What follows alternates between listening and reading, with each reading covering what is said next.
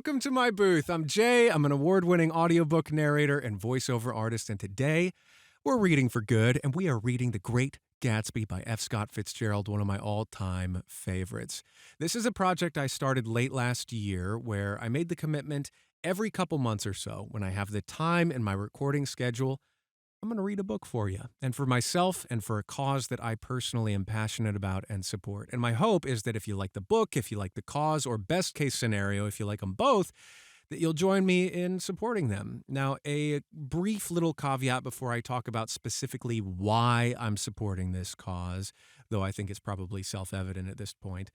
I strive on this channel, in this community, to maintain a neutral political space, an apolitical environment in general, simply because I don't think it's fair for you to come here looking for one thing, voiceover stuff, and for me to foist upon you my own personal thoughts and beliefs about other stuff, namely political things. Separation of church and state, I'm into it.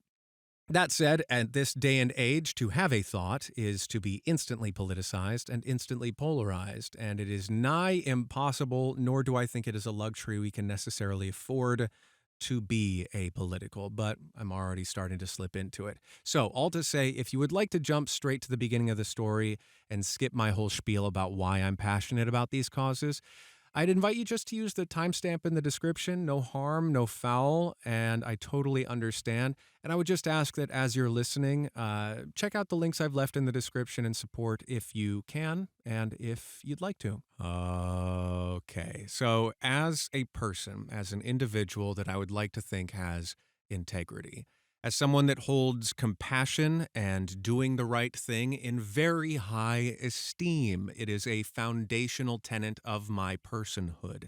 And frankly, as an American, especially in this day and age, in this time, under this current administration,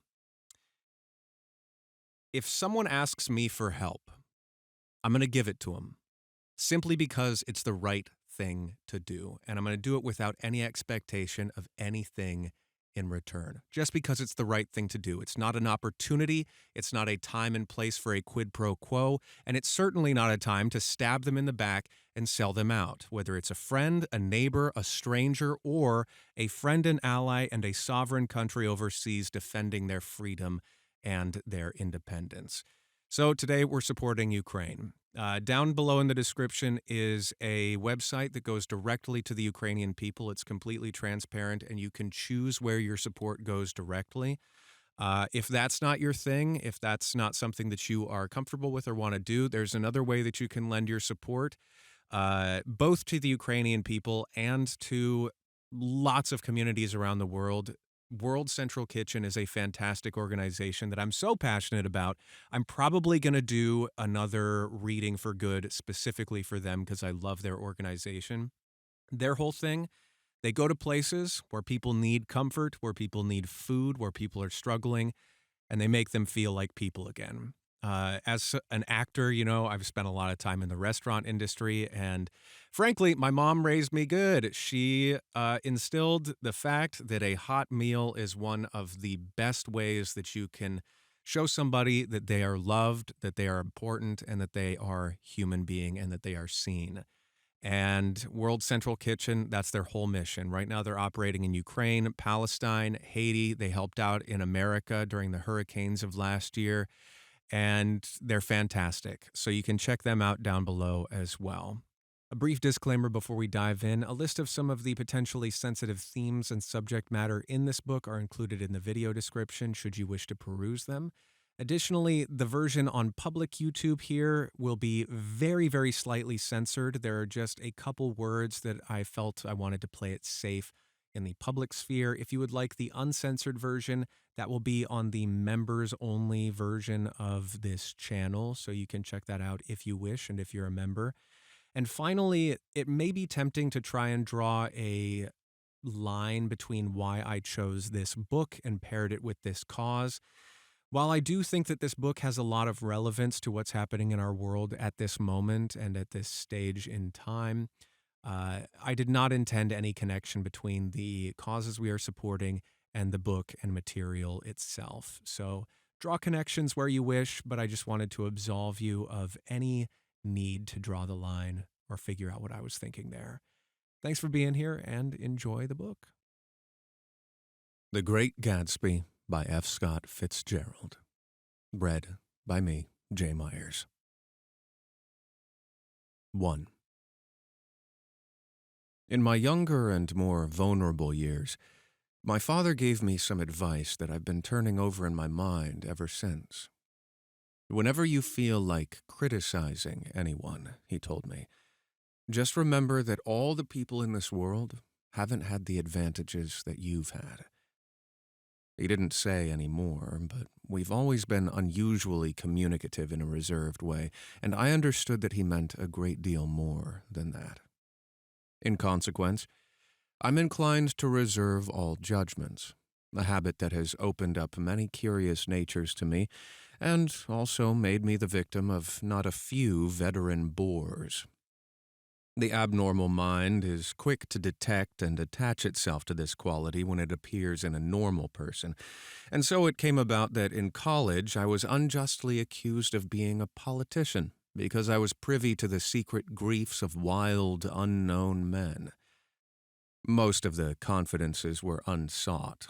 Frequently I have feigned sleep, preoccupation, or a hostile levity when I realized by some unmistakable sign that an intimate revelation was quivering on the horizon.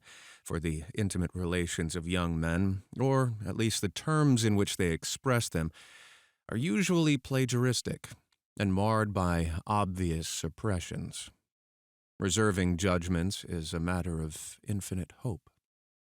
I am still a little afraid of missing something if I forget that, as my father suggested, and I snobbishly repeat, a sense of the fundamental decencies is parceled out unequally at birth.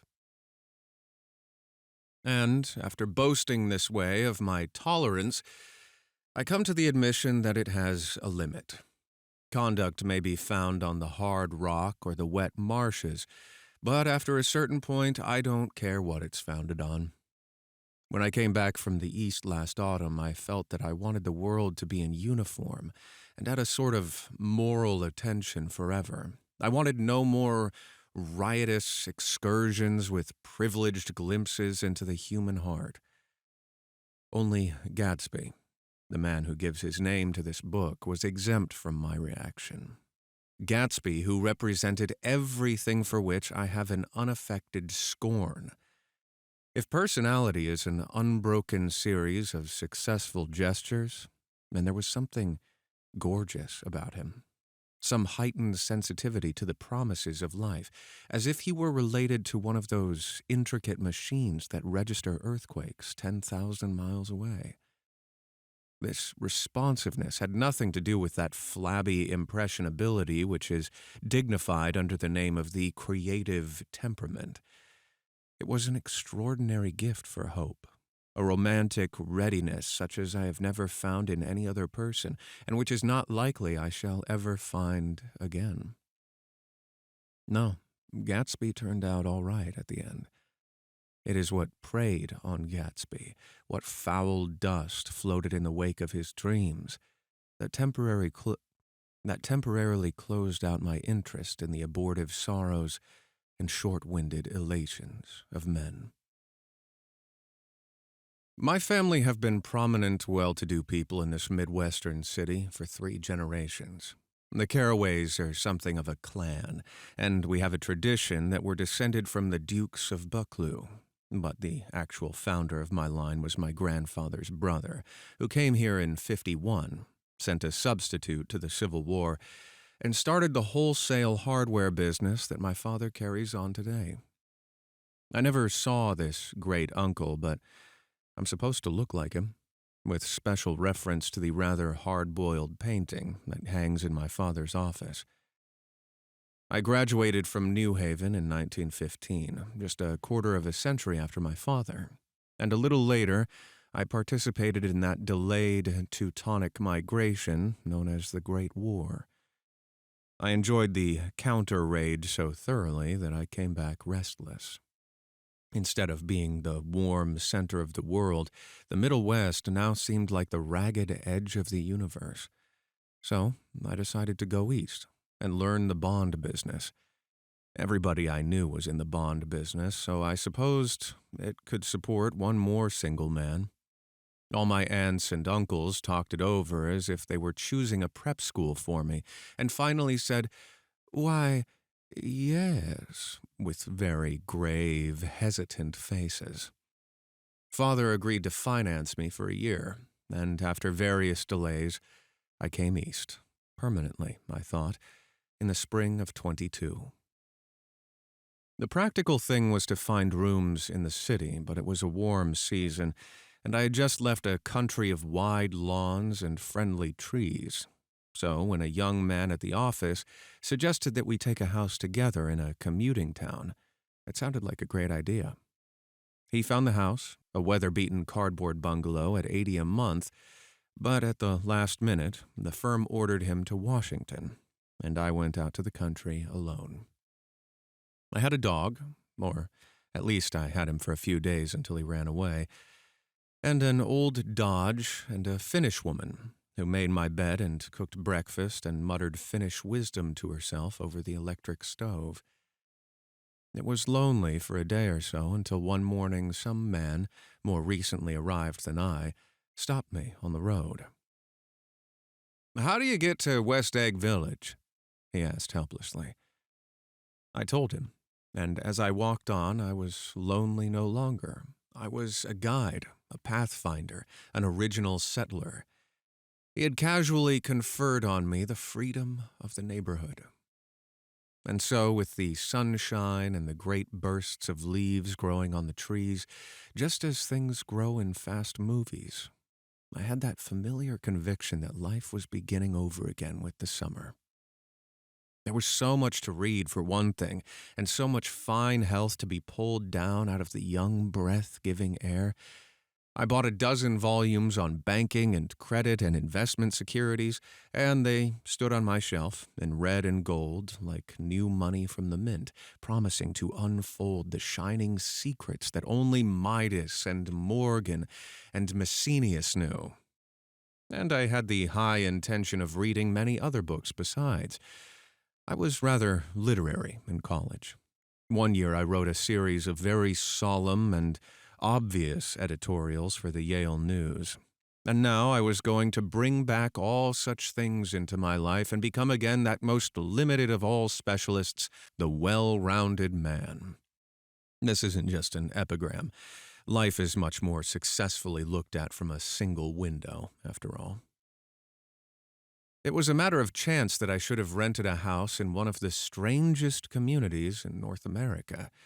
It was on that slender, riotous island which extends itself due east of New York, and where there are, among other natural curiosities, two unusual formations of land.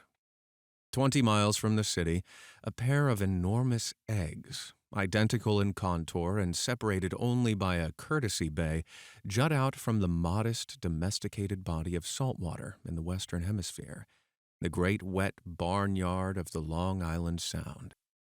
They are not perfect ovals like the egg in the Columbus story. They are both crushed flat at the contact end, but their physical resemblance must be a source of perpetual wonder to the gulls that fly overhead. To the wingless, a more interesting phenomenon is their dissimilarity in every particular except shape and size. I lived at West Egg, the less fashionable of the two, though this is a most superficial tag to express the bizarre and not a little sinister contrast between them.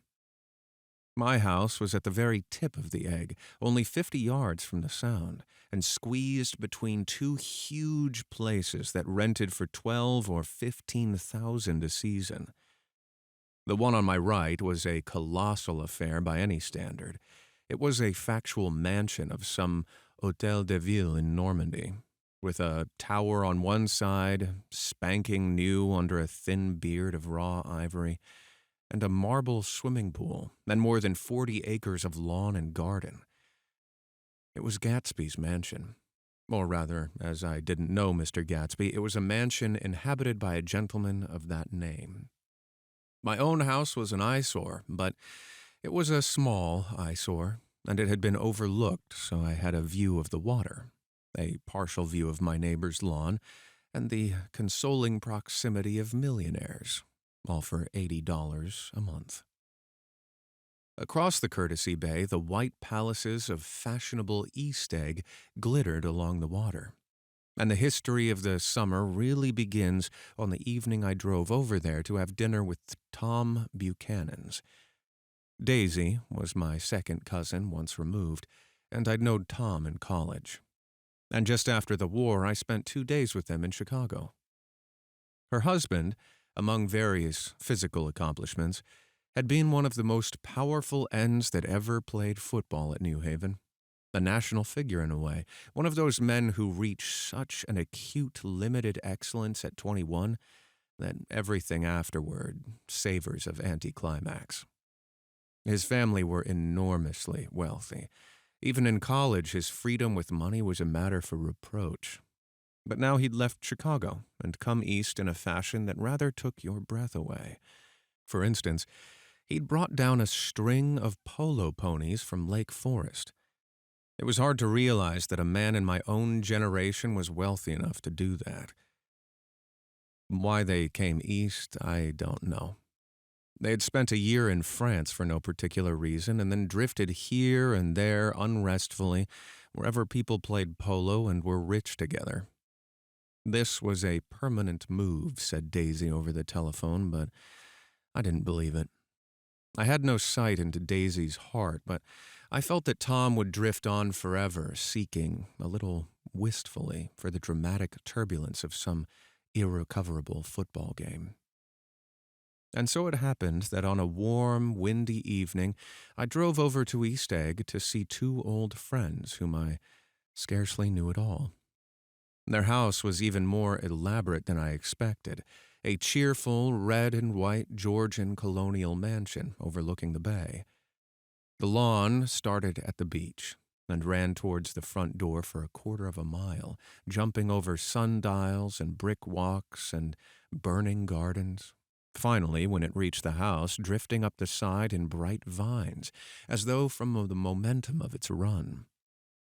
The front was broken by a line of French windows, glowing now with reflected gold and wide open to the warm, windy afternoon.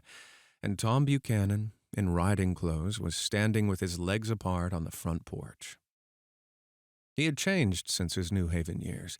Now he was a sturdy, straw-haired man of 30, with a rather hard mouth and a supercilious manner. 2 shining, arrogant eyes had established dominance over his face and gave him the appearance of always leaning aggressively forward. Not even the effeminate swank of his riding clothes could hide the enormous power of that body. He seemed to fill those glistening boots until he strained the top lacing, and you could see a great pack of muscle shifting when his shoulder moved under his thin coat. It was a body capable of enormous leverage, a cruel body. His speaking voice, a gruff, husky tenor, added to the impression of the fractiousness he conveyed. There was a touch of paternal contempt in it, even toward people he liked. "Now, I don't think my opinion on these matters is final," he seemed to say, "just because I'm stronger and more of a man than you are." We were in the same senior society, and while we were never intimate, I always had the impression that he approved of me and wanted me to like him with some harsh, defiant wistfulness of his own. We talked for a few minutes on the sunny porch. "I've got a nice place here," he said, his eyes flashing about restlessly.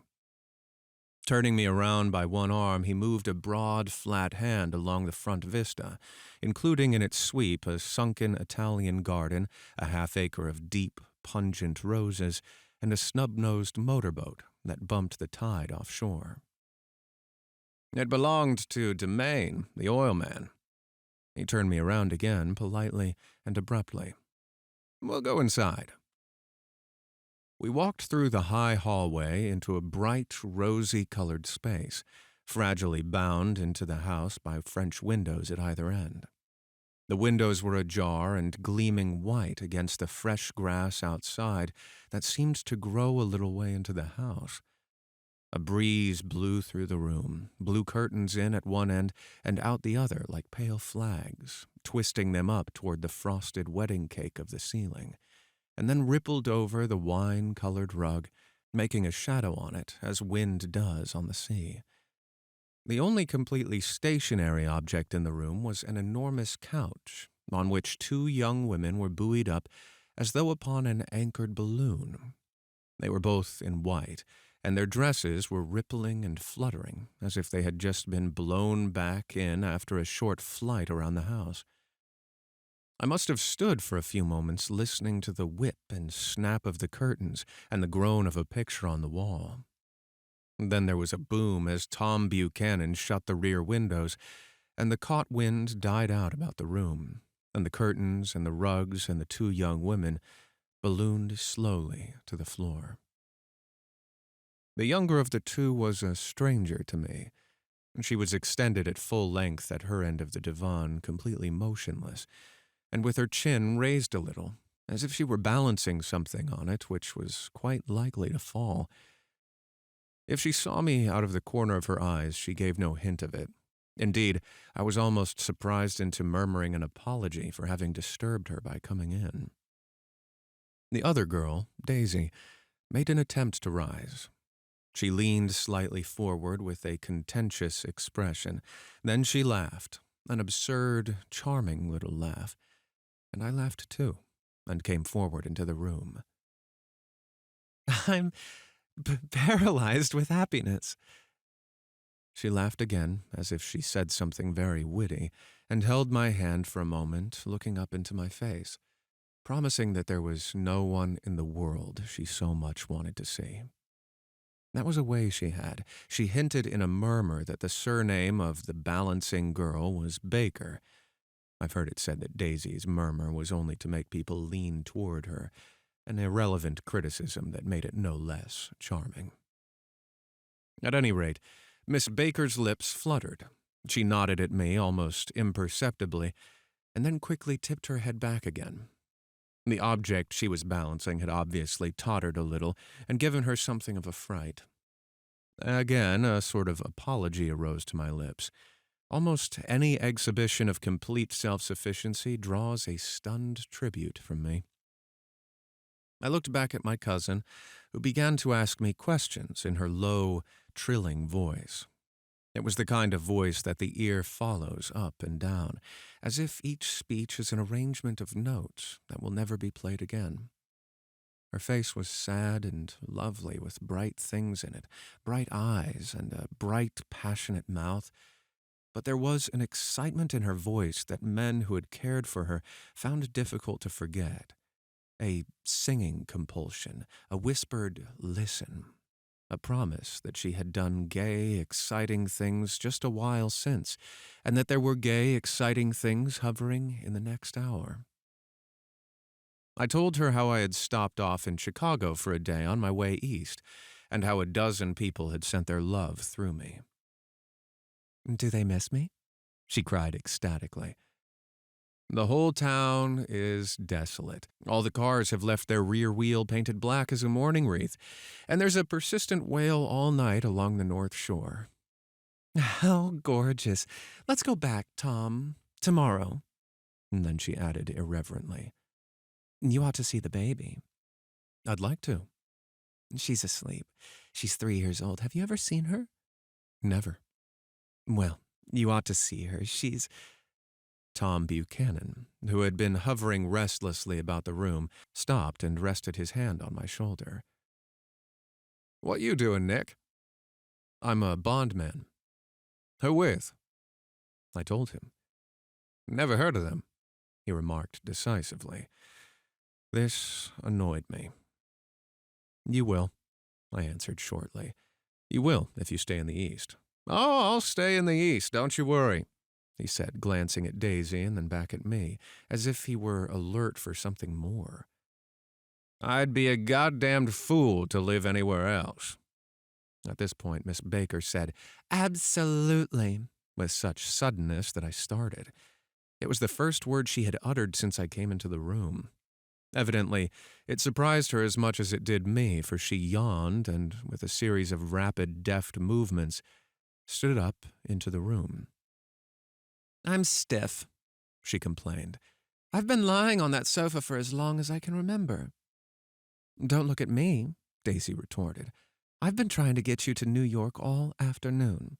No thanks," said Miss Baker to the 4 cocktails just in from the pantry. "I'm absolutely in training." Her host looked at her incredulously. "You are?" He took down his drink as if it were a drop in the bottom of a glass. "How you ever get anything done is beyond me." I looked at Miss Baker, wondering what it was she got done. I enjoyed looking at her. She was a slender, small-breasted girl with an erect carriage, which she accentuated by throwing her body backward at the shoulders like a young cadet. Her gray, sun-strained eyes looked back at me with polite, reciprocal curiosity out of a wan, charming, discontented face. It occurred to me now that I had seen her, or a picture of her, somewhere before. "You live in West Egg," she remarked contemptuously. "I know somebody there." "I don't know a single—" "You must know Gatsby." "Gatsby?" demanded Daisy. "What Gatsby?" Before I could reply that he was my neighbor, dinner was announced. Wedging his tense arm imperatively under mine, Tom Buchanan compelled me from the room as though he were moving a checker to another square. Slenderly, languidly, their hands set lightly on their hips, the 2 young women preceded us out onto a rosy-colored porch, open toward the sunset, where 4 candles flickered on the table in a diminished wind. "Why candles?" objected Daisy, frowning. She snapped them out with her fingers. "In 2 weeks it'll be the longest day of the year." She looked at us all radiantly. "Do you always watch for the longest day of the year and then miss it? I always watch for the longest day of the year and then miss it." "We ought to plan something," yawned Miss Baker, sitting down at the table as if she were getting into bed. "All right," said Daisy. "What do we plan?" She turned to me helplessly. "What do people plan?" Before I could answer, her eyes fastened with an odd expression on her little finger. "Look," she complained. "I heard it." We all looked. The knuckle was black and blue. "You did it, Tom," she said accusingly. "I know you didn't mean to, but you did do it. That's what I get for marrying a brute of a man, a great, big, hulking, physical specimen of a—" "I hate that word, hulking," objected Tom crossly, "even in kidding." "Hulking," insisted Daisy. Sometimes she and Miss Baker talked at once, unobtrusively, and with a bantering inconsequence that was never quite chatter, that was as cool as their white dresses and their impersonal eyes in the absence of all desire. They were here, and they accepted Tom and me, making only a polite, pleasant effort to entertain or to be entertained. They knew that presently dinner would be over, and a little later the evening too would be over and casually put away.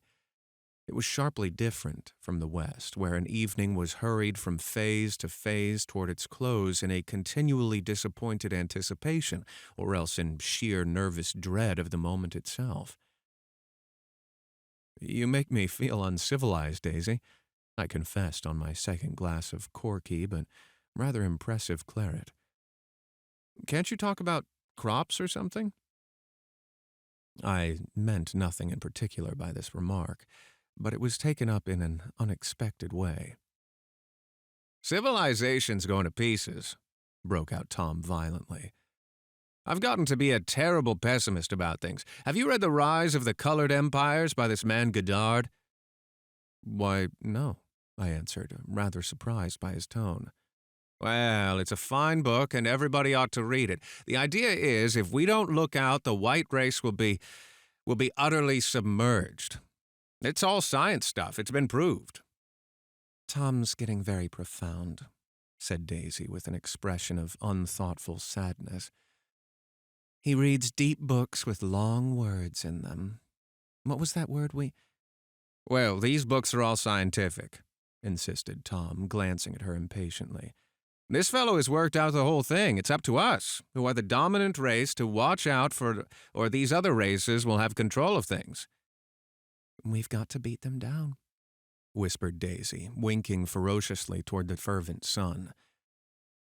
You ought to live in California, began Miss Baker, but Tom interrupted her by shifting heavily in his chair. The idea is that we're Nordics. I am, and you are, and you are, and— After an infinitesimal hesitation, he included Daisy with a slight nod, and she winked at me again. And we've produced all the things that go to make civilization. Science and art and all that. Do you see? There was something pathetic in his concentration, as if his complacency, more acute than of old, was not enough to him any more. When almost immediately the telephone rang inside and the butler left the porch, Daisy seized upon the momentary interruption and leaned towards me. I'll tell you a family secret, she whispered enthusiastically. It's about the butler's nose. Do you want to hear about the butler's nose? That's why I came over tonight. Well, he hasn't always been a butler. He used to be the silver polisher for some people in New York that had silver service for 200 people. He had to polish it from morning till night until finally it began to affect his nose. Things went from bad to worse, suggested Miss Baker. Yes, things went from bad to worse until finally he had to give up his position. For a moment the last sunshine fell with romantic affection upon her glowing face. Her voice compelled me forward breathlessly as I listened. Then the glow faded, each light deserting her with lingering regret, like children leaving a pleasant street at dusk. The butler came back and murmured something close to Tom's ear, whereupon Tom frowned, pushed back his chair, and without a word went inside. As if his absence quickened something within her, Daisy leaned forward again, her voice glowing and singing. I love to see you at my table, Nick. You remind me of a rose, an absolute rose, doesn't he? She turned to Miss Baker for confirmation. An absolute rose. This was untrue. I'm not even faintly like a rose. She was only extemporizing, but a stirring warmth flowed from her, as if her heart was trying to come out to you concealed in one of those breathless, thrilling words. Then suddenly she threw her napkin on the table and excused herself and went into the house. Miss Baker and I exchanged a short glance, consciously devoid of meaning.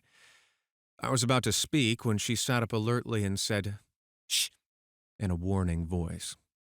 A subdued, impassioned murmur was audible in the room beyond, and Miss Baker leaned forward unashamed, trying to hear. The murmur trembled on the verge of coherence, sank down, mounted excitedly, and then ceased altogether. This Mr. Gatsby you spoke of is my neighbor, I began. Don't talk. I want to hear what happens. Is something happening? I inquired innocently. You mean to say you don't know? Said Miss Baker, honestly surprised. I thought everybody knew. I don't. Why, she said hesitantly, Tom's got some woman in New York. Got some woman? I repeated blankly. Miss Baker nodded. She might have the decency not to telephone him at dinner time, don't you think? Almost before I had grasped her meaning, there was a flutter of a dress and the crunch of leather boots, and Tom and Daisy were back at the table. It couldn't be helped, cried Daisy with tense gaiety. She sat down, glanced searchingly at Miss Baker, and then at me, and continued. I looked outdoors for a minute, and it's very romantic outdoors. There's a bird on the lawn that I think must be a nightingale come over on the Cunard or the White Star Line. He's singing away. Her voice sang. It's romantic, isn't it, Tom? Very romantic, he said. and then miserably to me, "If it's light enough after dinner, I want to take you down to the stables." The telephone rang inside, startlingly, and as Daisy shook her head decisively at Tom, the subject of the stables, in fact, all subjects, vanished into air. Among the broken fragments of the last 5 minutes at table, I remember the candles being lit again, pointlessly, and I was conscious of wanting to look squarely at everyone and yet to avoid all eyes.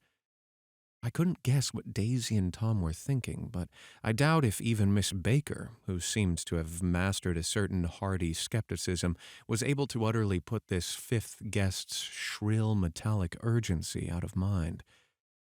To a certain temperament, the situation might have seemed intriguing. My own instinct was to telephone immediately for the police. The horses, needless to say, were not mentioned again. Tom and Miss Baker, with several feet of twilight between them, strolled back into the library, as if to a vigil beside a perfectly tangible body. While trying to look pleasantly interested and a little deaf, I followed Daisy around a chain of connecting verandas to the front porch. In its deep gloom, we sat down side by side on a wicker settee. Daisy took her face in her hands as if feeling its lovely shape, and her eyes moved gradually out into the velvet dusk. I saw that turbulent emotions possessed her, so I asked what I thought would be some sedative questions about her little girl. "We don't know each other very well, Nick," she said suddenly. "Even if we are cousins, you didn't come to my wedding." "I wasn't back from the war." "That's true." She hesitated. "Well, I've had a very bad time, Nick, and I'm pretty cynical about everything." Evidently, she had reason to be. I waited, but she didn't say any more, and after a movement, I returned rather feebly to the subject of her daughter. "I suppose she talks, and eats, and everything." "Well, yes." She looked at me absently. "Listen, Nick, let me tell you what I said when she was born. Would you like to hear?" "Very much."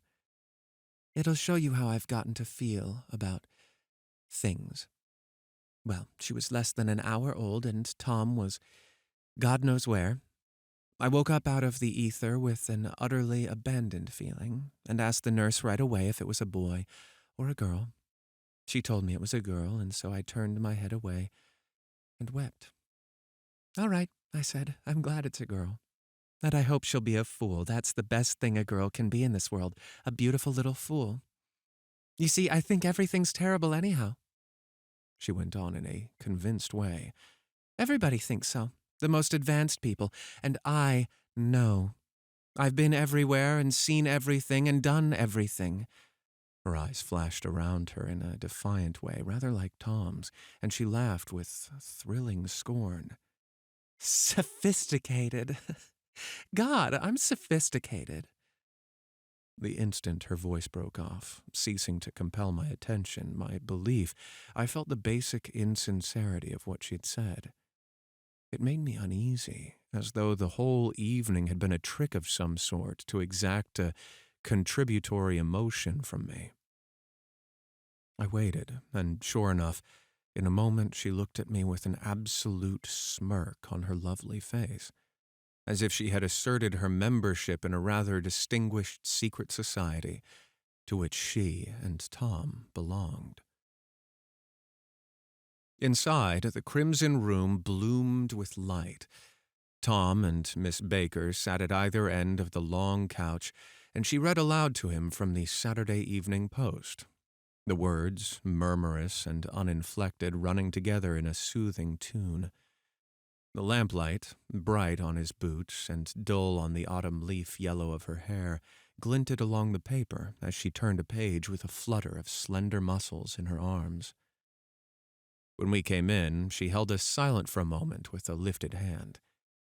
"To be continued," she said, tossing the magazine on the table, "in our very next issue." Her body asserted itself with a restless movement of her knee, and she stood up. "10 o'clock," she remarked, apparently finding the time on the ceiling. "Time for this good girl to go to bed." "Jordan's going to play in the tournament tomorrow," explained Daisy, "over at Westchester." "Oh, you're Jordan Baker." I knew now why her face was familiar. Its pleasing, contemptuous expression had looked out at me from many rotogravure pictures of the sporting life at Asheville and Hot Springs and Palm Beach. I had heard some story of her, too, a critical, unpleasant story, but what it was I had forgotten long ago. "Good night," she said softly. "Wake me at 8, won't you?" "If you'll get up." "I will. Good night, Mr. Carraway. See you anon." "Of course you will," confirmed Daisy. "In fact, I think I'll arrange a marriage. Come over often, Nick, and I'll sort of, fling you together, lock you up accidentally in linen closets and push you out to sea in a boat and all that sort of thing." "Good night," called Miss Baker from the stairs. "I haven't heard a word." "She's a nice girl," said Tom after a moment. "They oughtn't to let her run around the country this way." "Who oughtn't to?" inquired Daisy coldly. "Her family." "Her family is one aunt about 1,000 years old. Besides, Nick's going to look after her, aren't you, Nick? She's going to spend lots of weekends out here this summer. I think the home influence will be very good for her." Daisy and Tom looked at each other for a moment in silence.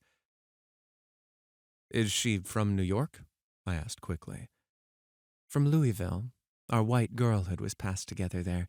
Our beautiful white—" "Did you give Nick a little heart-to-heart talk on the veranda?" demanded Tom suddenly. "Did I?" She looked at me.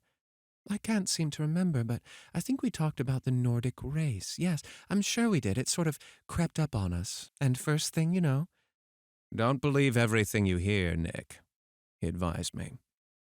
I said lightly that I had heard nothing at all, and a few minutes later I got up to go home. They came to the door with me and stood side by side in a cheerful square of light. As I started my motor, Daisy peremptorily called, "Wait! I forgot to ask you something, and it's important. We heard you were engaged to a girl out west." "That's right," corroborated Tom kindly. "We heard that you were engaged." "It's a libel. I'm too poor." "But we heard it," insisted Daisy, surprising me by opening up again in a flower-like way. "We heard it from 3 people, so it must be true." Of course, I knew what they were referring to, but I wasn't even vaguely engaged. The fact that gossip had published the bends was one of the reasons I had come east. You can't stop going with an old friend on account of rumors. And on the other hand, I had no intention of being rumored into marriage. Their interests rather touched me, and made them less remotely rich. Nevertheless, I was confused and a little disgusted as I drove away. It seemed to me that the thing for Daisy to do was to rush out of the house, child in arms, but apparently there were no such intentions in her head. As for Tom, the fact he had some woman in New York was really less surprising than that he had been depressed by a book. Something was making him nibble at the edge of the stale ideas, as if his sturdy physical egotism no longer nourished his peremptory heart. Already, it was deep summer on the roadhouse roofs and in the front of wayside garages, where new red petrol pumps sat out in pools of light. And when I reached my estate at West Egg, I ran the car under its shed and sat for a while on the abandoned grass roller in the yard. The wind had blown off, leaving a loud, bright night, with wings beating in the trees, and a persistent organ sound as the full bellows of the earth blew the frogs full of life. The silhouette of a moving cat wavered across the moonlight, and, turning my head to watch it, I saw that I was not alone. 50 feet away, a figure had emerged from the shadow of my neighbor's mansion and was standing with hands in his pockets regarding the silver pepper of the stars. Something in his leisurely movements and the secure position of his feet upon the lawn suggested that it was Mr. Gatsby himself. come out to determine what share was his of our local heavens. I decided to call to him. Miss Baker had mentioned him at dinner, and that would do for an introduction. But I didn't call to him, for he gave a sudden intimation that he was content to be alone. He stretched out his arms toward the dark water in a curious way, and far as I was from him, I could have sworn he was trembling. Involuntarily I glanced seaward and distinguished nothing except a single green light, minute and far away, that might have been the end of a dock. When I looked once more for Gatsby, he had vanished, and I was alone again in the unquiet darkness. 2. About halfway between West Egg and New York, the motor road hastily joins the railroad and runs beside it for a quarter of a mile, so as to shrink away from a certain desolate area of land. This is the Valley of Ashes, a fantastic farm where ashes grow like wheat into ridges and hills and grotesque gardens, where ashes take the forms of houses and chimneys and rising smoke, and finally, with a transcendent effort, of ash-gray men who move dimly and already crumbling through the powdery air. Occasionally a line of gray cars crawls along an invisible track, gives out a ghastly creak, and comes to a rest, and immediately the ash-gray men swarm up with leaden spades and stir up an impenetrable cloud, which screens their obscure operations from your sight. But above the gray land and the spasms of bleak dust which drift endlessly over it, you perceive, after a moment, the eyes of Dr. T.J. Eckelberg. The eyes of Dr. T.J. Eckelberg are blue and gigantic. Their retinas are 1 yard high. They look out of no face, but instead from a pair of enormous yellow spectacles which pass over a non-existent nose. Evidently some wild wag of an oculist set them there to fatten his practice in the borough of Queens, and then sank down himself into eternal blindness, or forgot them and moved away. But his eyes, dimmed a little by many paintless days under sun and rain, brood on over the solemn dumping ground. The Valley of Ashes is bounded on either side by a small, foul river, and when the drawbridge is up to let barges through, the passengers on waiting trains can stare at the dismal scene for as long as half an hour. There is always a halt there of at least a minute, and it was because of this that I first met Tom Buchanan's mistress. The fact that he had one was insisted upon wherever he was known. His acquaintances resented the fact that he turned up in popular cafes with her and, leaving her at the table, sauntered about, chatting with whomsoever he knew. Though I was curious to see her, I had no desire to meet her. But I did. I went up to New York with Tom on the train one afternoon, and when we stopped by the ash heaps, he jumped to his feet and, taking hold of my elbow, literally forced me from the car. "We're getting off," he insisted. "I want you to meet my girl." I think he'd tanked up a good deal at luncheon, and his determination to have my company bordered on violence. The supercilious assumption was that on Sunday afternoon I had nothing better to do. I followed him over a low, whitewashed railroad fence, and we walked back 100 yards along the road under Dr. Eckelberg's persistent stare. The only building in sight was a small block of yellow brick, sitting on the edge of the wasteland, a sort of compact main street ministering to it, and contiguous to absolutely nothing. One of the 3 shops it contained was for rent, and another was an all-night restaurant, approached by a trail of ashes. The third was a garage. Repairs, George B. Wilson, cars bought and sold, and I followed Tom inside. The interior was unprosperous and bare. The only car visible was the dust-covered wreck of a Ford, which crouched in a dim corner. It had occurred to me that this shadow of a garage must be a blind, and that sumptuous and romantic apartments were concealed overhead, when the proprietor himself appeared in the door of an office, wiping his hands on a piece of waste. He was a blond, spiritless man, anemic and faintly handsome. When he saw us, a damp gleam of hope sprang into his light blue eyes. "Hello, Wilson, old man," said Tom, slapping him jovially on the shoulder. "How's business?" "I can't complain," answered Wilson unconvincingly. "When are you going to sell me that car?" "Next week. I've got my man working on it now." "Works pretty slow, don't he?" "No, he doesn't," said Tom coldly. "And if you feel that way about it, maybe I'd better sell it somewhere else after all." "I don't mean that," explained Wilson quickly. "I just meant—" His voice faded off, and Tom glanced impatiently around the garage. Then I heard footsteps on the stairs, and in a moment the thickish figure of a woman blocked out the light from the office door.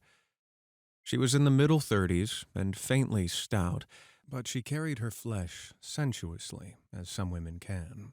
Her face, above a spotted dress of dark blue crepe de chine, contained no facet or gleam of beauty, but there was an immediately perceptible vitality about her, as if the nerves of her body were continually smoldering.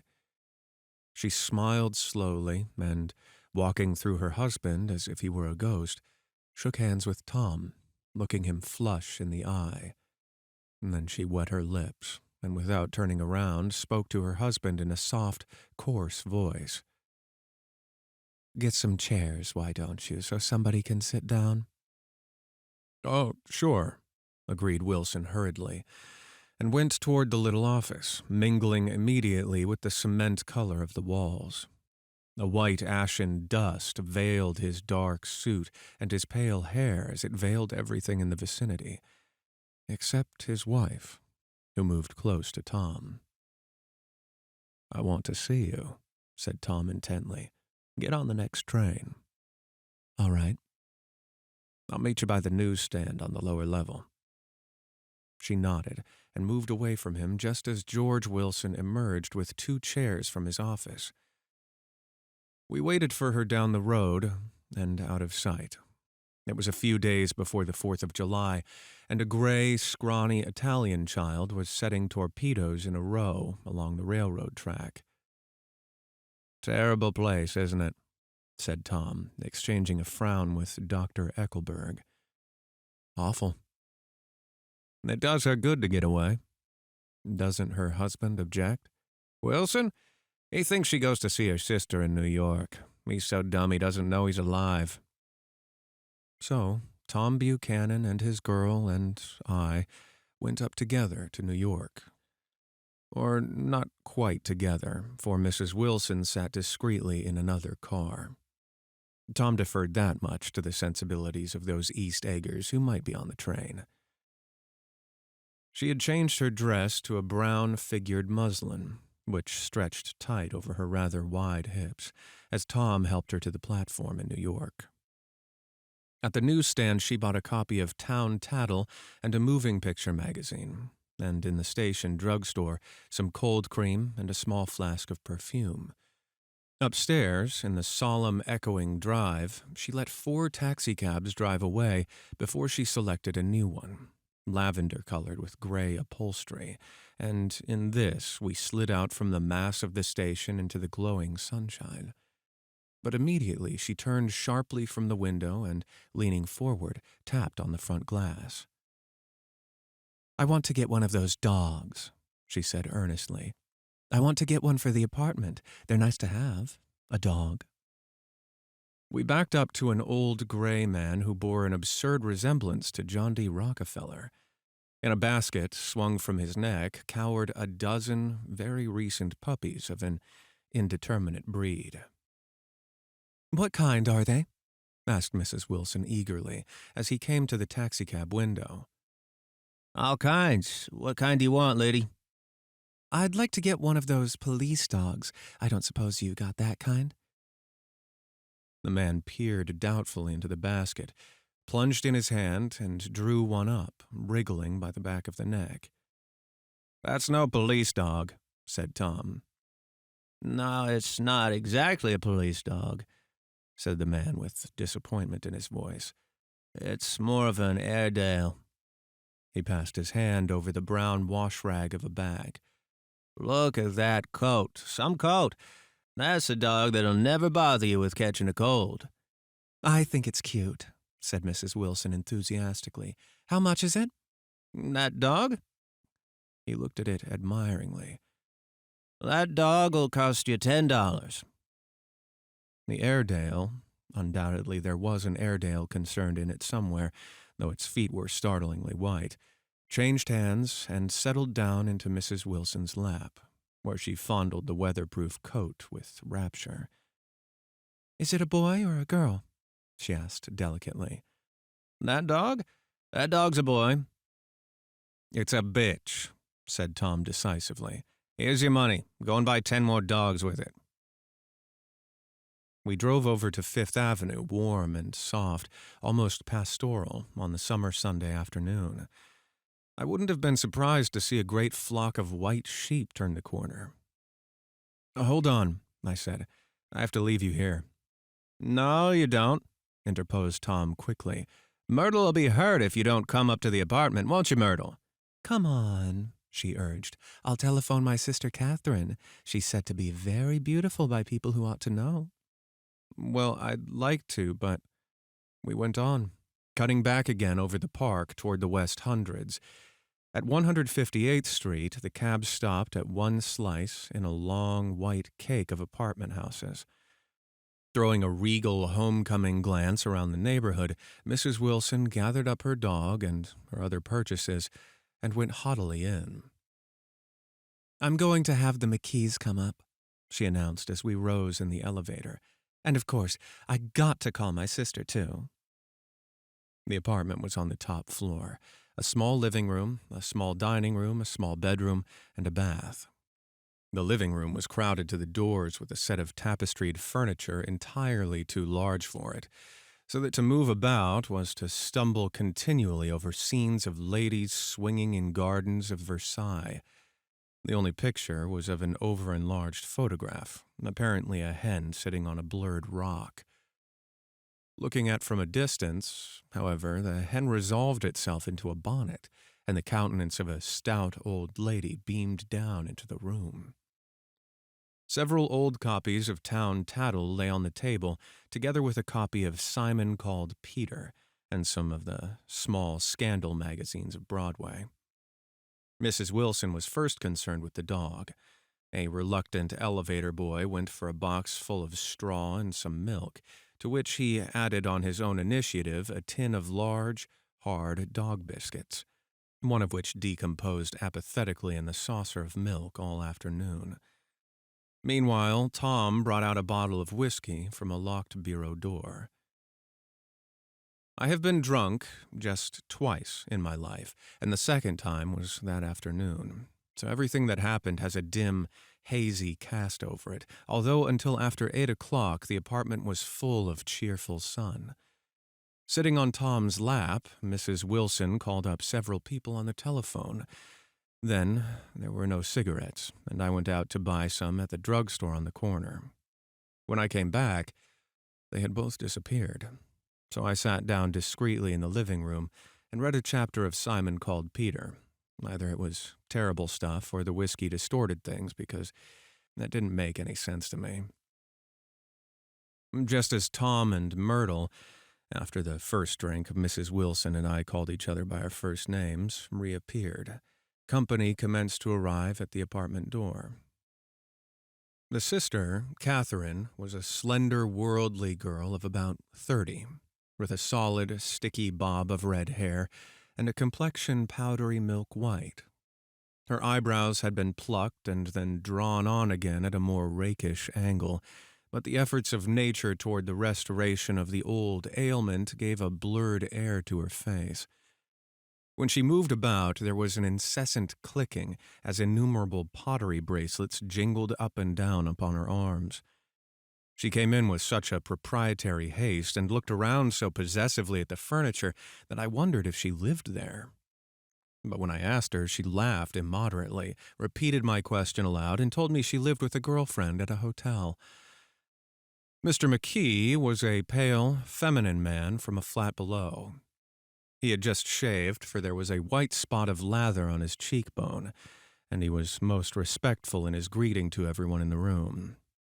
He informed me that he was in the artistic game, and I gathered later he was a photographer, and had made the dim enlargement of Mrs. Wilson's mother, which hovered like an ectoplasm on the wall. His wife was shrill, languid, handsome, and horrible. She told me with pride that her husband had photographed her 127 times since they were married.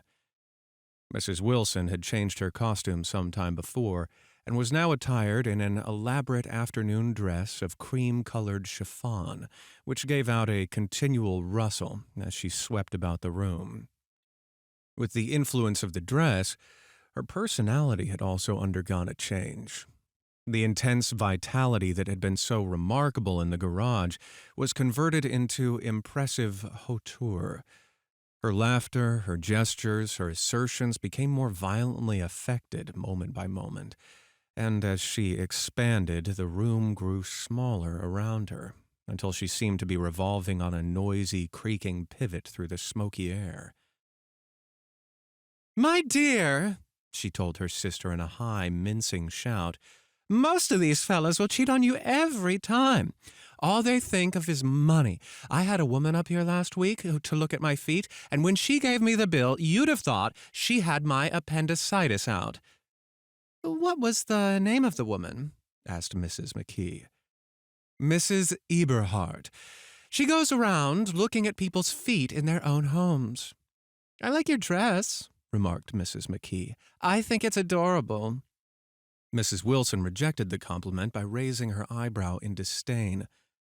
"It's just a crazy old thing," she said. "I just slip it on sometimes when I don't care what I look like." "But it looks wonderful on you, if you know what I mean," pursued Mrs. McKee. "If Chester could only get you in that pose, I think he could make something of it." We all looked in silence at Mrs. Wilson, who removed a strand of hair from over her eyes and looked back at us with a brilliant smile. Mr. McKee regarded her intently with his head on one side, and then moved his hand back and forth slowly in front of his face. "I should change the light," he said after a moment. "I'd like to bring out the modeling of the features, and I'd try to get hold of all the back hair." "I wouldn't think of changing the light," cried Mrs. McKee.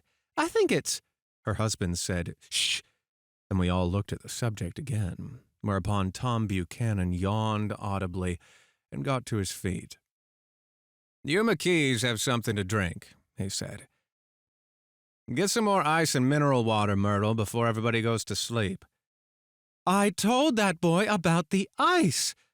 Myrtle raised her eyebrows in despair at the shiftlessness of the lower orders. "These people, you have to keep after them all the time." She looked at me and laughed pointlessly.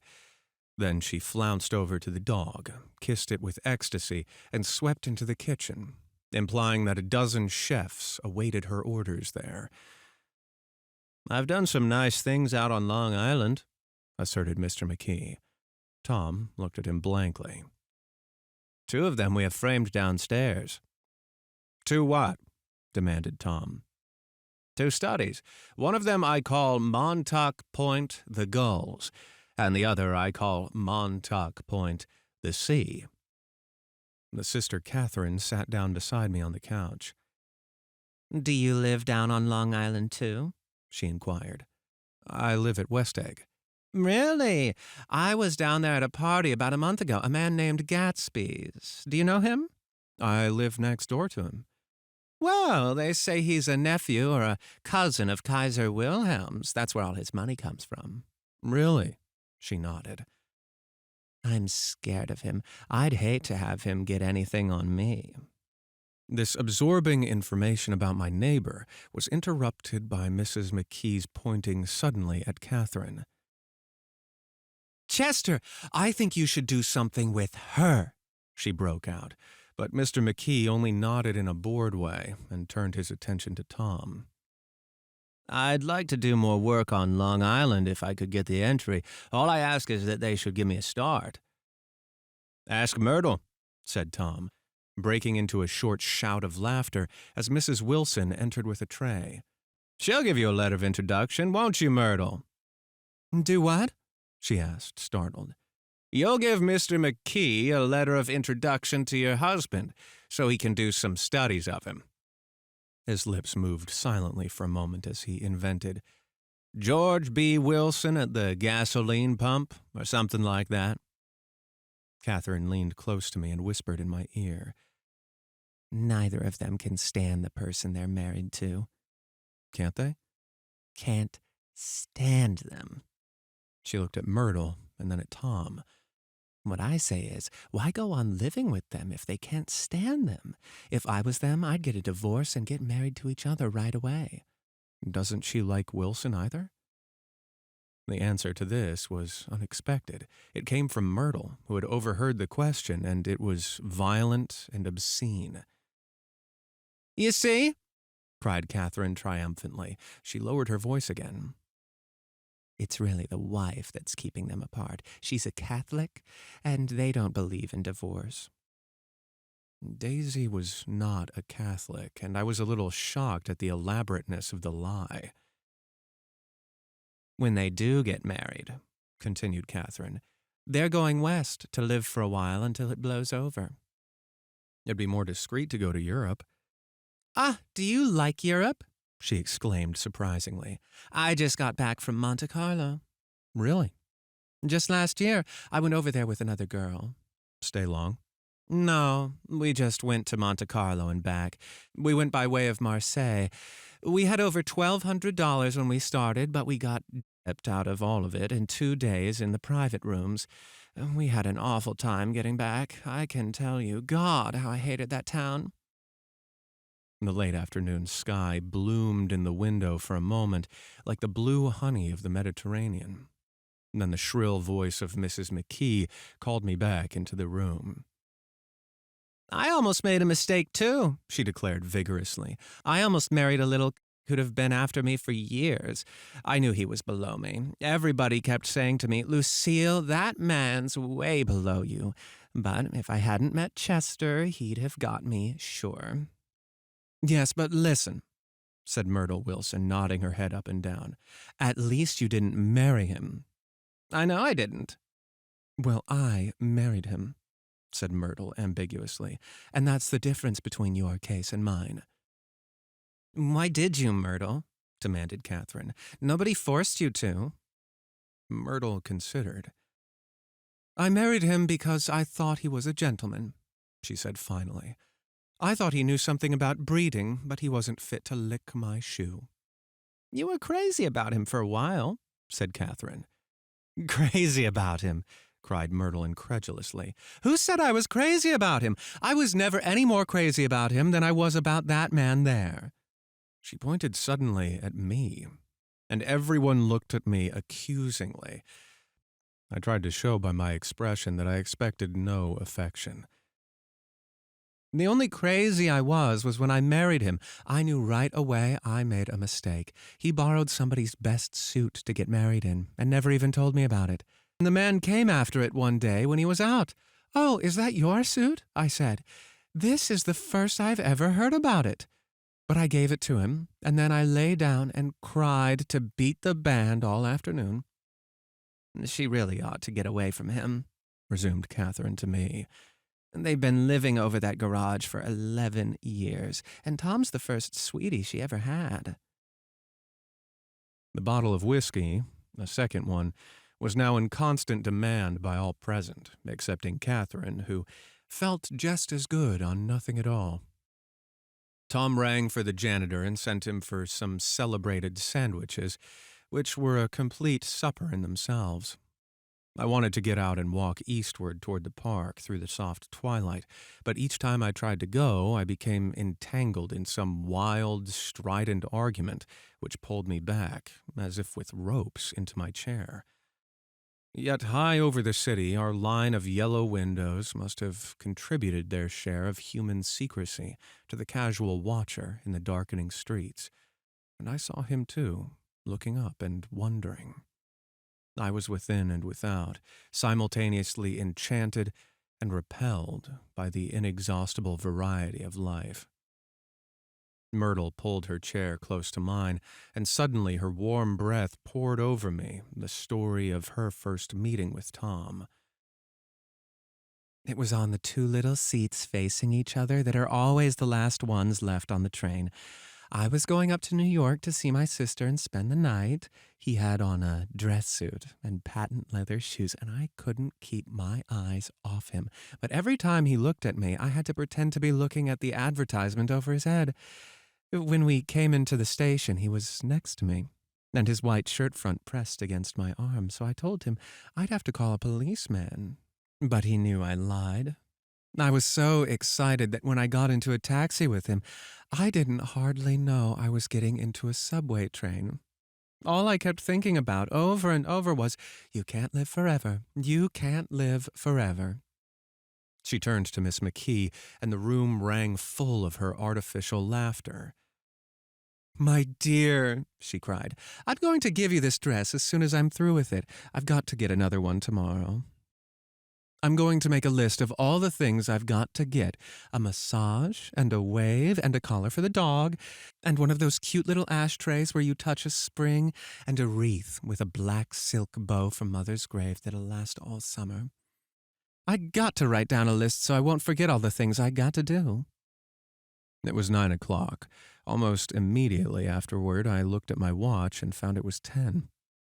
Mr. McKee was asleep on a chair with his fists clenched in his lap, like a photograph of a man of action.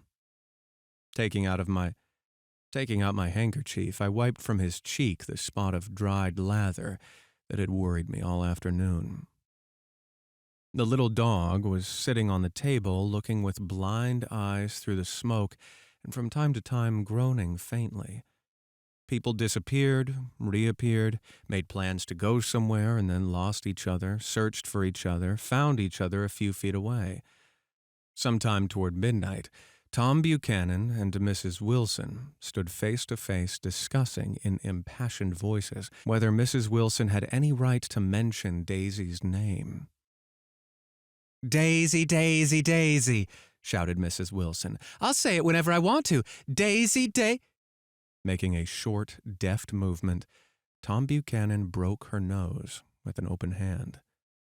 Then there were bloody towels upon the bathroom floor, and women's voices scolding, and high over the confusion a long, broken wail of pain. Mr. McKee awoke from his doze and started in a daze toward the door. When he had gone halfway, he turned around and stared at the scene. His wife and Catherine scolding and consoling as they stumbled here and there among the crowded furniture with articles of aid, and the despairing figure on the couch, bleeding fluently, and trying to spread a copy of Town Tattle over the tapestry scenes of Versailles. Then Mr. McKee turned and continued on out the door. Taking my hat from the chandelier, I followed. "Come to lunch someday," he suggested as we groaned down in the elevator. "Where?" "Anywhere." "Keep your hands off the lever," snapped the elevator boy. "I beg your pardon," said Mr. McKee with dignity. "I didn't know I was touching it." "All right," I agreed. "I'll be glad to." I was standing beside his bed, and he was sitting up between the sheets, clad in his underwear, with a great portfolio in his hands. "Beauty and the Beast, Loneliness, Old Grocery Horse, Broken Bridge." And then I was lying half asleep in the cold lower level of the Pennsylvania station, staring at the Morning Tribune and waiting for the 4 o'clock train. 3. There was music from my neighbor's house through the summer nights. In his blue gardens, men and girls came and went like moths among the whisperings and the champagne and the stars. At high tide in the afternoon, I watched his guests diving from the tower of his raft or taking the sun on the hot sand of his beach, while his two motorboats slit the waters of the Sound, drawing aquaplanes over cataracts of foam. On weekends, his Rolls-Royce became an omnibus, bearing parties to and from the city between 9 in the morning and long past midnight, while his station wagon scampered like a brisk yellow bug to meet all trains. And on Mondays, 8 servants, including an extra gardener, toiled all day with mops and scrubbing brushes and hammers and garden shears, repairing the ravages of the night before. Every Friday, 5 crates of oranges and lemons arrived from a fruiterer in New York. Every Monday, these same oranges and lemons left his back door in a pyramid of pulpless halves. There was a machine in the kitchen which could extract the juice of 200 oranges in half an hour, if a little button was pressed 200 times by a butler's thumb. At least once a fortnight, a corps of caterers came down with several hundred feet of canvas and enough colored lights to make a Christmas tree of Gatsby's enormous garden. On buffet tables garnished with glistening hors d'oeuvre, spiced baked hams crowded against salads of harlequin designs and pastry pigs and turkeys bewitched to a dark gold. In the main hall, a bar with a real brass rail was set up and stocked with gins and liquors and with cordials so long forgotten that most of his female guests were too young to know one from the other. By 7 o'clock, the orchestra has arrived. No thin 5-piece affair, but a whole pitful of oboes and trombones and saxophones and viols and cornets and piccolos and low and high drums. The last swimmers have come in from the beach now and are dressing upstairs. The cars from New York are parked 5 deep in the drive, and already the halls and salons and verandas are gaudy with primary colors, and hair bobbed in strange new ways, and shawls beyond the dreams of Castile.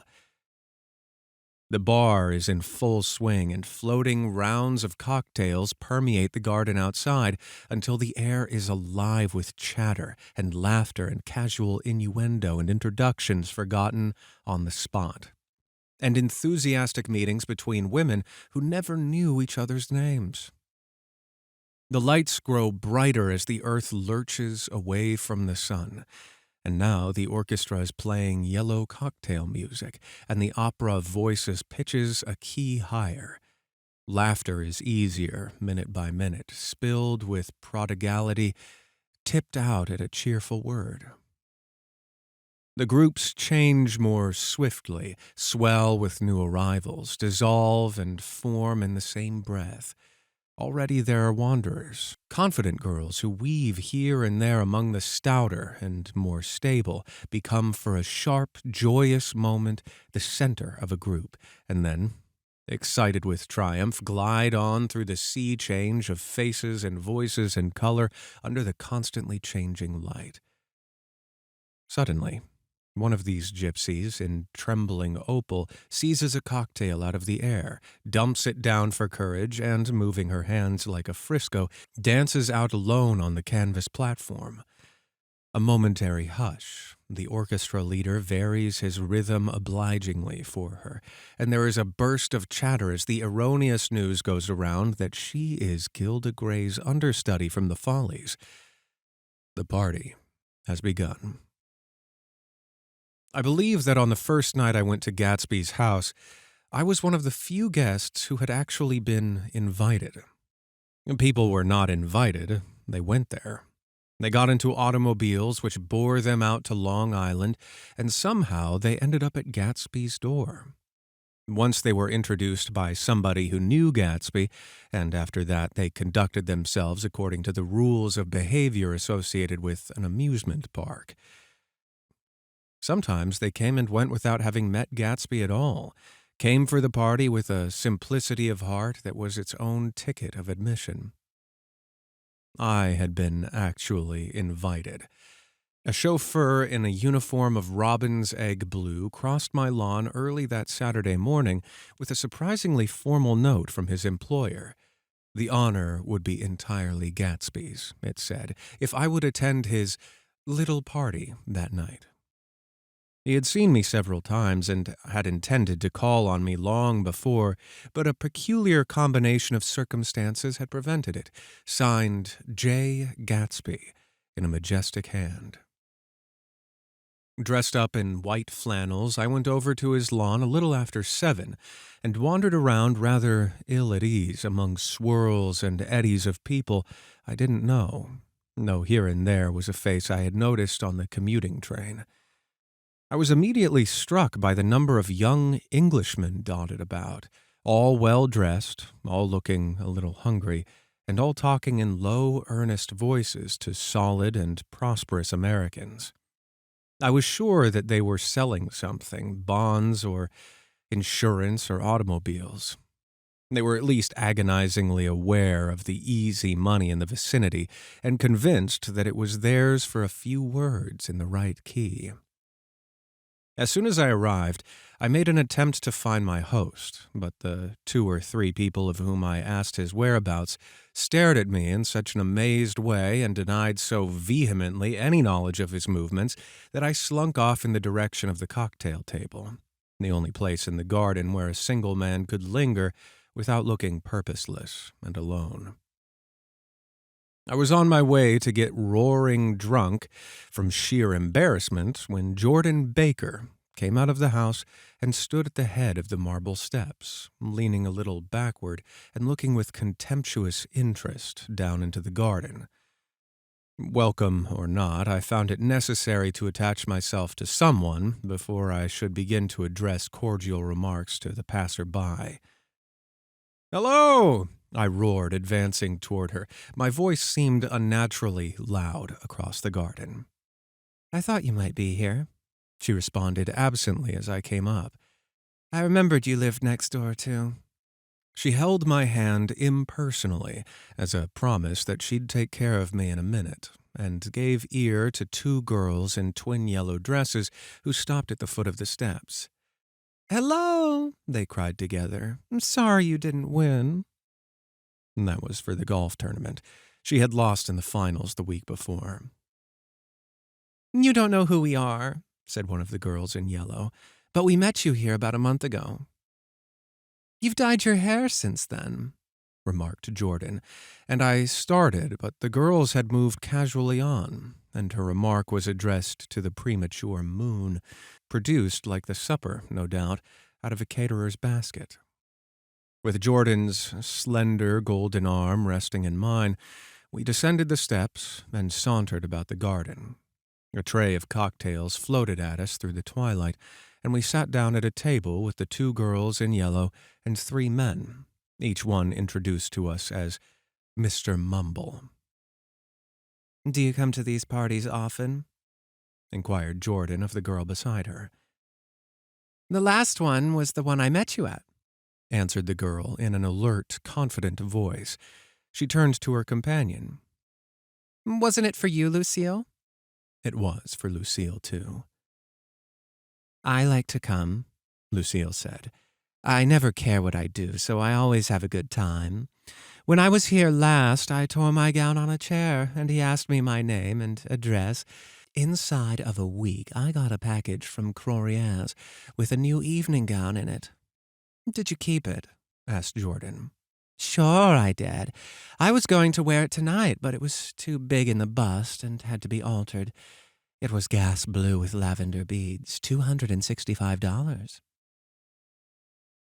"There's something funny about a fellow that'll do a thing like that," said the other girl eagerly. "He doesn't want any trouble with anybody." "Who doesn't?"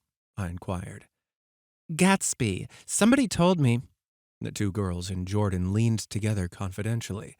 "Somebody told me they thought he killed a man once." A thrill passed over all of us. The 3 Mr. Mumbles bent forward and listened eagerly. "I don't think it's so much "That," argued Lucille skeptically. It's more that he was a German spy during the war." One of the men nodded in confirmation. I heard that from a man who knew all about him, grew up with him in Germany, he assured us positively. Oh, no, said the first girl. It couldn't be that, because he was in the American army during the war. As our credulity switched back to her, she leaned forward with enthusiasm. You look at him sometimes when he thinks nobody's looking at him. I'll bet he killed a man. She narrowed her eyes and shivered. Lucille shivered. We all turned to look around for Gatsby. It was a testimony to the romantic speculation he inspired, that there were whispers about him from those who had found little that it was necessary to whisper about in this world. The first supper, and there would be another one after midnight, was now being served, and Jordan invited me to join her own party, who were spread around a table on the other side of the garden. There were 3 married couples and Jordan's escort, a persistent undergraduate given to violent innuendo, and obviously under the impression that sooner or later Jordan was going to yield him up her person to a greater or lesser degree.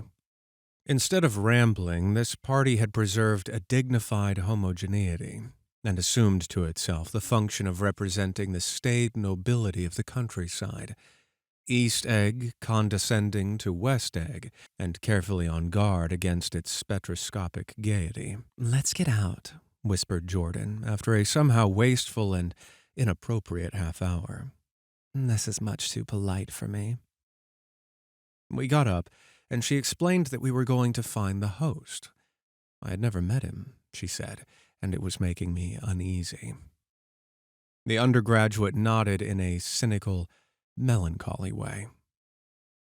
The bar, where we glanced first, was crowded, but Gatsby was not there. She couldn't find him from the top of the steps, and he wasn't on the veranda. On a chance, we tried an important-looking door and walked into a high Gothic library, paneled with carved English oak and probably transported complete from some ruin overseas. A stout, middle-aged man with enormous owl-eyed spectacles was sitting somewhat drunk on the edge of a great table, staring with unsteady concentration at the shelves of books. As we entered, he wheeled excitedly around and examined Jordan from head to foot. "What do you think?" he demanded impetuously. "About what?" He waved his hand toward the bookshelves. "About that. As a matter of fact, you needn't bother to ascertain. I ascertained. They're real." "The books?" He nodded. "Absolutely real. Have pages and everything. Thought they'd be a nice, durable cardboard. Matter of fact, they're absolutely real. Pages. And here, let me show you." Taking our skepticism for granted, he rushed to the bookcases and returned with Volume 1 of the Stoddard Lectures.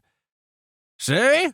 he cried triumphantly. "It's a bona fide piece of printed matter. It fooled me. This fellow's a regular Belasco. It's a triumph. What thoroughness, what realism. Knew when to stop, too. Didn't cut the pages. But what do you want? What do you expect?" He snatched the book from me and replaced it hastily on its shelf, muttering that if one brick was removed, the whole library was liable to collapse. "Who brought you?" he demanded. "Or did you just come? I was brought. Most people were brought." Jordan looked at him alertly, cheerfully, without answering. "I was brought by a woman named Roosevelt," he continued. "Mrs. Claude Roosevelt. Do you know her?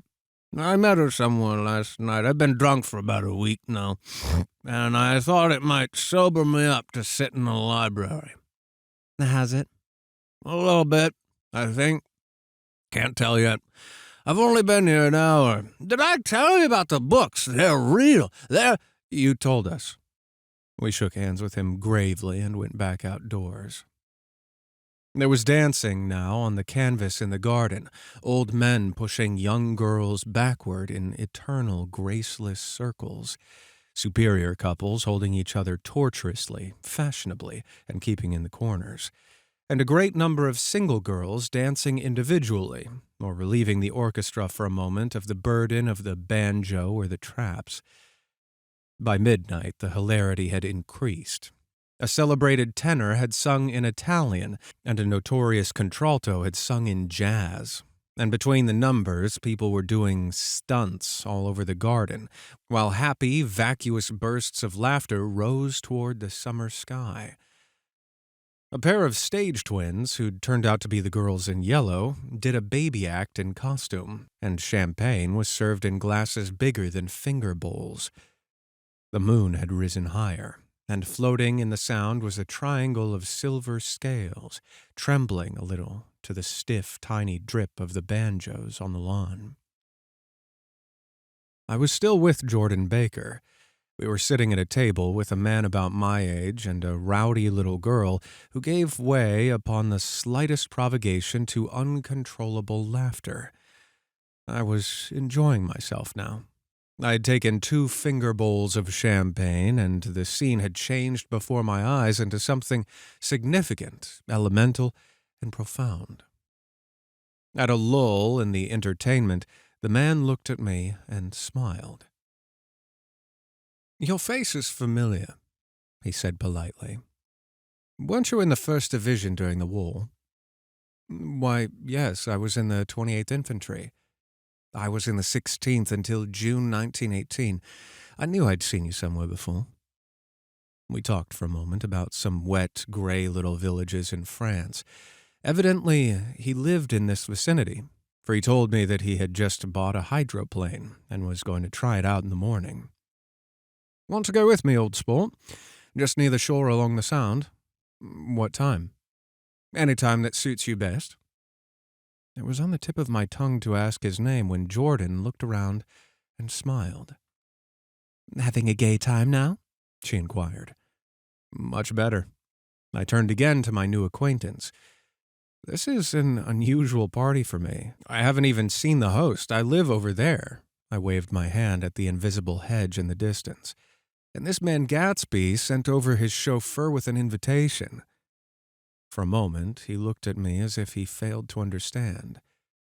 "I'm Gatsby," he said suddenly. "What?" I exclaimed. "Oh, I beg your pardon. I thought you knew, old sport. I'm afraid I'm not a very good host." He smiled understandingly. Much more than understandingly. It was one of those rare smiles with a quality of eternal reassurance in it that you may come across 4 or 5 times in life. It faced, or seemed to face, the whole eternal world for an instant and then concentrated on you with an irresistible prejudice in your favor. It understood you just so far as you wanted to be understood, believed in you as you would like to believe in yourself, and reassured you that it had precisely the impression of you that, at your best, you hoped to convey. Precisely at that point, it vanished, and I was looking at an elegant young roughneck, a year or 2 over 30, whose elaborate formality of speech just missed being absurd. Sometime before he introduced himself, I'd got a strong impression he was picking his words with care.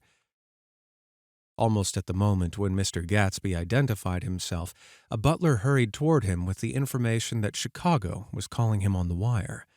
He excused himself with a small bow that included each of us in turn. "If you want anything, just ask for it, old sport," he urged me. "Excuse me, I will rejoin you later." When he was gone, I immediately turned to Jordan, constrained to assure her of my surprise. I had expected that Mr. Gatsby would be a florid and corpulent person in his middle years. "Who is he?" I demanded. "Do you know?" "He's just a man named Gatsby." "Where is he from, I mean, and what does he do?" "Now you're started on the subject." She started with a wan smile. "Well, he told me once he was an Oxford man." A dim background started to take shape behind him, but at her next remark it faded away. "However, I don't believe it." "Why not?" "I don't know," she insisted. "I just don't think he went there." Something in her tone reminded me of the other girl's "I think he killed a man," and had the effect of stimulating my curiosity. I would have accepted without question the information that Gatsby sprang from the swamps of Louisiana or from the Lower East Side of New York. It was comprehensible. But young men didn't, at least in my provincial inexperience, I believe they didn't, drift coolly out of nowhere and buy a palace on Long Island Sound. "Anyhow, he gives large parties," said Jordan, changing the subject with an urban distaste for the concrete. "And I like large parties. They're so intimate. At small parties, there isn't any privacy." There was the boom of a bass drum, and the voice of the orchestra leader rang out suddenly above the echolalia of the garden. "Ladies and gentlemen," he cried, "at the request of Mr. Gatsby, we are going to play for you Mr. Vladimir Tolstoy's latest work, which attracted so much attention at Carnegie Hall last May. If you read the papers, you would know there was a big sensation." He smiled with jovial condescension and added, "Some sensation," whereupon everybody laughed. "The piece is known," he concluded lustily, "as Vladimir Tolstoy's Jazz History of the World." The nature of Mr. Tolstoy's composition eluded me, because just as it began, my eyes fell on Gatsby, standing alone on the marble steps and looking from one group to another with approving eyes. His tanned skin was drawn attractively tight on his face, and his short hair looked as though it were trimmed every day. I could see nothing sinister about him. I wondered if the fact that he was not drinking helped to set him off from his guests, for it seemed to me that he grew more correct as the fraternal hilarity increased. When the jazz history of the world was over, girls were putting their heads on men's shoulders in a puppyish, convivial way. Girls were swooning backward playfully into men's arms, even into groups, knowing that someone would arrest their falls. But no one swooned backward on Gatsby, and no French bob touched Gatsby's shoulder, and no singing quartets were formed with Gatsby's head for one link. "I beg your pardon." Gatsby's butler was suddenly standing beside us. "Miss Baker?" he inquired. "I beg your pardon, but Mr. Gatsby would like to speak to you alone." "With me?" she exclaimed in surprise. "Yes, madam." She got up slowly, raising her eyebrows at me in astonishment, and followed the butler toward the house. I noticed that she wore her evening dress, all her dresses, like sports clothes. There was a jauntiness about her movements, as if she had first learned how to walk on golf courses on clean, crisp mornings. I was alone, and it was almost 2. For some time, confused and intriguing sounds had issued from a long, many-windowed room which overhung the terrace. Eluding Jordan's undergraduate, who is now engaged in obstetrical conversation with 2 chorus girls, and who implored me to join him, I went inside. The large room was full of people. One of the girls in yellow was playing the piano, and beside her stood a tall, red-haired young lady of a famous chorus engaged in song. She had drunk a quantity of champagne, and during the course of her song she had decided, ineptly, that everything was very, very sad. She was not only singing, she was weeping too. Whenever there was a pause in the song, she filled it with gasping, broken sobs, and then took up the lyric again in a quavering soprano. The tears coursed down her cheeks, not freely, however, for when they came into contact with the heavily beaded eyelashes, they assumed an inky color and pursued the rest of their way in slow black rivulets. A humorous suggestion was made that she sing the notes on her face, whereupon she threw up her hands, sank into a chair, and went off into a deep, vinous sleep. "She had a fight with a man who says he's her husband," explained a girl at my elbow. I looked around. Most of the remaining women were now having fights with men said to be their husbands. Even Jordan's party, the quartet from East Egg, were rent asunder by dissension.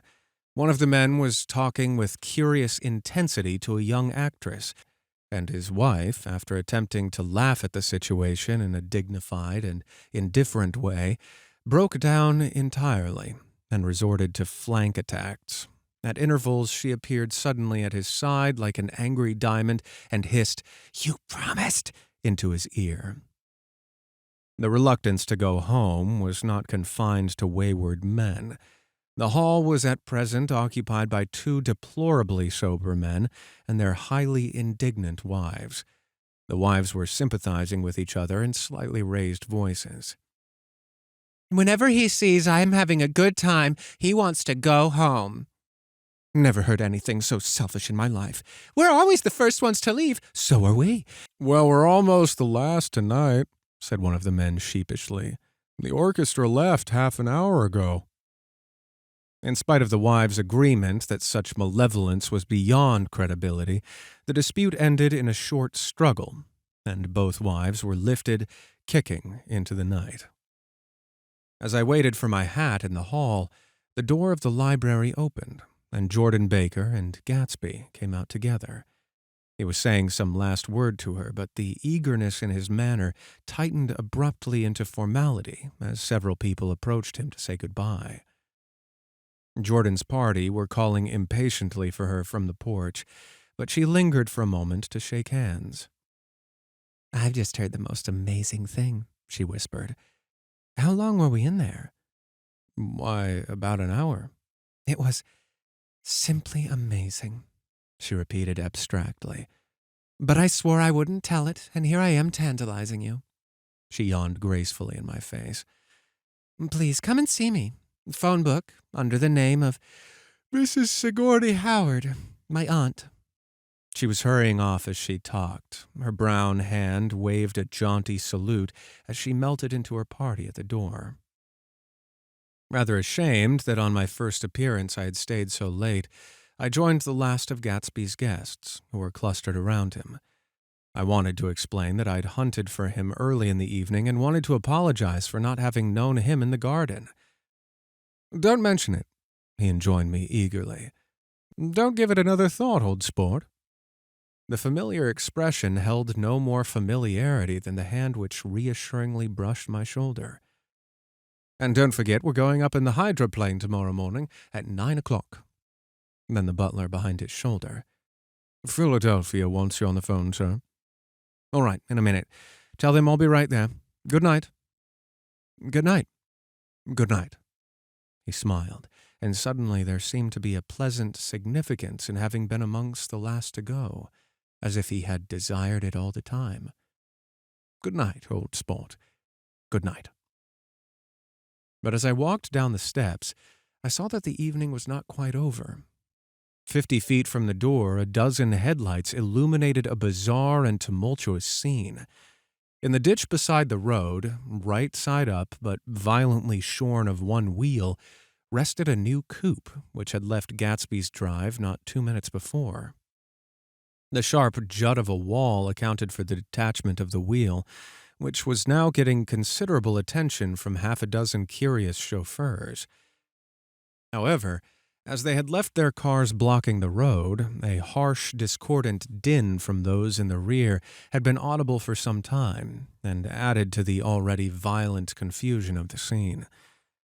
A man in a long duster had dismounted from the wreck and now stood in the middle of the road, looking from car to the tire, from the tire to the observers, in a pleasant, puzzled way. "See?" he explained. "I went in the ditch." The fact was infinitely astonishing to him, and I recognized first the unusual quality of wonder, and then the man. It was the late patron of Gatsby's library. "How'd it happen?" He shrugged his shoulders. "I know nothing whatever about mechanics," he said decisively. "But how did it happen? Did you run into the wall?" "Don't ask me," said Owl Eyes, washing his hands of the whole matter. "I know very little about driving, next to nothing. It happened, but that's all I know." "Well, if you're a poor driver, you oughtn't to try driving at night." "But I wasn't even trying," he explained indignantly. "I wasn't even trying."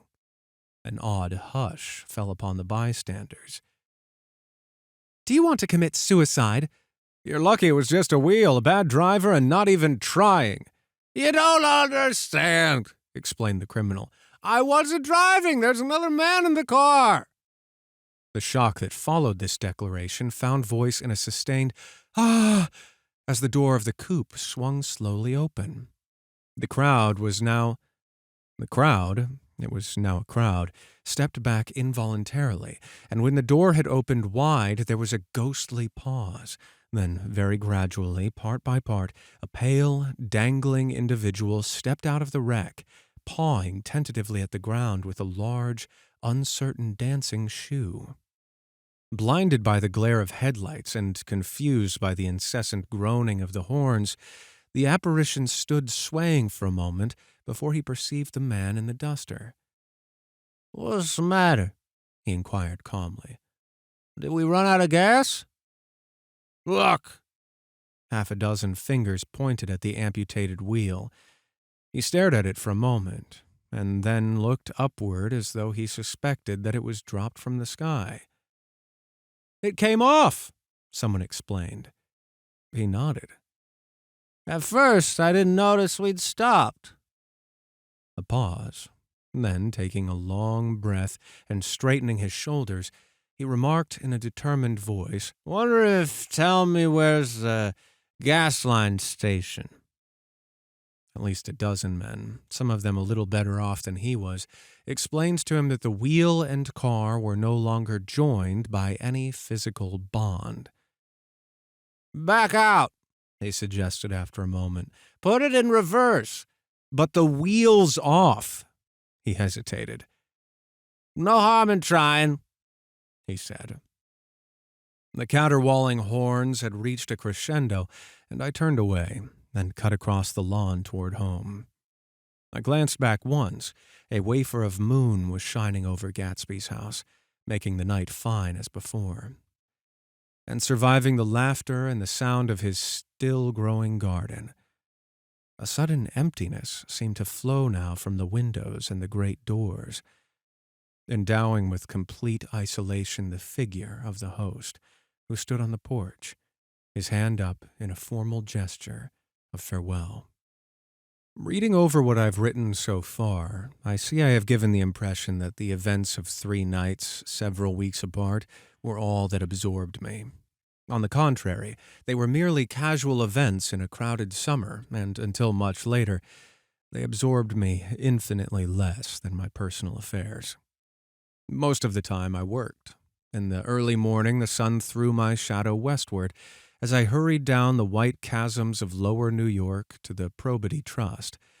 I knew the other clerks and young bond salesmen by their first names, and lunched with them in dark, crowded restaurants on little pig sausages and mashed potatoes and coffee. I even had a short affair with a girl who lived in Jersey City and worked in the accounting department. But her brother began throwing mean looks in my direction, so when she went on her vacation in July, I let it blow quietly away. I took dinner usually at the Yale Club. For some reason, it was the gloomiest event of my day. And then I went upstairs to the library and studied investments and securities for a conscientious hour. There were generally a few rioters around, but they never came into the library, and so it was a good place to work. After that, if the night was mellow, I strolled down Madison Avenue past the old Murray Hill Hotel and over 33rd Street to the Pennsylvania Station. I began to like New York, the racy, adventurous feel of it at night, and the satisfaction that the constant flicker of men and women and machines gives to the restless eye. I liked to walk up Fifth Avenue and pick out romantic women from the crowd and imagine that in a few minutes I was going to enter their lives, and no one would ever know or disapprove.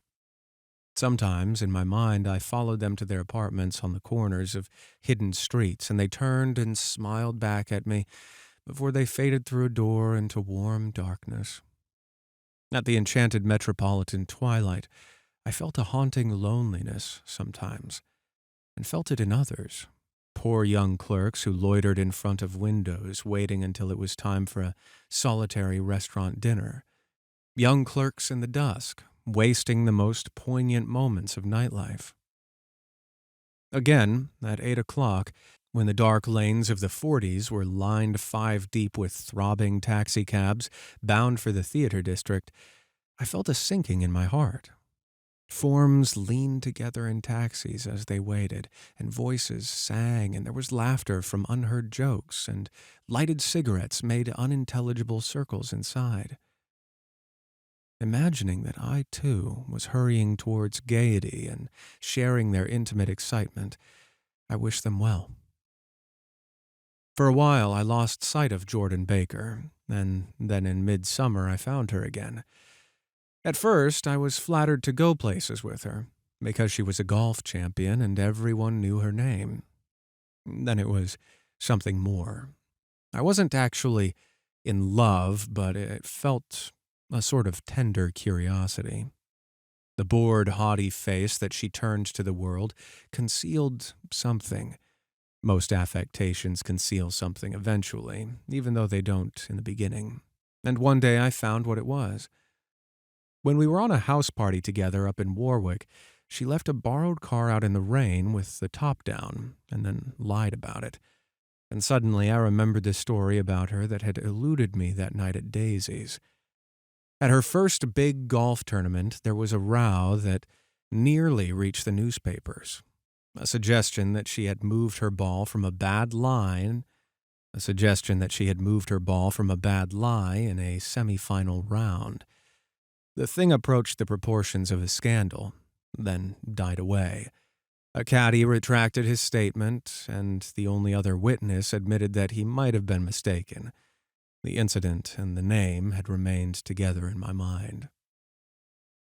Jordan Baker instinctively avoided clever, shrewd men, and now I saw that this was because she felt safer on a plane where any divergence from a code would be thought impossible. She was incurably dishonest. She wasn't able to endure being at a disadvantage, and given this unwillingness, I suppose she had begun dealing in subterfuges when she was very young in order to keep that cool, insolent smile turned to the world and yet satisfy the demands of her hard, jaunty body. It made no difference to me. Dishonesty in a woman is a thing you never blame deeply. I was casually sorry, and then I forgot. It was on that same house party that we had a curious conversation about driving a car. It started because she passed so close to some workmen that our fender flicked a button on one man's coat. "You're a rotten driver," I protested. "Either you ought to be more careful or you oughtn't to drive at all." "I am careful." "No, you're not." "Well, other people are," she said lightly. "What's that got to do with it?" "They'll keep out of my way," she insisted. "It takes 2 to make an accident." "Suppose you met somebody just as careless as yourself." "I hope I never will," she answered. "I hate careless people. And that's why I like you." Her gray, sun-strained eyes stared straight ahead, but she had deliberately shifted our relations, and for a moment I thought I loved her. But I am slow thinking and full of interior rules that act as brakes on my desires, and I knew that first I had to get myself definitely out of that tangle back home.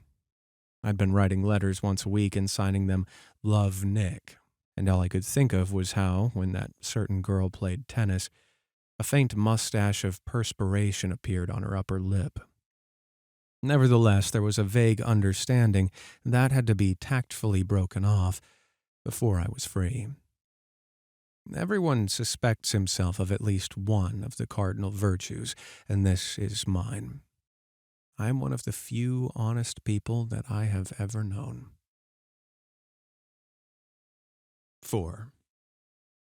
On Sunday morning, while church bells rang in the villages along shore, the world and its mistress returned to Gatsby's house and twinkled hilariously on his lawn. "He's a bootlegger," said the young ladies, moving somewhere between his cocktails and his flowers. One time he killed a man who had found out that he was nephew to von Hindenburg and second cousin to the devil. Reach me a rose, honey, and pour me a last drop into that there crystal glass. Once I wrote down on the empty spaces of a timetable the names of those who came to Gatsby's house that summer.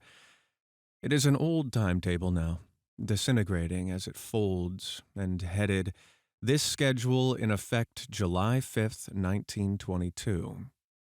But I can still read the gray names, and they will give you a better impression than my generalities of those who accepted Gatsby's hospitality and paid him the subtle tribute of knowing nothing whatever about him.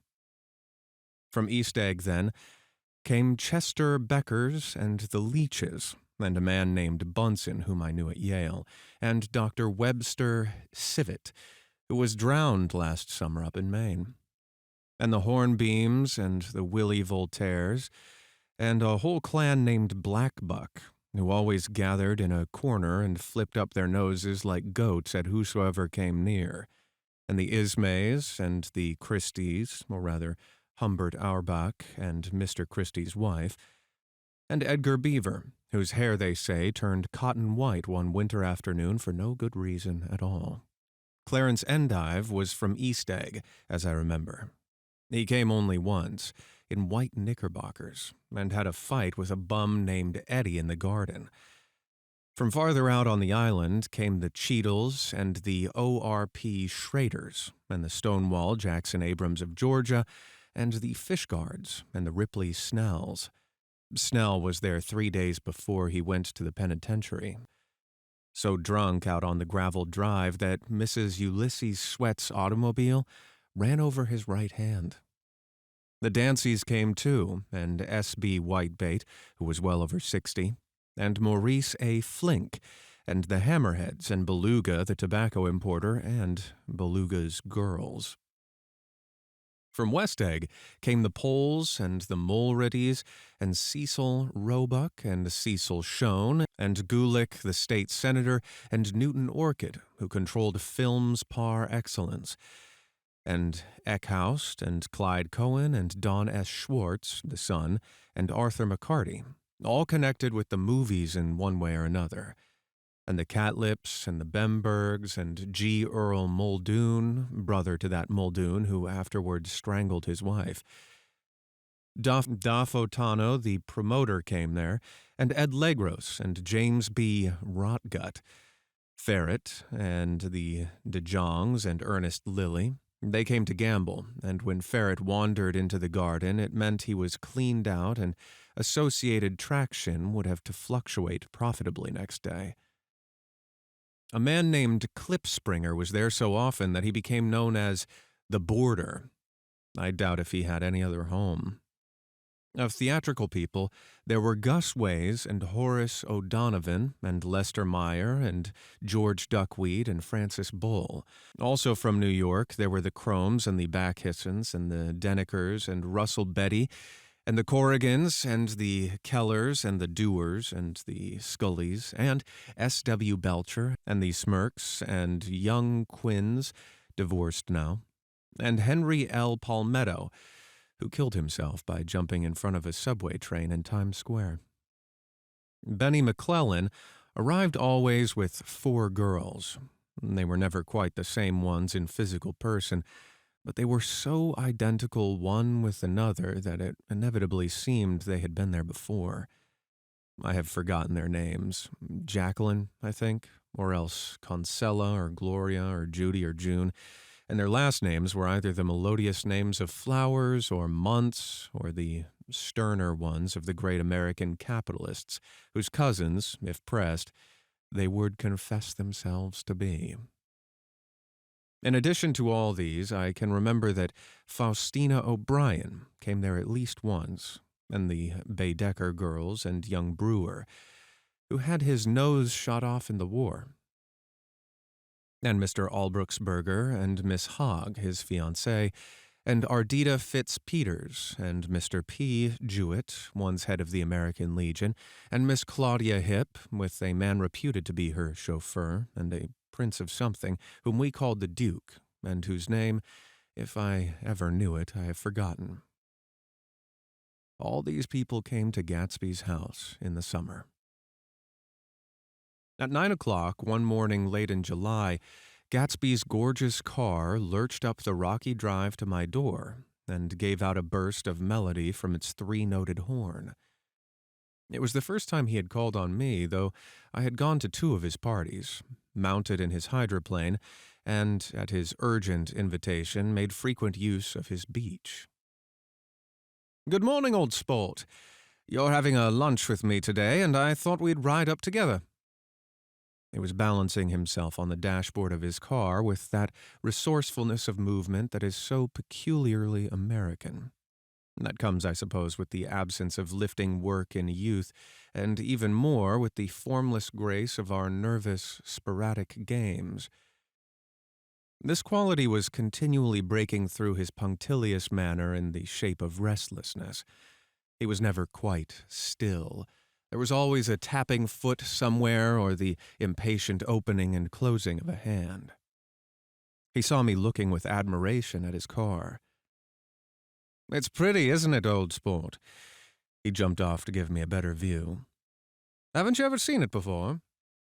I'd seen it. Everybody had seen it.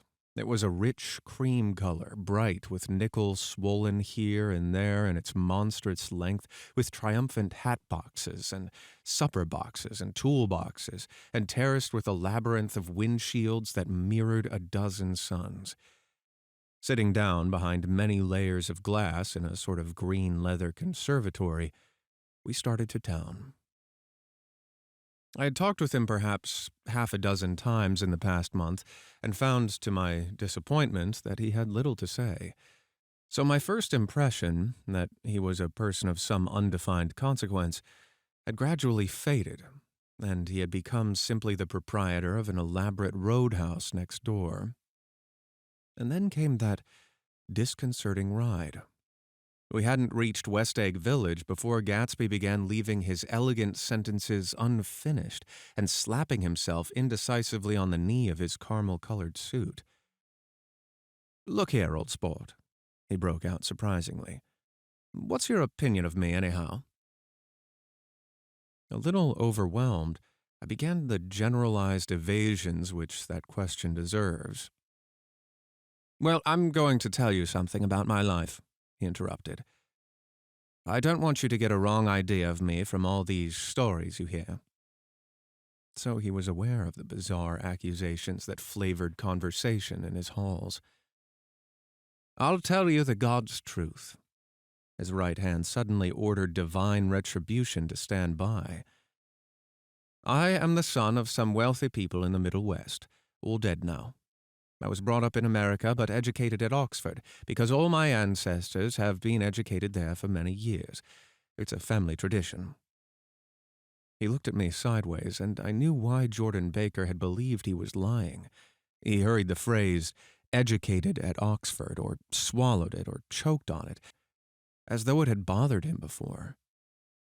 And with this doubt, his whole statement fell to pieces, and I wondered if there wasn't something a little sinister about him after all. "What part of the Middle West?" I inquired casually. "San Francisco. My family all died, and I came into a good deal of money."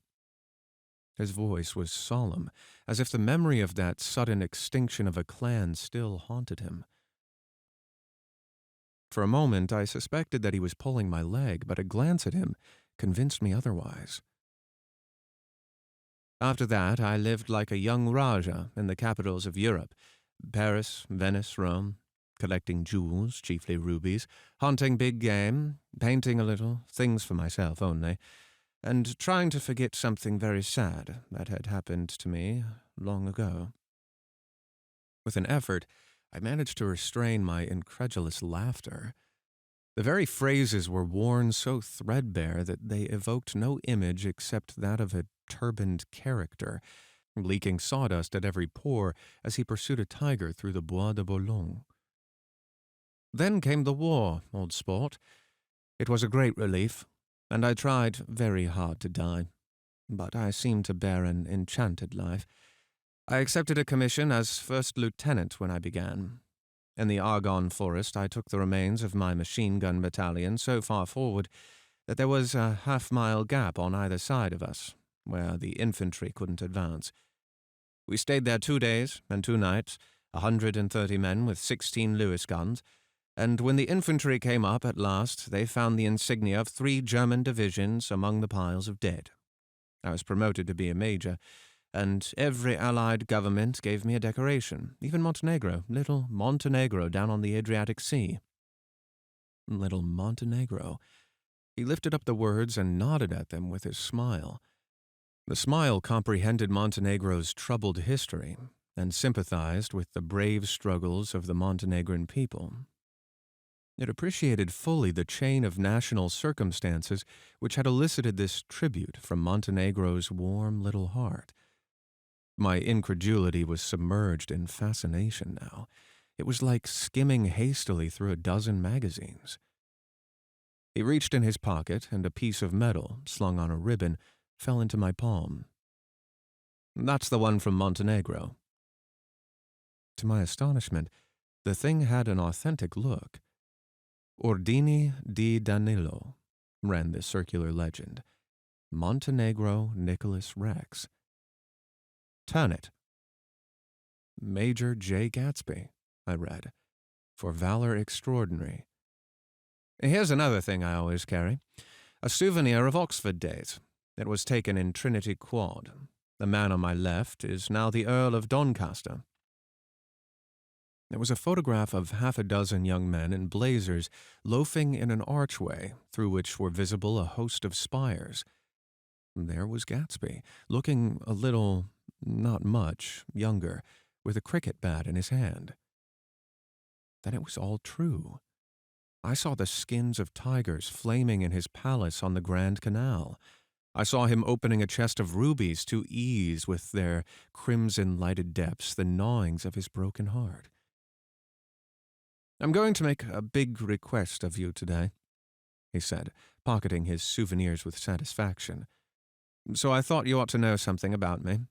I didn't want you to just think I was some nobody. You see, I usually find myself among strangers because I drift here and there trying to forget the sad things that happened to me." He hesitated. "You'll hear about it this afternoon." "At lunch?" "No, this afternoon.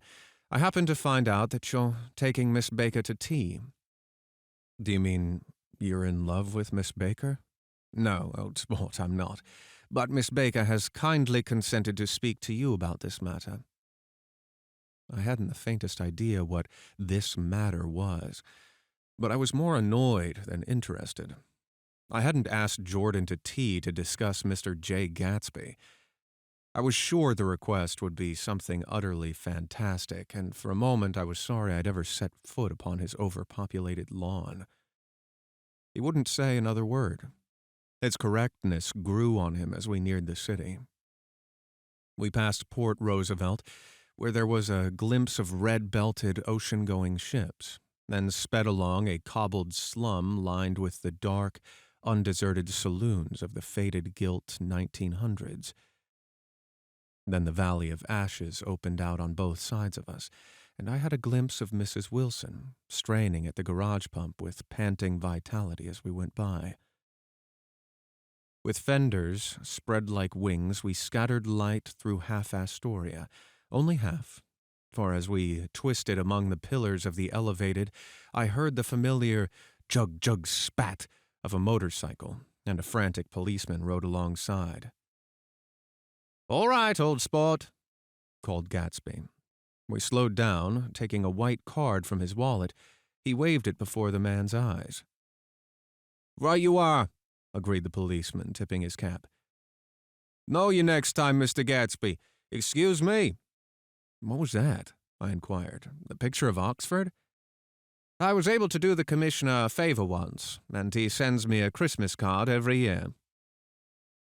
Over the great bridge, with the sunlight through the girders making a constant flicker upon the moving cars, with the city rising up across the river in white heaps and sugar lumps, all built with a wish out of non-olfactory money. The city seen from the Queensboro Bridge is always the city seen for the first time, and its first wild promise of all the mystery and beauty in the world. A dead man passed us in a hearse heaped with blooms, followed by 2 carriages with drawn blinds, and by more cheerful carriages for friends. The friends looked out at us with the tragic eyes and short upper lips of southeastern Europe. And I was glad that the sight of Gatsby's splendid car was included in their somber holiday. As we crossed Blackwell's Island, a limousine passed us, driven by a white chauffeur in which sat 3 modish Negroes, 2 bucks and a girl. I laughed aloud as the yolks of their eyeballs rolled toward us in haughty rivalry. Anything can happen now that we've slid over this bridge, I thought. Anything at all. Even Gatsby could happen, without any particular wonder. Roaring noon. In a well-fanned 42nd Street cellar, I met Gatsby for lunch. Blinking away the brightness of the street outside, my eyes picked him out obscurely in the anteroom, talking to another man. "Mr. Carroway, this is my friend, Mr. Wolfsheim." A small, flat-nosed Jew raised his large head and regarded me with 2 fine growths of hair which luxuriated in either nostril. After a moment, I discovered his tiny eyes in the half-darkness. "So I took one look at him," said Mr. Wolfsheim, shaking my hand earnestly. "And what do you think I did?" "What?" I inquired politely. But evidently he was not addressing me, for he dropped my hand and covered Gatsby with his expressive nose. "I handed the money to Katzbog, and I said, 'All right, Katzbog, don't pay him a penny till he shuts his mouth.' He shut it then and there." Gatsby took an arm of each of us and moved forward into the restaurant, whereupon Mr. Wolfsheim swallowed a new sentence he was starting and lapsed into somnambulatory abstraction. "Highballs?" asked the waiter. "This is a nice restaurant here," said Mr. Wolfsheim, looking at the Presbyterian nymphs on the ceiling. "But I like it across the street better." "Yes, highballs," agreed Gatsby. And then to Mr. Wolfsheim, "It's too hot over there." "Hot and small, yes," said Mr. Wolfsheim, "but full of memories." "The old metropole," brooded Wolfsheim gloomily, "filled with faces dead and gone. Filled with friends gone now forever. I can't forget, so long as I live, the night they shot Rosie Rosenthal there. There was 6 of us at the table, and Rosie had eat and drunk a lot all evening. When it was almost morning, the waiter came up to him with a funny look and says somebody wants to speak to him outside. 'All right,' says Rosie, and begins to get up, and I pulled him down in his chair. 'The bastards come in here if they want you, Rosie, but you don't, so help me, move outside this room.' It was 4:00 in the morning then, and if we'd raised the blinds, we'd have seen daylight." "Did he go?" I asked innocently. "Sure he went." Mr. Wolfsheim's nose flashed at me indignantly. "He turned around in the door and says, 'Don't let the waiter take away my coffee.' Then he went out on the sidewalk, and they shot him 3 times in his full belly and drove away." "4 of them were electrocuted," I said, remembering. 5 with Becker." His nostrils turned to me in an interested way. "I understand you're looking for a business connection." The juxtaposition of these 2 remarks was startling. Gatsby answered for me. "Oh, no," he exclaimed. "This isn't the man." "No?" Mr. Wolfsheim seemed disappointed. "This is just a friend. I told you we'd talk about that some other time." "I beg your pardon," said Wolfsheim. "I had the wrong man." A succulent hash arrived, and Mr. Wolfsheim, forgetting the more sentimental atmosphere of the old metropole, began to eat with ferocious delicacy. His eyes, meanwhile, roved very slowly all around the room. He completed the arc by turning to inspect the people directly behind. I think that, except for my presence, he would have taken one short glance beneath our own table. "Look here, old sport," said Gatsby, leaning toward me. "I'm afraid I made you a little angry this morning in the car." There was the smile again, but this time I held out against it. I don't like mysteries, I answered, and I don't understand why you won't come out frankly and tell me what you want. Why has it got to go through Miss Baker? Oh, it's nothing to understand, he assured me. Miss Baker's a great sportswoman, you know, and she'd never do anything that wasn't all right.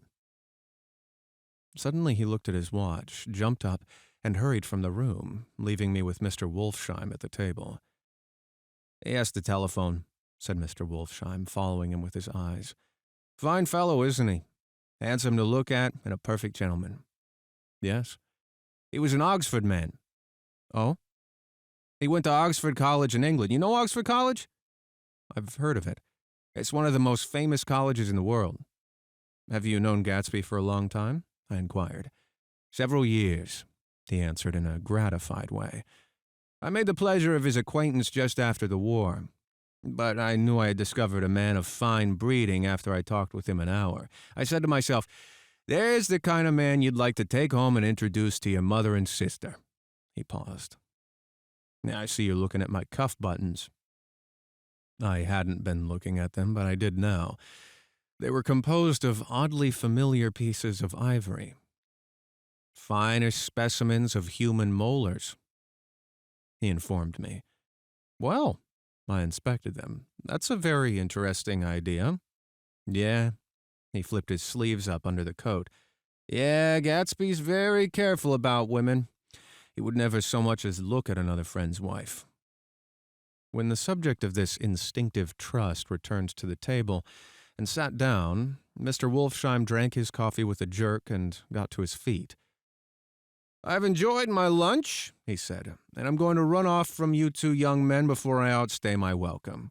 Don't hurry, Maya, said Gatsby without enthusiasm. Mr. Wolfsheim raised his hand in a sort of benediction. You're very polite, but I belong to another generation, he announced solemnly. You sit here and discuss your sports and your young ladies and your... He supplied an imaginary noun with another wave of his hand. As for me, I'm 50 years old, and I won't impose myself on you any longer. As he shook hands and turned away, his tragic nose was trembling. I wondered if I'd said something to offend him. He becomes very sentimental sometimes, explained Gatsby. This is one of his sentimental days. He's quite a character around New York, a denizen of Broadway. Who is he, anyhow? An actor? No. A dentist? Maya Wolfsheim? No, he's a gambler. Gatsby hesitated, then added coolly, He's the man who fixed the World Series back in 1919. Fixed the World Series? I repeated. The idea staggered me. I remembered, of course, that the World Series had been fixed in 1919, but if I had thought of it at all, I would have thought of it as a thing that merely happened, the end of some inevitable chain. It never occurred to me that one man could start to play with the faith of 50 million people, with the single-mindedness of a burglar blowing a safe. How did he happen to do that? I asked after a minute. He just saw the opportunity. Why isn't he in jail? They can't get him, old sport. He's a smart man. I insisted on paying the check. As the waiter brought my change, I caught sight of Tom Buchanan across the crowded room. Come with me for a minute, I said. I've got to say hello to someone. When he saw us, Tom jumped up and took a half-dozen steps in our direction. Where have you been? He demanded eagerly. Daisy's furious because you haven't called up. This is Mr. Gatsby, Mr. Buchanan. They shook hands briefly, and a strained, unfamiliar look of embarrassment came over Gatsby's face. How've you been, anyhow? Demanded Tom of me. How'd you happen to come up this far to eat? I've been having lunch with Mr. Gatsby. I turned toward Mr. Gatsby, but he was no longer there. One October day in 1917, said Jordan Baker that afternoon, sitting up very straight on a straight chair in the tea garden at the Plaza Hotel, I was walking along from one place to another, half on the sidewalks and half on the lawns. I was happier on the lawns because I had on shoes from England with rubber knobs on the soles that bit into the soft ground. I had on a new plaid skirt also that blew a little in the wind, and whenever this happened, the red, white, and blue banners in front of all the houses stretched out stiff and said tut tut tut tut in a disapproving way. The largest of the banners and the largest of the lawns belonged to Daisy Fay's house. She was just 18, 2 years older than me, and by far the most popular of all the young girls in Louisville. She dressed in white and had a little white roadster. And all day long the telephone rang in her house, and excited young officers from Camp Taylor demanded the privilege of monopolizing her that night. Anyways, for an hour. When I came opposite her house that morning, her white roadster was beside the curb, and she was sitting in it with a lieutenant I had never seen before. They were so engrossed in each other that she didn't see me until I was 5 feet away. "Hello, Jordan," she called unexpectedly. "Please, come here." I was flattered that she wanted to speak to me because of all the older girls, I admired her most. She asked me if I was going to the Red Cross to make bandages. I was. Well, then, would I tell them that she couldn't come that day? The officer looked at Daisy while she was speaking in a way that every young girl wants to be looked at sometime. And because it seemed romantic to me, I have remembered the incident ever since. His name was Jay Gatsby, and I didn't lay eyes on him again for over 4 years. Even after I'd met him on Long Island, I didn't realize it was the same man. That was 1917. By the next year, I had a few beaux myself, and I began to play in tournaments, so I didn't see Daisy very often. She went with a slightly older crowd, when she went with anyone at all. Wild rumors were circulating about her, how her mother had found her packing her bag one winter night to go to New York and say goodbye to a soldier who was going overseas. She was effectually prevented, but she wasn't on speaking terms with her family for several weeks. After that, she didn't play around with the soldiers anymore, but only with a few flat-footed, short-sighted young men in town who couldn't get into the army at all. By the next autumn, she was gay again, gay as ever. She had a debut after the armistice, and in February she was presumably engaged to a man from New Orleans. In June, she married Tom Buchanan of Chicago, with more pomp and circumstance than Louisville ever knew before. He came down with 100 people in 4 private cars and hired a whole floor of the Mulbach Hotel, and the day before the wedding he gave her a string of pearls valued at $350,000. I was a bridesmaid. I came into her room half an hour before the bridal dinner and found her lying on her bed as lovely as the June night in her flowered dress, and as drunk as a monkey. She had a bottle of Sauterne in one hand and a letter in the other. "Congratulate me," she muttered. "Never had a drink before, but how I do enjoy it." "What's the matter, Daisy?" I was scared, I can tell you. I've never seen a girl like that before. "Here, dearies." She groped around in a wastebasket she had with her on the bed and pulled out the string of pearls. "Take 'em downstairs and give 'em back to whoever they belong to. Tell 'em old Daisy's changed her mind. Say, Daisy's changed her mind." She began to cry. She cried and cried. I rushed out and found her mother's maid, and we locked the door and got her into a cold bath. She wouldn't let go of the letter. She took it into the tub with her and squeezed it up in a wet ball and only let me leave it in the soap dish when she saw it was coming to pieces like snow. But she didn't say another word.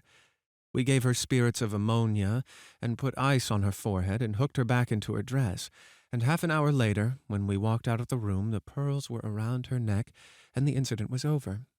Next day at 5 o'clock, she married Tom Buchanan without so much as a shiver, and it started off a 3-month trip to the South Seas. I saw them in Santa Barbara when they came back, and I thought I'd never seen a girl so mad about her husband. If he left the room for a minute, she'd look around uneasily and say, "Where's Tom gone?" and wear the most abstracted expression until she saw him coming in the door. She used to sit on the sand with his head in her lap by the hour, rubbing her fingers over his eyes and looking at him with an unfathomable delight. It was touching to see them together. It made you laugh in a hushed, fascinated way. That was in August. A week after I left Santa Barbara, Tom ran into a wagon on the Ventura Road one night and ripped a front wheel off his car. The girl who was with him got into the papers, too, because her arm was broken. She was one of the chambermaids in the Santa Barbara hotel. The next April, Daisy had her little girl, and they went to France for a year. I saw them one spring in Cannes, and later in Deauville. And then they came back to Chicago to settle down. Daisy was popular in Chicago, as you know. They moved with a fast crowd, all of them young and rich and wild, but she came out with an absolutely perfect reputation, perhaps because she doesn't drink. It's a great advantage not to drink among hard-drinking people. You can hold your tongue and, moreover, you can time any little irregularity of your own so that everybody else is so blind that they don't see or care. Perhaps Daisy never went in for armor at all, and yet there's something in that voice of hers. Well, about 6 weeks ago, she heard the name Gatsby for the first time in years. It was when I asked you, do you remember, if you knew Gatsby in West Egg.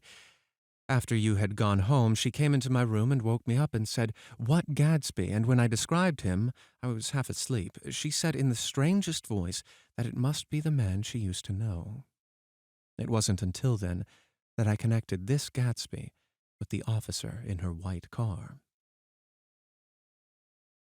When Jordan Baker had finished telling all this, we had left the plaza for half an hour and were driving in a Victoria through Central Park.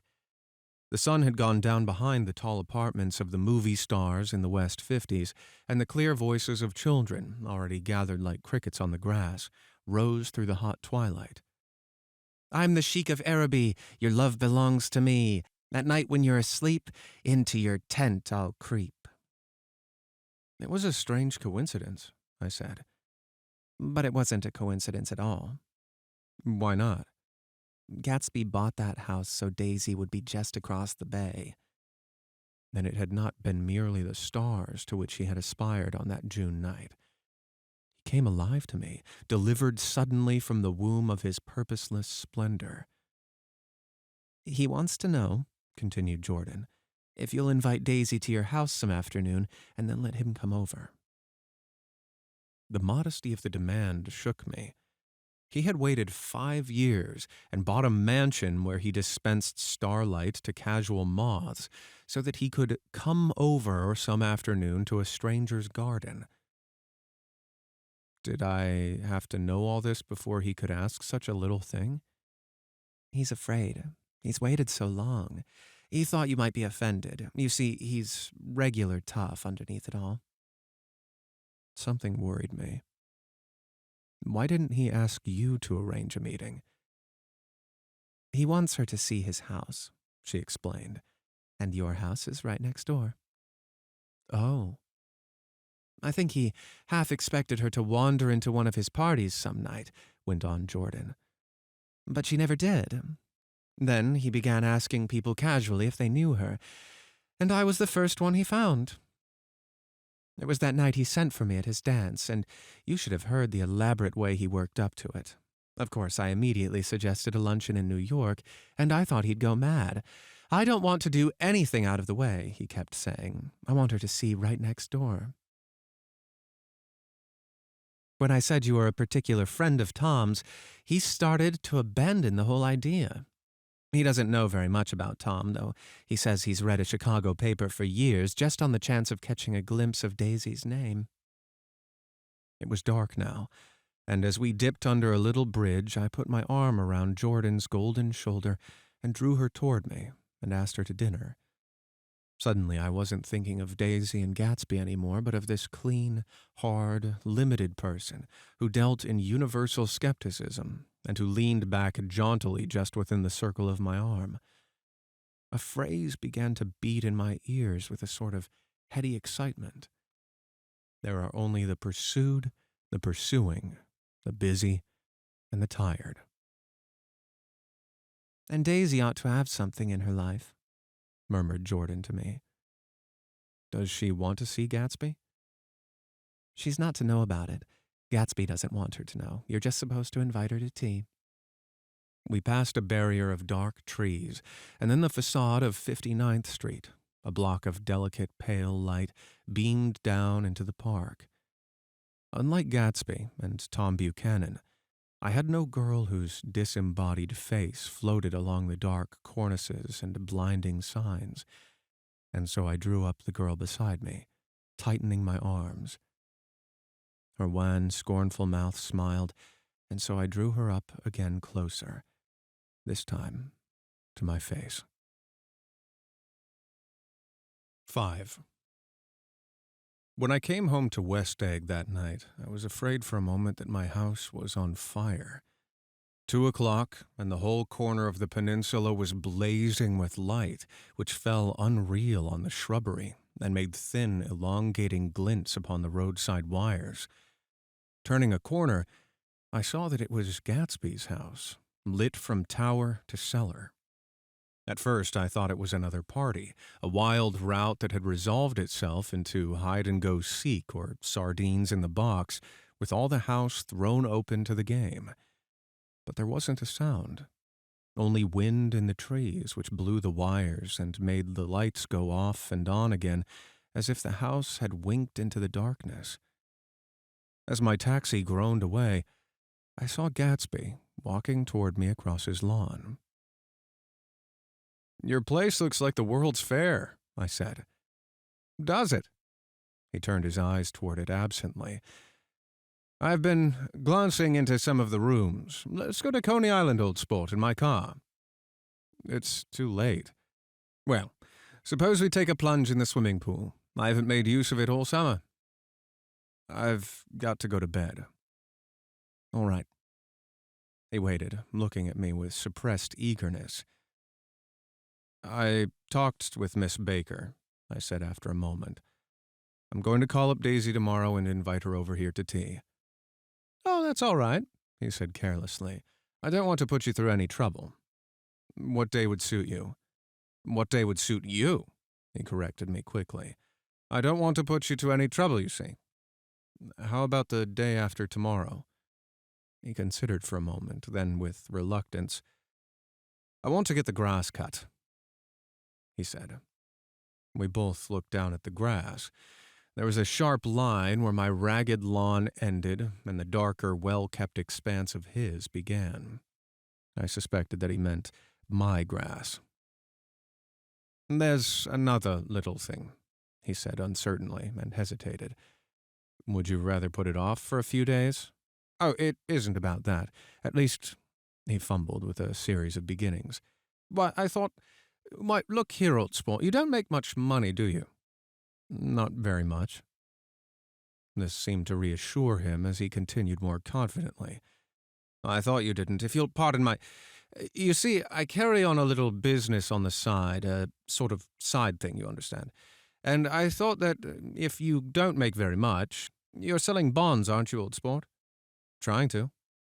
"Well, this would interest you. It wouldn't take up much of your time, and you might pick up a nice bit of money. It happens to be a rather confidential sort of thing." I realize now that under different circumstances, that conversation might have been one of the crises of my life. But because the offer was obviously and tactlessly for a service to be rendered, I had no choice except to cut him off there. "I've got my hands full," I said. "I'm much obliged, but I couldn't take on any more work." "You wouldn't have to do any business with Wolfsheim." Evidently, he thought that I was shying away from the connection mentioned at lunch, but I reassured him he was wrong. He waited a moment longer, hoping I'd begin a conversation, but I was too absorbed to be responsive, so he went unwillingly home. The evening had made me lightheaded and happy. I think I walked into a deep sleep as I entered my front door. I don't know whether or not Gatsby went to Coney Island, or for how many hours he glanced into rooms while his house blazed gaudily on. I called up Daisy from the office the next morning and invited her to come to tea. "Don't bring Tom," I warned her. "What?" "Don't bring Tom." "Who is Tom?" she asked innocently. The day agreed upon was pouring rain. At 11 o'clock, a man in a raincoat, dragging a lawnmower, tapped at my front door and said that Mr. Gatsby had sent him over to cut my grass. This reminded me that I had forgotten to tell my Finn to come back. So I drove into West Egg Village to search for her among soggy, whitewashed alleys and to buy some cups and lemons and flowers. The flowers were unnecessary, for at 2 o'clock, a greenhouse arrived from Gatsby's, with innumerable receptacles to contain it. An hour later, the front door opened nervously, and Gatsby, in a white flannel suit, silver shirt, and gold-colored tie, hurried in. He was pale, and there were dark signs of sleeplessness beneath his eyes. "Is everything all right?" I asked immediately. "The grass looks fine, if that's what you mean." "What grass?" "Is everything all right?" he asked immediately. "The grass looks fine, if that's what you mean." "What grass?" he inquired blankly. "Oh, the grass in the yard." He looked out the window at it, but judging from his expression, I don't believe he saw a thing. "Looks very good," he remarked vaguely. "One of the papers said they thought the rain should stop about 4. I think it was the Journal. Have you got everything you need in the shape of tea?" I took him to the pantry, where he looked a little reproachfully at the Finn. Together, we scrutinized the 12 lemon cakes from the delicatessen shop. "Will they do?" I asked. Of course, they're fine." And he added hollowly, "Old sport." The rain cooled about 3:30 to a damp mist, through which occasional thin drops swam like dew. Gatsby looked with vacant eyes through a copy of Clay's Economics, starting at the finished tread that shook the kitchen floor, and peering towards the bleared windows from time to time, as if a series of invisible but alarming happenings were taking place outside. Finally, he got up and informed me in an uncertain voice that he was going home. "Why's that?" "Nobody's coming to tea. It's too late." He looked at his watch as if there was some pressing demand on his time elsewhere. "I can't wait all day." "Don't be silly. It's just 2 minutes to 4. He sat down miserably, as if I had pushed him, and simultaneously there was a sound of a motor turning into my lane. We both jumped up, and, a little harrowed myself, I went out into the yard. Under the dripping bare lilac trees, a large open car was coming up the drive. It stopped. Daisy's face, tipped sideways beneath a 3-cornered lavender hat, looked out at me with a bright, ecstatic smile. "This is absolutely where you live, my dearest one?" And the exhilarating ripple of her voice was a wild tonic in the rain. I had to follow the sound of it for a moment up and down with my ear alone before any words came through. A damp streak of hair lay like a dash of blue paint across her cheek, and her hand was wet with glistening drops as I took it to help her from the car. "Are you in love with me?" she said low in my ear. "Or why did I have to come alone?" "That's the secret of Castle Rack Rent. Tell your chauffeur to go far away and spend an hour." "Come back here in an hour, Ferdy."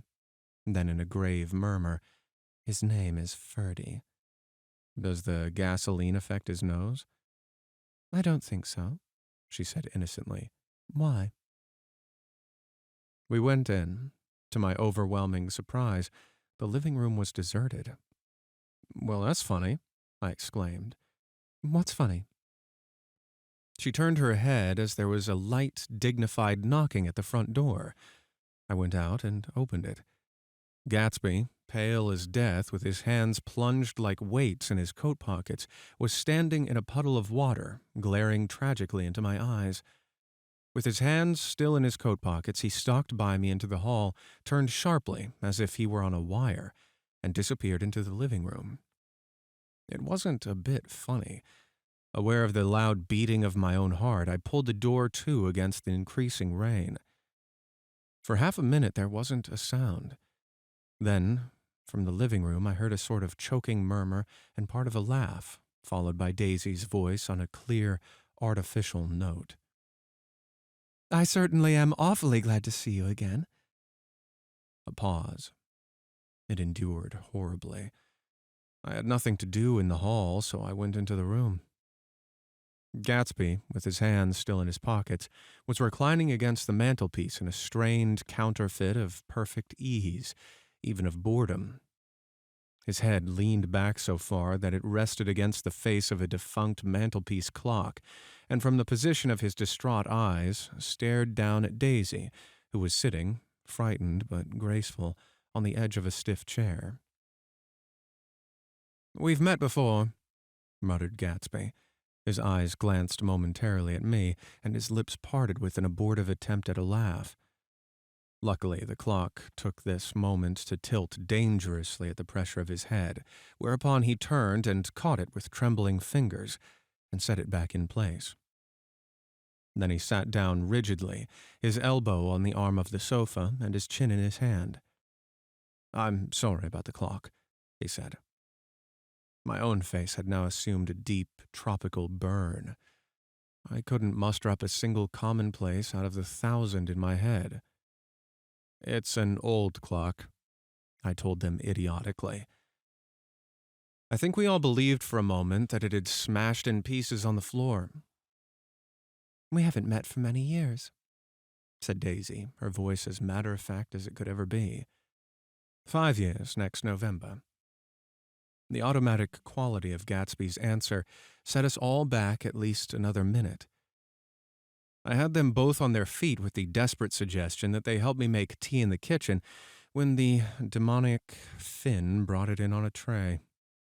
Amid the welcome confusion of cups and cakes, a certain physical decency established itself. Gatsby got himself into a shadow and, while Daisy and I talked, looked conscientiously from one to the other of us with tense, unhappy eyes. However, as calmness wasn't an end in itself, I made an excuse at the first possible moment and got to my feet. "Where are you going?" demanded Gatsby in immediate alarm. "I'll be back. I've got to speak to you about something before you go." He followed me wildly into the kitchen, closed the door, and whispered, "Oh, God," in a miserable way. "What's the matter?" "This is a terrible mistake," he said, shaking his head from side to side. "A terrible, terrible mistake. You're just embarrassed, that's all." And luckily I added, "Daisy's embarrassed too." "She's embarrassed?" he repeated incredulously. "Just as much as you are." "Don't talk so loud. You're acting like a little boy," I broke out impatiently. "Not only that, but you're rude. Daisy's sitting in there all alone." He raised his hand to stop my words, looked at me with unforgettable reproach, and, opening the door cautiously, went back into the other room. I walked out the back way, just as Gatsby had when he had made his nervous circuit of the house half an hour before, and ran for a huge black knotted tree, whose massed leaves made a fabric against the rain. Once more it was pouring, and my irregular lawn, well shaved by Gatsby's gardener, abounded in small muddy swamps and prehistoric marshes. There was nothing to look at from under the tree except Gatsby's enormous house, so I stared at it, like Kant at his church steeple, for half an hour. A brewer had built it early in the period craze, a decade before, and there was a story that he'd agreed to pay 5 years' taxes on all the neighboring cottages if the owners would have their roofs thatched with straw. Perhaps their refusal took the heart out of his plan to found a family. He went into an immediate decline. His children sold the house with the black wreath still on the door. Americans, while willing, even eager to be serfs, have always been obstinate about being peasantry. After half an hour, the sun shone again, and the grocer's automobile rounded Gatsby's drive with the raw material for his servant's dinner. I felt sure he wouldn't eat a spoonful. A maid began opening the upper windows of his house, appeared momentarily in each, and, leaning from the large central bay, spat meditatively into the garden. It was time I went back. When the rain continued, it had seemed like the murmur of their voices, rising and swelling a little now, and then with gusts of emotion. But in the new silence, I felt that silence had fallen within the house, too. I went in, after making every possible noise in the kitchen, short of pushing over the stove, but I don't believe they heard a sound. They were sitting at either end of the couch, looking at each other as if some question had been asked or was in the air, and every vestige of embarrassment was gone. Daisy's face was smeared with tears, and when I came in, she jumped up and began wiping at it with her handkerchief before a mirror. But there was a change in Gatsby that was simply confounding. He literally glowed. Without a word or a gesture of exultation, a new well-being radiated from him and filled the little room. "Oh, hello, old sport," he said as if he hadn't seen me for years. I thought for a moment he was going to shake hands. "It stopped raining." "Has it?" When he realized what I was talking about, that there were little twinkle bells of sunshine in the room, he smiled like a weatherman, like an ecstatic patron of recurrent light, and repeated the news to Daisy. "What do you think of that? It stopped raining." "I'm glad, Jay." Her throat, full of aching, grieving beauty, told only of her unexpected joy. "I want you and Daisy to come over to my house," he said. "I'd like to show her around." "Are you sure you want me to come?" "Absolutely, old sport." Daisy went upstairs to wash her face. Too late, I thought, with humiliation of my towels. While Gatsby and I waited on the lawn. "My house looks well, doesn't it?" he demanded. "See how the whole front of it catches the light?" I agreed that it was splendid. "Yes." His eyes went over at every arched door and square tower. "It took me just 3 years to earn the money that bought it." "I thought you inherited your money." "I did, old sport," he said automatically, "but I lost most of it in the big panic, the panic of the war." I think he hardly knew what he was saying, for when I asked him what business he was in, he answered, "That's my affair," before he realized that it wasn't an appropriate reply. "Oh, I've been in several things," he corrected himself. "I was in the drug business, and then I was in the oil business, but I'm not in either one now." He looked at me with more attention. "Do you mean you've been thinking over what I proposed the other night?" Before I could answer, Daisy came out of the house, and 2 rows of brass buttons on her dress gleamed in the sunlight. "That huge place there?" she cried, pointing. "Do you like it?" "I love it, but I don't see how you live there all alone." "I keep it always full of interesting people night and day.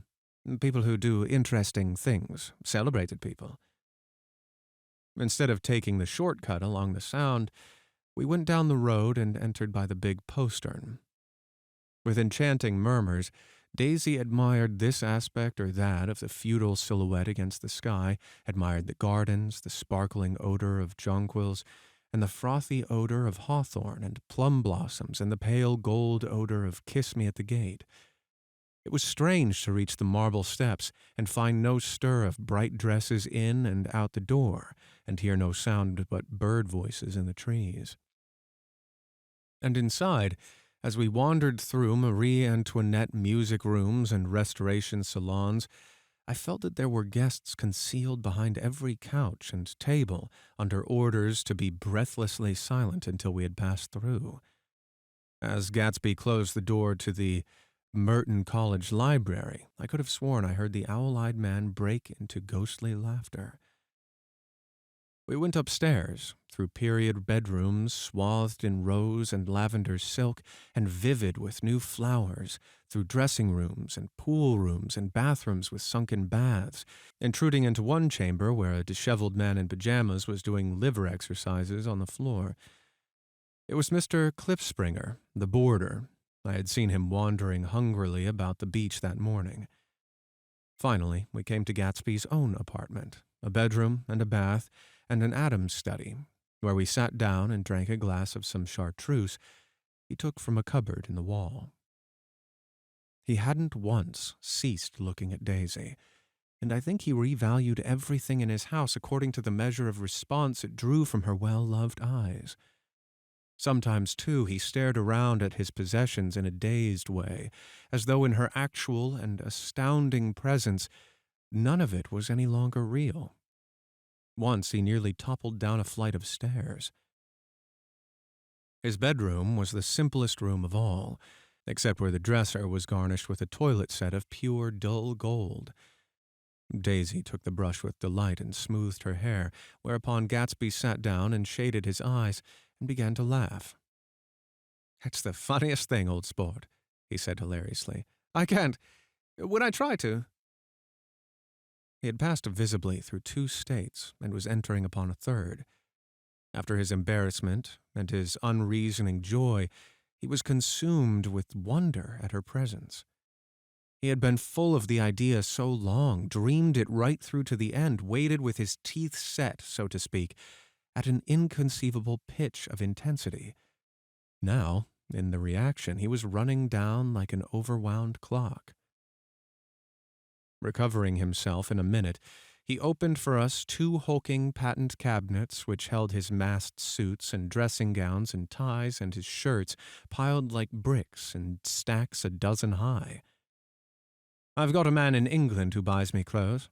He sends over a selection of things at the beginning of each season, spring and fall." He took out a pile of shirts and began throwing them one by one before us, shirts of sheer linen and thick silk and fine flannel, which lost their folds as they fell and covered the table in many-colored disarray. While we admired, he brought more, and the soft, rich heap mounted higher, shirts with stripes and scrolls and plaids in coral and apple green and lavender and faint orange, with monograms of Indian blue. Suddenly, with a strained sound, Daisy bent her head into the shirts and began to cry stormily. "They're such beautiful shirts," she sobbed, her voice muffled in the thick folds. "It makes me sad because I've never seen such beautiful shirts before." After the house, we were to see the grounds and the swimming pool, and the hydroplane and the midsummer flowers. But outside Gatsby's window, it began to rain again. So we stood in a row looking at the corrugated surface of the Sound. "If it wasn't for the mist, we could see your home across the bay," said Gatsby. "You always have a green light that burns all night at the end of your dock." Daisy put her arm through his abruptly, but she seemed absorbed in what he had just said. Possibly it had occurred to him that the colossal significance of that light had now vanished forever. Compared to the great distance that had separated him from Daisy, it had seemed very near to her, almost touching her. It had seemed as close as a star to the moon. Now it was again a green light on a dock. His count of enchanted objects had diminished by 1. I began to walk about the room, examining various indefinite objects in the half-darkness. A large photograph of an elderly man in yachting costume attracted me, hung on the wall over his desk. "Who's this?" That's Mr. Dan Cody, old sport." The name sounded faintly familiar. "He's dead now. He used to be my friend years ago." There was a small picture of Gatsby, also in yachting costume, on the bureau. Gatsby with his head thrown back defiantly, taken apparently when he was about 18. "I adore it," exclaimed Daisy. "The pompadour! You never told me you had a pompadour or a yacht." "Look at this," said Gatsby quickly. "Here's a lot of clippings about you." And they stood side by side examining it. I was going to ask to see the rupees when the phone rang, and Gatsby took up the receiver. "Yes. Well, I can't talk now. I can't talk now, old sport. I said a small town. He must know what a small town is. Well, he's of no use to us if Detroit is his idea of a small town." He rang off. "Come here, quick," cried Daisy at the window. The rain was still falling, but the darkness had parted in the west, and there was a pink and golden billow of foamy clouds above the sea. "Look at that," she whispered, and then after a moment, I'd like to just get one of those pink clouds and put you in it and push you around. I tried to go then, but they wouldn't hear of it. Perhaps my presence made them feel more satisfactorily alone. I know what we'll do, said Gatsby. We'll have Klipspringer play the piano. He went out of the room calling, Ewing! And returned in a few minutes accompanied by an embarrassed, slightly worn young man with shell-rimmed glasses and scanty blonde hair. He was now decently clothed in a sport shirt, open at the neck, sneakers, and duck trousers of a nebulous hue. Did we interrupt your exercise? Inquired Daisy politely.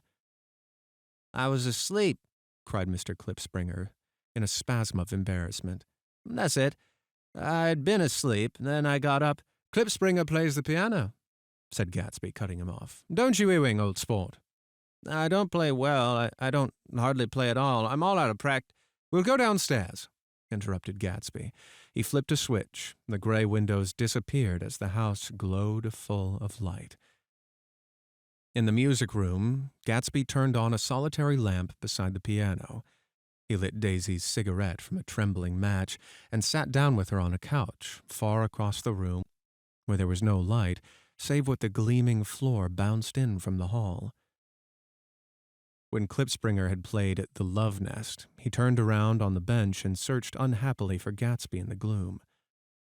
I'm all out of practice, you see. I told you I couldn't play. I'm all out of practice. Don't talk so much, old sport, commanded Gatsby. Play. In the morning, in the evening, ain't we got fun? Outside, the wind was loud, and there was a faint flow of thunder along the sound. All the lights were going on in the West Egg now, and electric trains, men carrying, were plunging home through the rain from New York. It was an hour of profound human change, and excitement was generating on the air. One thing sure and nothing surer, the rich get richer and the poor get children. In the meantime, in between time. As I went over to say goodbye, I saw that the expression of bewilderment had come back to Gatsby's face, as though a faint doubt had occurred to him as to the quality of his present happiness. Almost 5 years. There must have been moments, even that afternoon, when Daisy tumbled short of his dreams, not through her own fault, but because of the colossal vitality of his illusion. It had gone beyond her, beyond everything. He had thrown himself into it with a creative passion, adding to it all the time, decking it out with every bright feather that drifted his way. No amount of fire or freshness can challenge what a man can store up in his ghostly heart.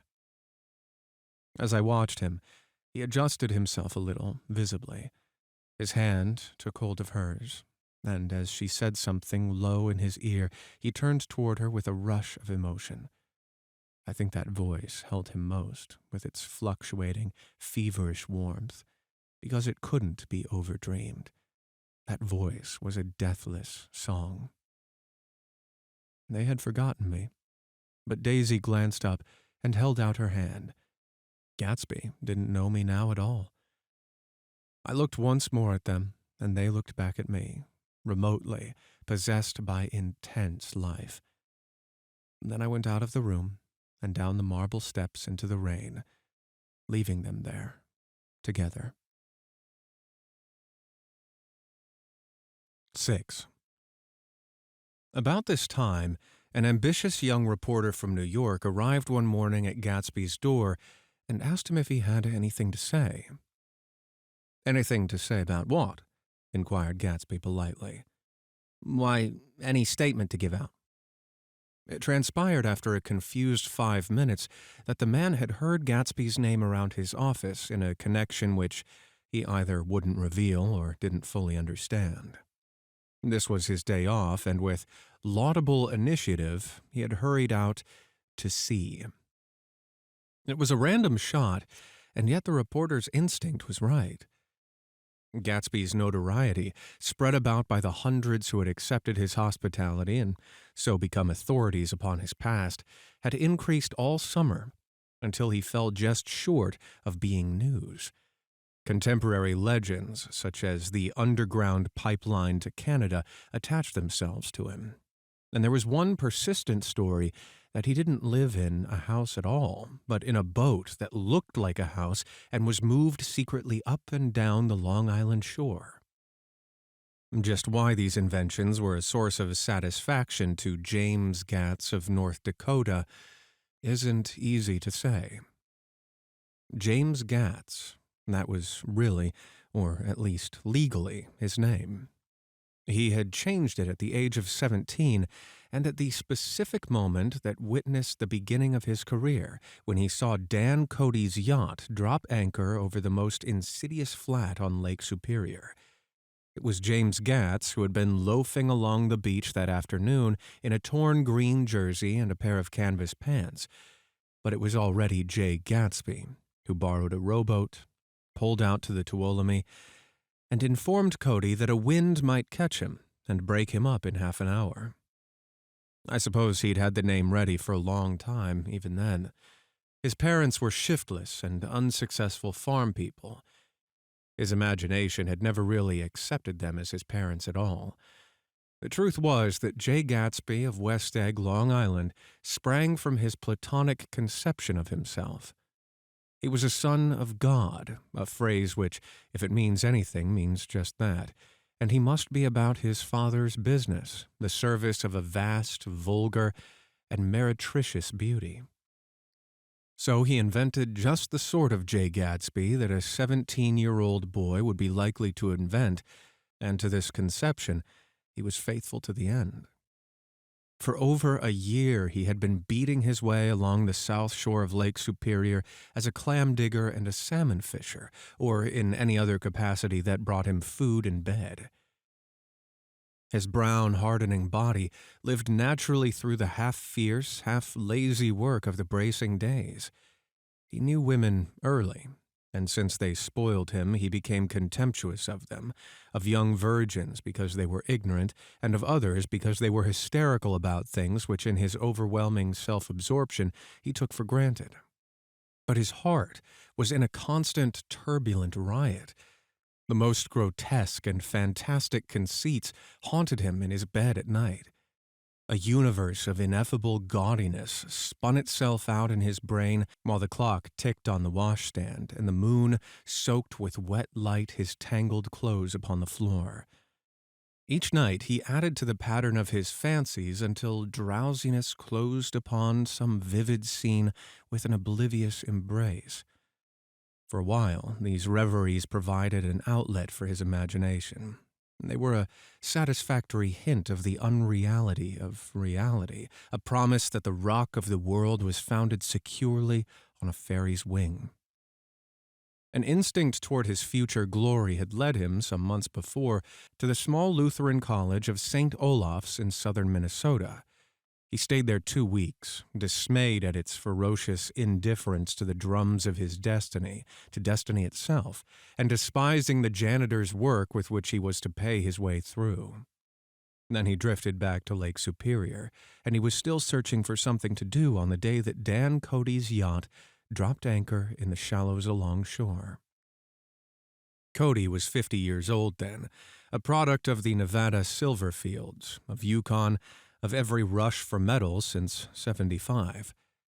The transactions in Montana copper that made him many times a millionaire found him physically robust, but on the verge of soft-mindedness, and suspecting this, an infinite number of women tried to separate him from his money. The none-too-savory ramifications by which Ella Kay, a newspaper woman, played Madame de Maniton to his weakness and set him to sea in a yacht, were common property of the turgid journalism in 1902. He had been coasting along all too hospitable shores for 5 years when he turned up as James Gatz's destiny in Little Girl Bay. To young Gatz, resting on his oars and looking up at the railed deck, that yacht represented all the beauty and glamour in the world. I suppose he smiled at Cody. He had probably discovered that people liked him when he smiled. At any rate, Cody asked him a few questions. One of them elicited the brand-new name. and found that he was quick and extravagantly ambitious. A few days later, he took him to Duluth and bought him a blue coat, 6 pairs of white duck trousers, and a yachting cap. And when the Ptolemy left for the West Indies and the Barbary Coast, Gatsby left too. He was employed in a vague personal capacity. While he remained with Cody, he was in turn steward, mate, skipper, secretary, and even jailer, for Dan Cody sober knew what lavish doings Dan Cody drunk might soon be about, and he provided for such contingencies by reposing more and more trust in Gatsby. The arrangement lasted 5 years, during which the boat went 3 times around the continent. It might have lasted indefinitely, except for the fact that Ella Kay came on board one night in Boston, and a week later, Dan Cody inhospitably died. I remember the portrait of him up in Gatsby's bedroom, a gray, florid man with a hard, empty face, the pioneer debauchee who during one phase of American life brought back to the eastern seaboard the savage violence of the frontier brothel and saloon. It was indirectly due to Cody that Gatsby drank so little. Sometimes in the course of gay parties, women used to rub champagne into his hair. For himself, he formed the habit of letting liquor alone. And it was from Cody that he inherited money, a legacy of $25,000. He didn't get it. He never understood the legal device that was used against him, but what remained of the millions went intact to Ella Kay. He was left with his singularly appropriate education, a vague contour of J. Gatsby had filled out to the substantiality of a man. He told me all this very much later, but I've put it down here with the idea of exploding those first wild rumors about his antecedents, which weren't even faintly true. Moreover, he told it to me at a time of confusion, when I had reached a point of believing everything and nothing about him. So I take advantage of this short halt, while Gatsby, so to speak, caught his breath, to clear this set of misconceptions away. It was a halt, too, in my association with his affairs. For several weeks, I didn't see him or hear his voice on the phone. Mostly I was in New York, trotting around with Jordan and trying to ingratiate myself with her senile aunt. But finally, I went over to his house one Sunday afternoon. I hadn't been there 2 minutes when somebody brought Tom Buchanan in for a drink. I was startled, naturally, but the really surprising thing was that it hadn't happened before. They were a party of 3 on horseback, Tom and a man named Sloane and a pretty woman in a brown riding coat who had been there previously. "I'm delighted to see you," said Gatsby, standing on his porch. "I'm delighted that you dropped in." As though they cared. "Sit down, have a cigarette or cigar." He walked around the room, quickly ringing bells. "I'll have something to drink for you in just a minute." It was profoundly affected by the fact that Tom was there, but he would be uneasy anyhow until he had given them something, realizing in a vague way that that was all they came for. Mr. Sloane wanted nothing. A lemonade? No thanks. A little champagne? Nothing at all, thanks. I'm sorry. Did you have a nice ride? Very good roads around here. I suppose the automobiles. Yeah. Moved by an irresistible impulse, Gatsby turned to Tom, who had accepted the introduction as a stranger. "I believe we've met somewhere before, Mr. Buchanan." "Ah, yes," said Tom, gruffly polite, but obviously not remembering. "So we did. I remember very well. About 2 weeks ago." "That's right. You were with Nick here." "I know your wife," continued Gatsby, almost aggressively. "That's so." Tom turned to me. "You live near here, Nick?" "Next door." "That's so." Mr. Sloane didn't enter into the conversation, but lounged back haughtily in his chair. The woman said nothing either, until, unexpectedly, after 2 highballs, she became cordial. "We'll all come over to your next party, Mr. Gatsby," she suggested. "What do you say?" Certainly, I'd be delighted to have you. Be very nice, said Mr. Sloane without gratitude. Well, think I ought to be starting home. Please don't hurry, Gatsby urged them. He had control of himself now, and he wanted to see more of Tom. Why don't you stay for supper? I wouldn't be surprised if some other people dropped in from New York. You're come have supper with me, said the lady enthusiastically. Both of you. This included me. Mr. Sloane got to his feet. Come along, he said, but only to her. I mean it, she insisted. I'd love to have you, lots of room. Gatsby looked at me questioningly. He wanted to go, and he didn't see that Mr. Sloane had determined he shouldn't. I'm afraid I won't be able to, I said. Well, you come, she urged, concentrating on Gatsby. Mr. Sloane murmured something close to her ear.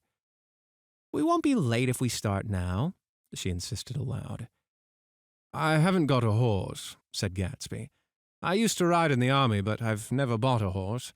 I'll have to follow you in my car. Excuse me for just a minute. The rest of us walked out on the porch where Sloane and the lady began an impassioned conversation aside. My God, I believe that man's coming, said Tom. Doesn't he know she doesn't want him? She says she does want him. She has a big dinner party, and he won't know a soul there. He frowned. I wonder where in the devil he met Daisy. By God, I may be old-fashioned in my ideas, but women run around too much these days to suit me. They meet all kinds of crazy fish. Suddenly, Mr. Sloane and the lady walked down the steps and mounted their horses. Come on, Mr. Sloane said to Tom. We're late. We've got to go. And then to me, tell him we couldn't wait, will you? Tom and I shook hands. The rest of us exchanged a cool nod, and they trotted quickly down the drive, disappearing under the August foliage just as Gatsby, with hat and light overcoat in hand, came out the front door. Tom was evidently perturbed at Daisy's running around alone, for on the following Sunday night he came with her to Gatsby's party. Perhaps his presence gave the evening its peculiar quality of oppressiveness. It stands out in my memory from Gatsby's other parties that summer. There were the same people, or at least the same sort of people, the same profusion of champagne, the same many-colored, many-keyed commotion, but I felt an unpleasantness in the air, a pervading harshness that hadn't been there before. Or perhaps I had merely grown used to it, grown to accept West Egg as a world complete in itself, with its own standards and its own great figures, second to nothing because it had no consciousness of being so.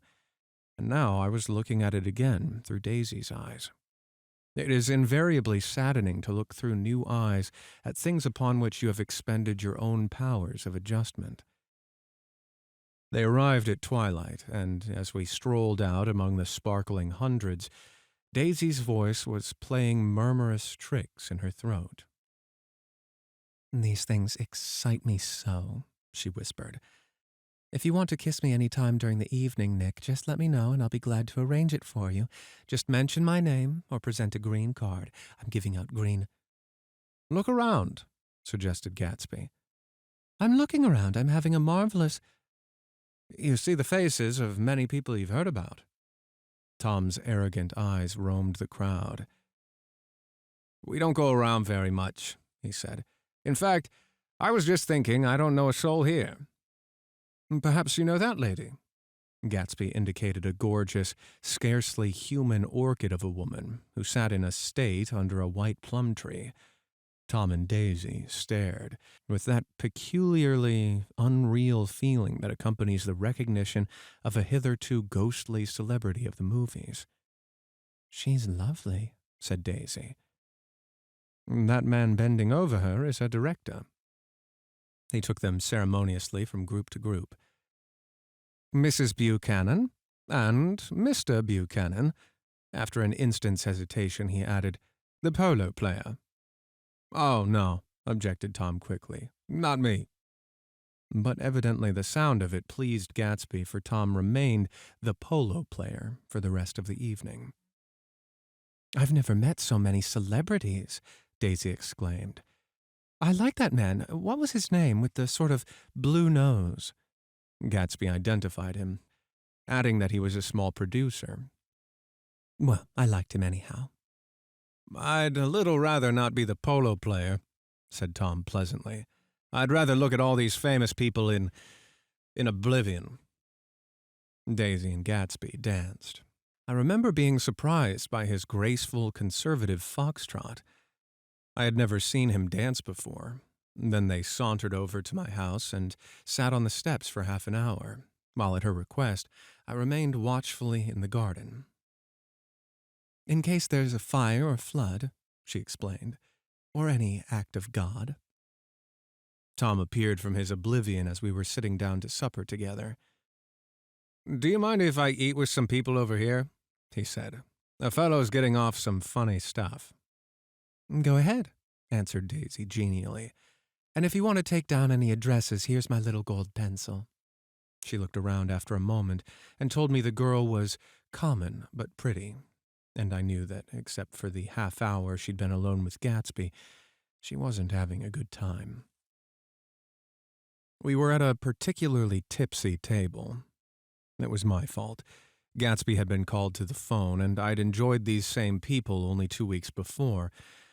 But what had amused me then turned septic on the air now. How do you feel, Mrs. Baedeker? The girl addressed was trying, unsuccessfully, to slump against my shoulder. At this inquiry, she sat up and opened her eyes. What? A massive and lethargic woman, who had been urging Daisy to play golf with her at the local club tomorrow, spoke in Mrs. Baedeker's defense. Oh, she's all right now. When she's had 5 or 6 cocktails, she always starts screaming like that. I'll tell her she ought to leave it alone. I do leave it alone, affirmed the accused hollowly. We heard you yelling, so I said to Doc Civet here, there's somebody that needs your help, Doc. She's much obliged, I'm sure, said another friend without gratitude. But you got her dress all wet when you stuck her head in the pool. Anything I hate is to get my head stuck in a pool, mumbled Miss Baedeker. They almost drowned me once over in New Jersey. Then you ought to leave it alone, countered Dr. Civet. Speak for yourself, cried Mrs. Baedeker violently. Your hand shakes. I won't let you operate on me. It was like that. Almost the thing I remember was standing with Daisy and watching the moving picture director and his star. They were still under the white plum tree, and their faces were touching, except for a pale, thin ray of moonlight between them. It occurred to me that he had been very slowly bending toward her all evening to attain this proximity, and even while I watched, I saw him stoop 1 ultimate degree and kiss her cheek. I like her, said Daisy. I think she's lovely. But the rest offended her, and inarguably because it wasn't a gesture but an emotion. She was appalled by West Egg, this unprecedented place that Broadway had begotten upon a Long Island fishing village, appalled by its raw vigor that chafed under the old euphemisms, and by the too obtrusive fate that herded its inhabitants along a shortcut from nothing to nothing. She saw something awful in the very simplicity she failed to understand. I sat on the front steps with them while they waited for their car. It was dark here in front. Only the bright door sent 10 square feet of light volleying out into the soft black morning. Sometimes a shadow moved against a dressing room blind above, gave way to another shadow, an indefinite procession of shadows, who rouged and powdered in an invisible glass. Who is this Gatsby, anyhow? Demanded Tom suddenly. Some big bootlegger? Where'd you hear that? I inquired. I didn't hear it. I imagined it. A lot of these new rich people are just big bootleggers, you know. Not Gatsby, I said shortly. He was silent for a moment. The pebbles of the drive crunched under his feet. Well, he certainly must have strained himself to get this menagerie together. A breeze stirred the gray haze of Daisy's fur collar. "At least they are more interesting than the people we know," she said with an effort. "You didn't look so interested." "Well, I was." Tom laughed and turned to me. "Did you notice Daisy's face when that girl asked her to put her under a cold shower?" And Daisy began to sing with the music in a husky, rhythmic whisper, bringing out a meaning in each word that it had never had before and would never have again. When the melody rose, her voice broke up sweetly, following it in a way contralto voices have, and each change tipped out a little of her warm human magic upon the air. "Lots of people come who haven't been invited," she said suddenly. "That girl hadn't been invited. They simply forced their way in, and he's too polite to object." "I'd like to know who he is and what he does," insisted Tom. "And I think I'll make a point of finding out." "I can tell you right now," she answered. "He owns some drugstores, a lot of drugstores. He built them up himself." The dilatory limousine came rolling up the drive. "Good night, Nick." Her glance left me and sought the lighted top of the steps, where 3 o'clock in the morning, a neat, sad little waltz of that year, was drifting out the door. After all, in the very casualness of Gatsby's party, there were romantic possibilities totally absent from her world. What was it up there in the song that seemed to be calling her back inside? What would happen now in the dim, incalculable hours? Perhaps some unbelievable guest would arrive, a person infinitely rare and to be marveled at, some authentically radiant young girl who, with one fresh glance at Gatsby, one moment of magical encounter, would blot out those 5 years of unwavering devotion. I stayed late that night.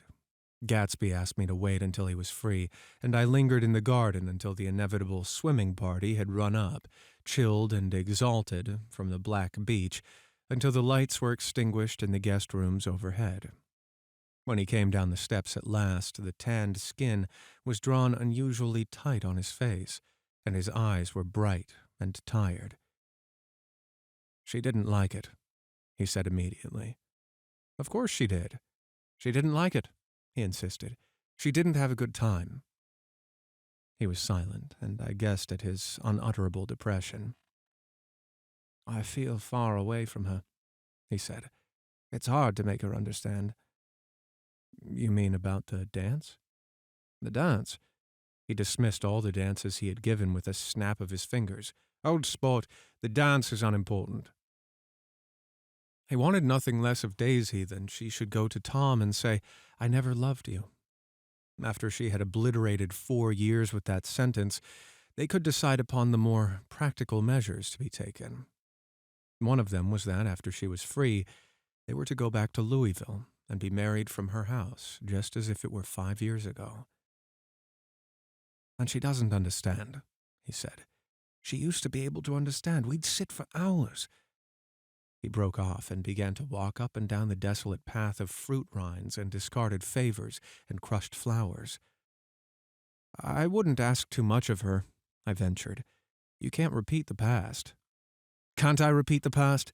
he cried incredulously. "Why, of course you can." He looked around him wildly, as if the past were lurking here in the shadow of his house, just out of reach of his hand. "I'm going to fix everything just the way it was before," he said, nodding determinedly. "She'll see." He talked a lot about the past, and I gathered that he wanted to recover something, some idea of himself, perhaps, that had gone into loving Daisy. His life had been confused and disordered since then, but if he could once return to a certain starting place and go over it all slowly, he could find out what that thing was.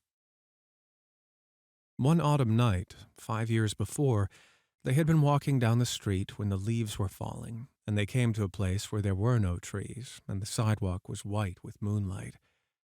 They stopped here and turned toward each other. Now it was a cool night with that mysterious excitement in it which comes at the 2 changes of the year. The quiet lights of the house were humming out into the darkness, and there was a stir and bustle among the stars. Out of the corner of his eye, Gatsby saw that the blocks of the sidewalks really formed a ladder, and mounted to a secret place above the trees.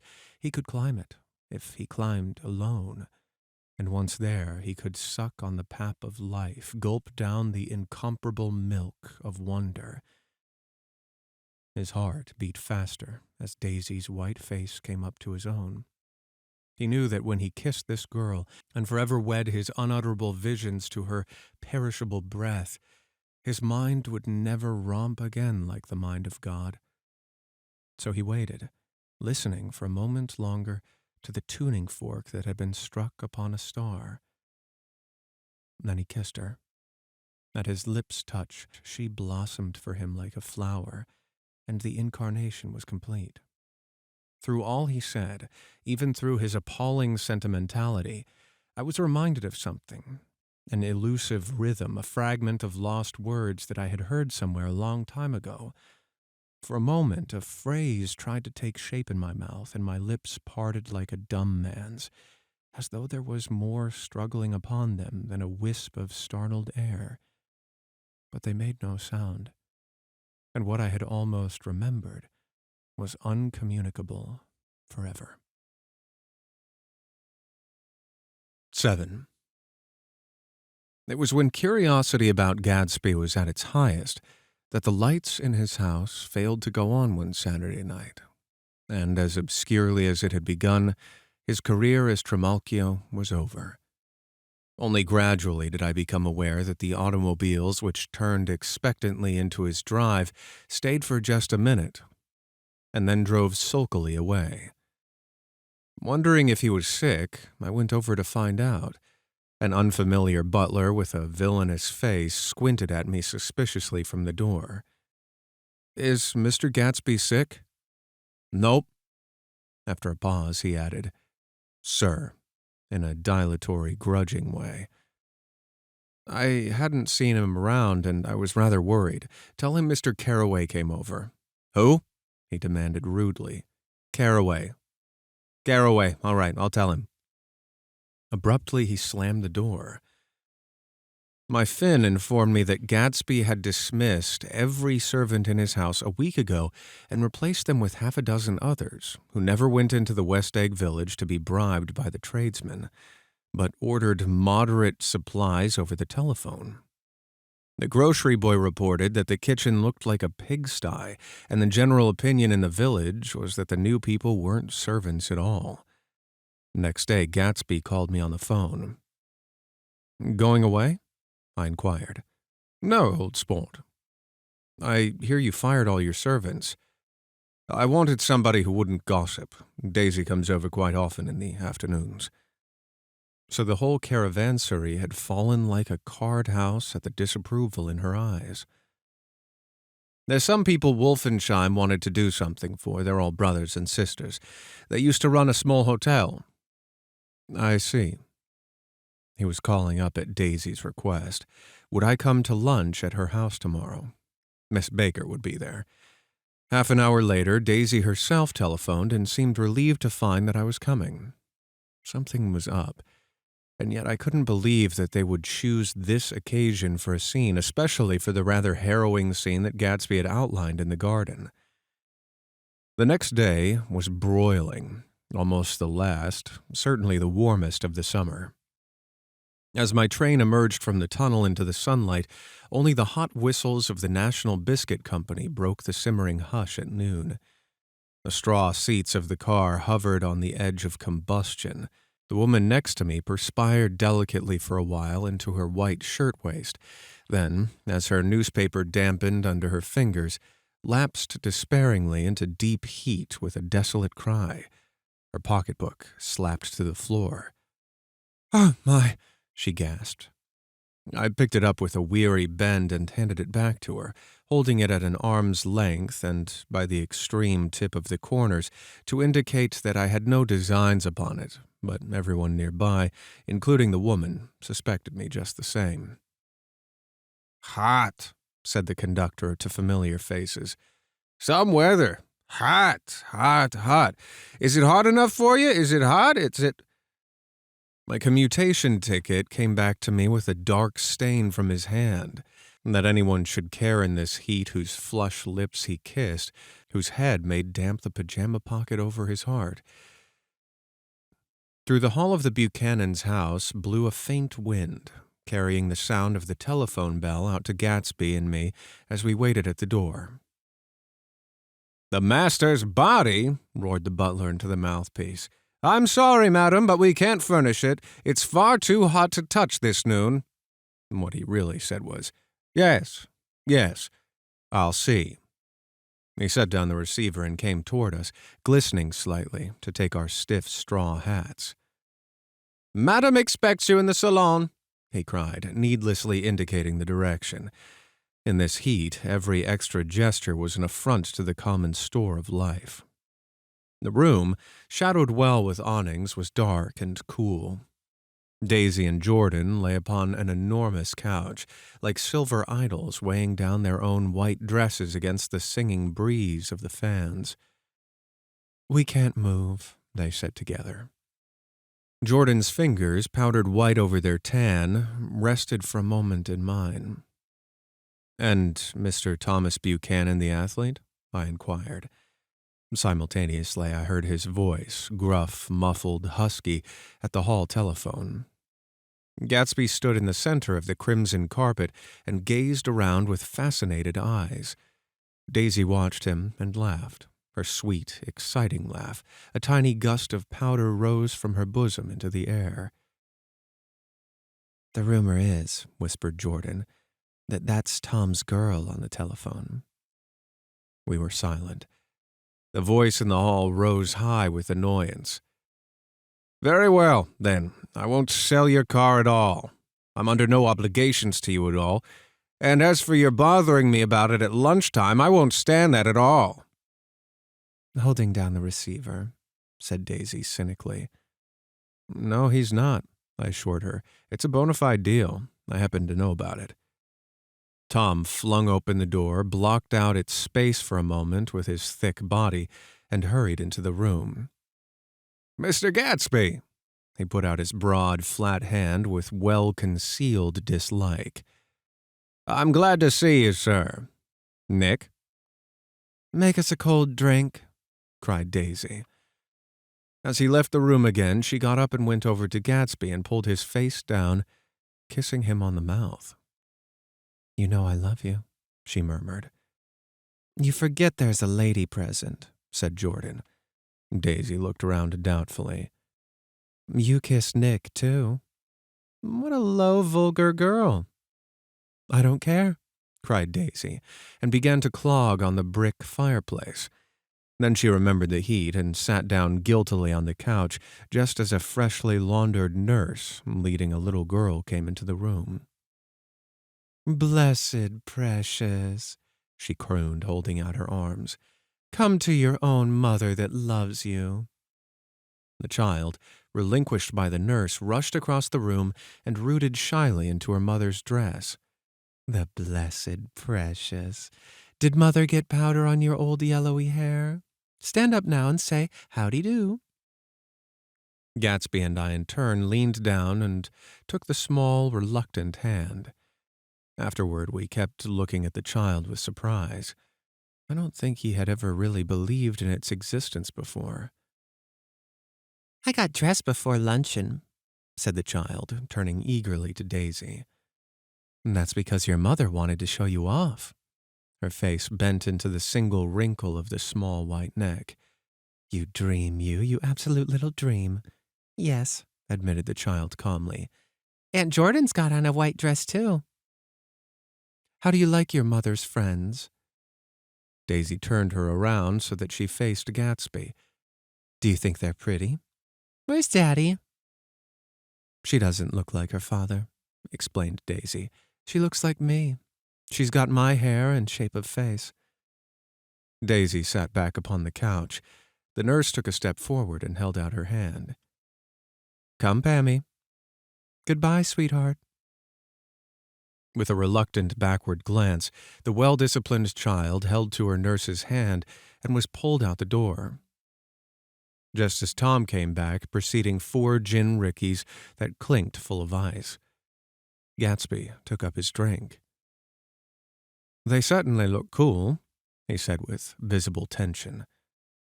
We drank in long, greedy swallows. "I read somewhere that the sun's getting hotter every year," said Tom genially. "It seems that pretty soon the Earth's going to fall into the sun, or... Wait a minute. It's just the opposite. The sun's getting colder every year." "Come outside," he suggested to Gatsby. "I'd like you to have a look at the place." I went with them out to the veranda. On the green sound, stagnant in the heat, one small sail crawled slowly toward the fresher sea. Gatsby's eyes followed it momentarily. He raised his hand and pointed across the bay. "I'm right across from you." "So you are." Our eyes lifted over the rose beds and the hot lawn and the weedy refuse of the dog days along shore. Slowly the white wings of the boat moved against the blue cool limit of the sky. Ahead lay the scalloped ocean and the bounding blessed isles. "There's sport for you," said Tom, nodding. "I'd like to be out there with him for about an hour." We had luncheon in the dining room, darkened too against the heat, and drank down nervous gaiety with cold ale. "What do we do with ourselves this afternoon?" cried Daisy. "And the day after that, and the next 30 years?" "Don't be morbid," Jordan said. "Life starts all over again when it gets crisp in the fall." "But it's so hot," insisted Daisy on the verge of tears. "And everything's so confused. Let's all go to town." Her voice struggled on through the heat, beating against it, molding its senselessness into forms. "I've heard of making a garage out of a stable," Tom was saying to Gatsby, "but I'm the first man who ever made a stable out of a garage." "Who wants to go to town?" demanded Daisy insistently. Gatsby's eyes floated toward her. "Ah," she cried, "you look so cool." Their eyes met, and they stared together at each other, alone in space. With an effort, she glanced down at the table. "You always look so cool," she repeated. She had told him that she loved him, and Tom Buchanan saw. He was astounded. His mouth opened a little. He looked at Gatsby, then back at Daisy as if he had just recognized her as someone he knew a long time ago. "You resemble the advertisement of the man," she went on innocently. "You know, the advertisement of the man—" "All right," broke in Tom quickly. "I'm perfectly willing to go to town. Come on, we're all going to town." He got up, his eyes still flashing between Gatsby and his wife. No one moved. "Come on." His temper cracked a little. "What's the matter, anyhow? If we're going to town, let's start." His hand, trembling with his effort at self-control, bore to his lips the last of his glass of ale. Daisy's voice got us to our feet and out on the blazing gravel drive. "Are we just going to go?" she objected. "Like this? Aren't we going to let anyone smoke a cigarette first?" "Everybody smoked all through lunch." Let's have fun," she begged him. "It's too hot to fuss." He didn't answer. "Have it your way," she said. "Come on, Jordan." They went upstairs to get ready while we 3 men stood there shuffling the hot pebbles with our feet. The silver curve of the moon hovered already in the western sky. Gatsby started to speak, changed his mind, but not before Tom wheeled and faced him expectantly. "Have you got your stables here?" asked Gatsby with an effort. "About a quarter of a mile down the road." "Oh." A pause. "I don't see the idea of going to town," broke out Tom savagely. "Women get these notions in their heads." "Shall we take anything to drink?" called Daisy from an upper window. "I'll get some whiskey," answered Tom, and he went inside. Gatsby turned to me rigidly. "I can't say anything in this house, old sport." "She's got an indiscreet voice," I remarked. "It's full of—" I hesitated. Her voice is full of money, he said suddenly. That was it. I'd never understood before. It was full of money.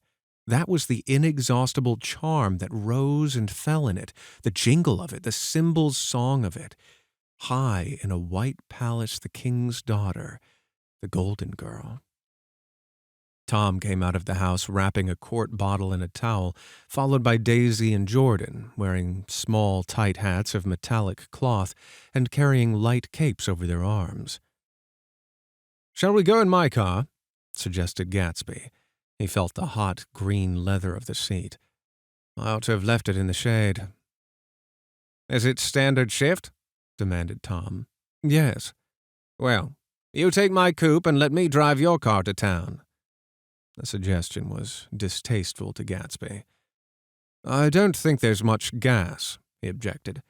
"Plenty of gas," said Tom boisterously. He looked at the gauge.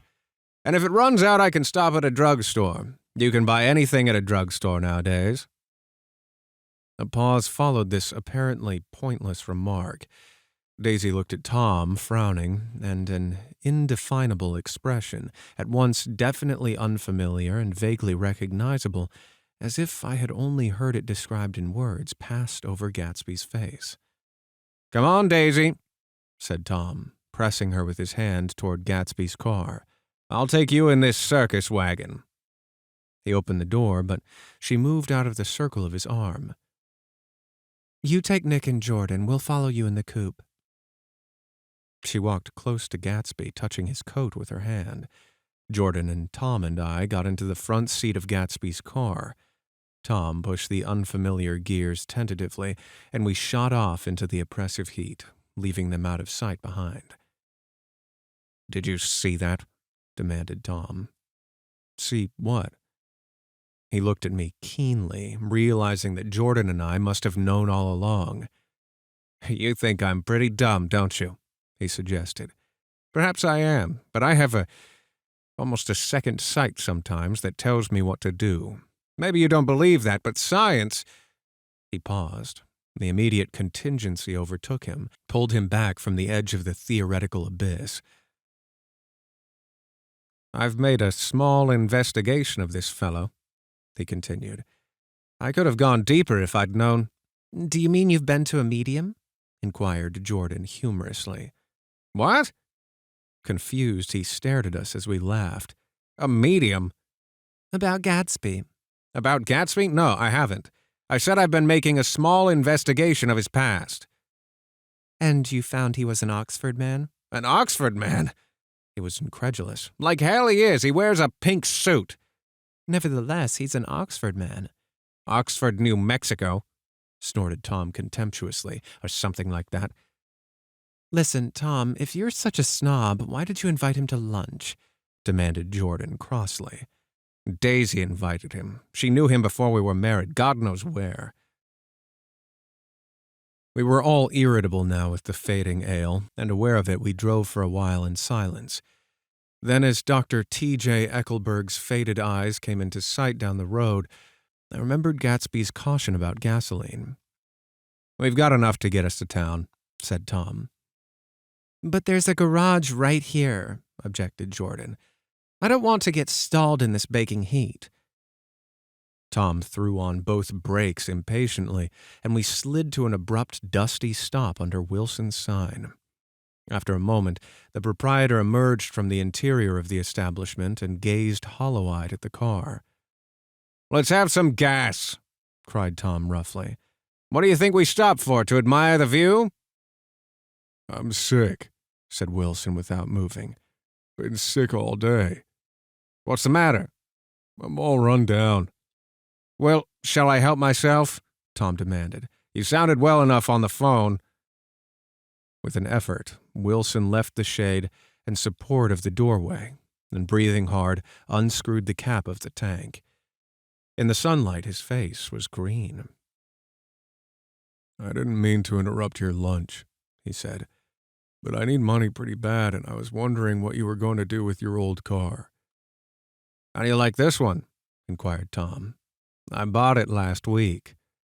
"It's a nice yellow one," said Wilson as he strained at the handle.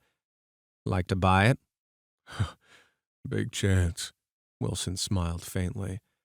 No, but I could make some money on the other. What do you want money for all of a sudden? I've been here too long. I want to get away. My wife and I want to go west. Your wife does, exclaimed Tom, startled. She's been talking about it for 10 years. He rested for a moment against the pump, shading his eyes. And now she's going, whether she wants to or not. I'm going to get her away. The coupe flashed by us with a flurry of dust and the flash of a waving hand. What do I owe you? Demanded Tom sharply. I just got wised up to something funny the last 2 days, remarked Wilson. That's why I want to get away. That's why I've been bothering you about the car.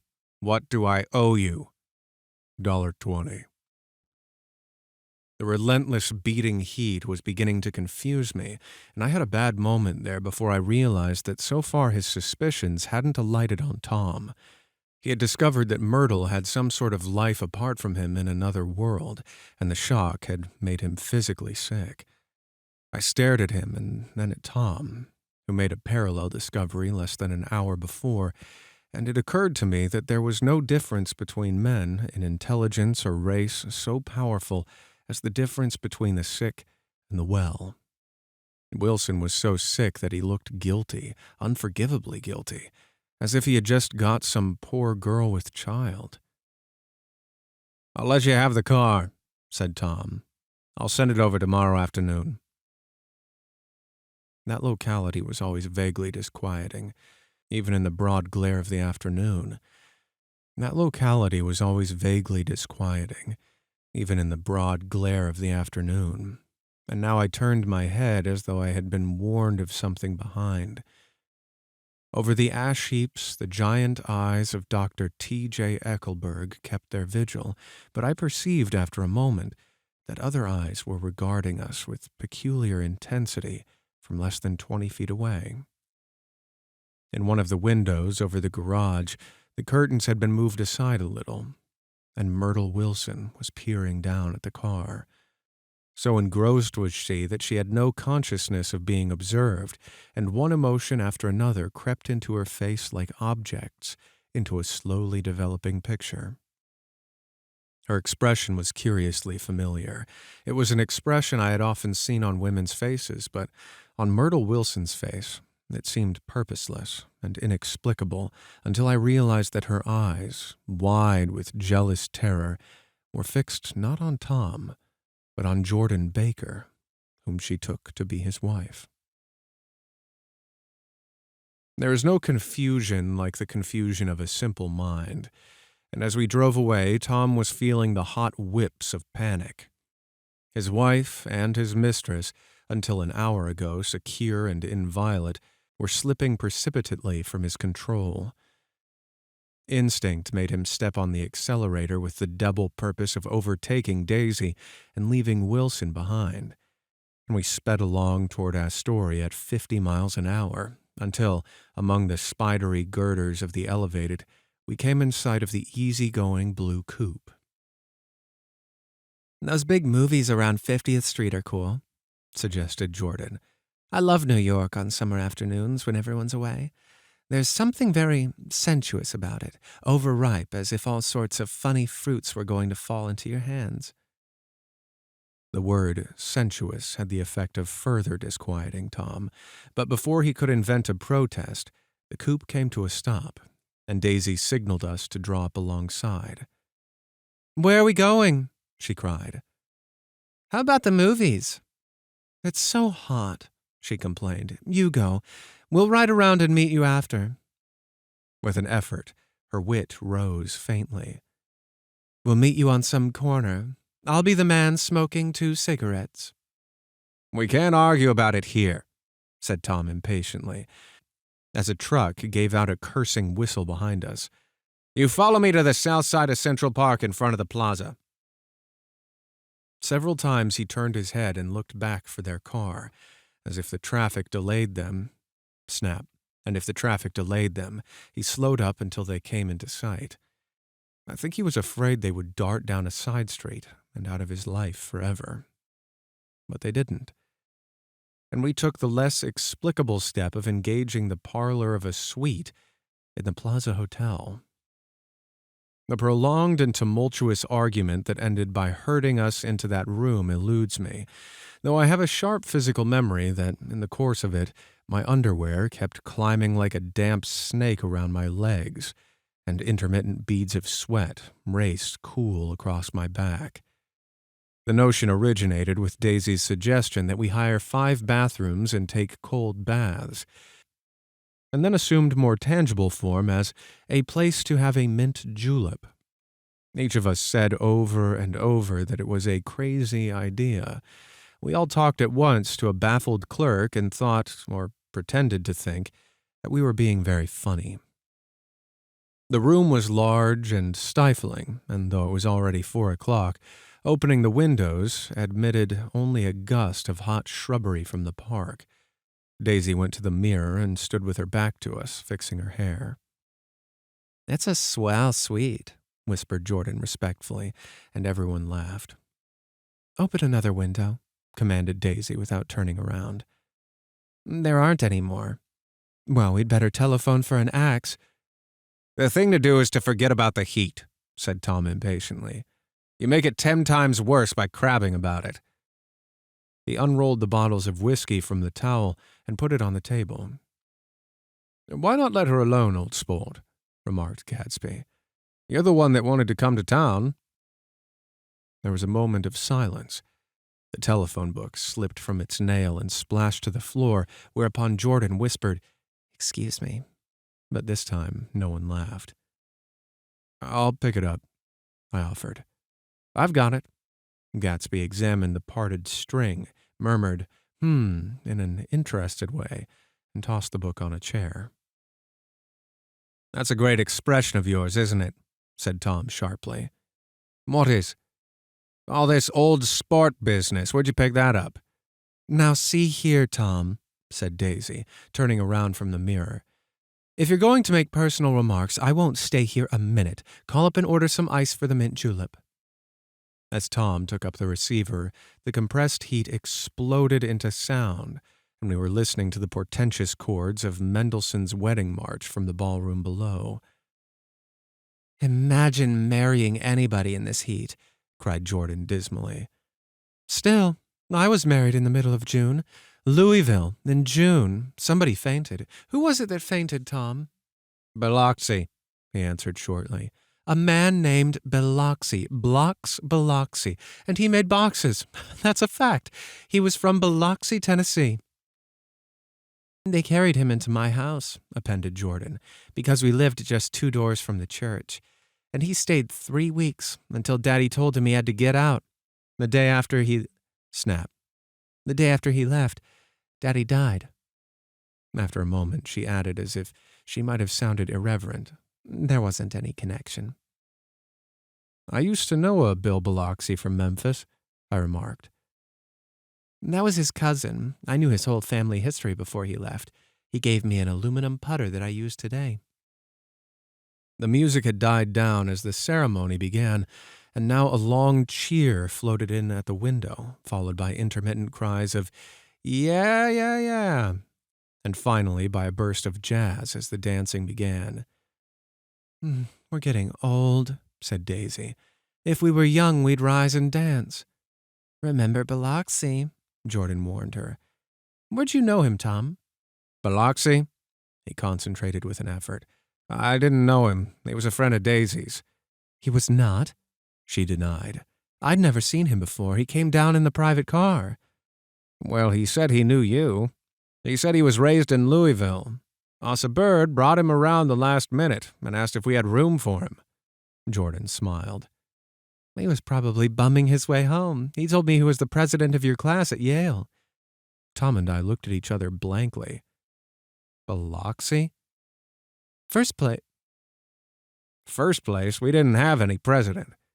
Gatsby's foot beat a short, restless tattoo, and Tom eyed him suddenly. "By the way, Mr. Gatsby, I understand you're an Oxford man."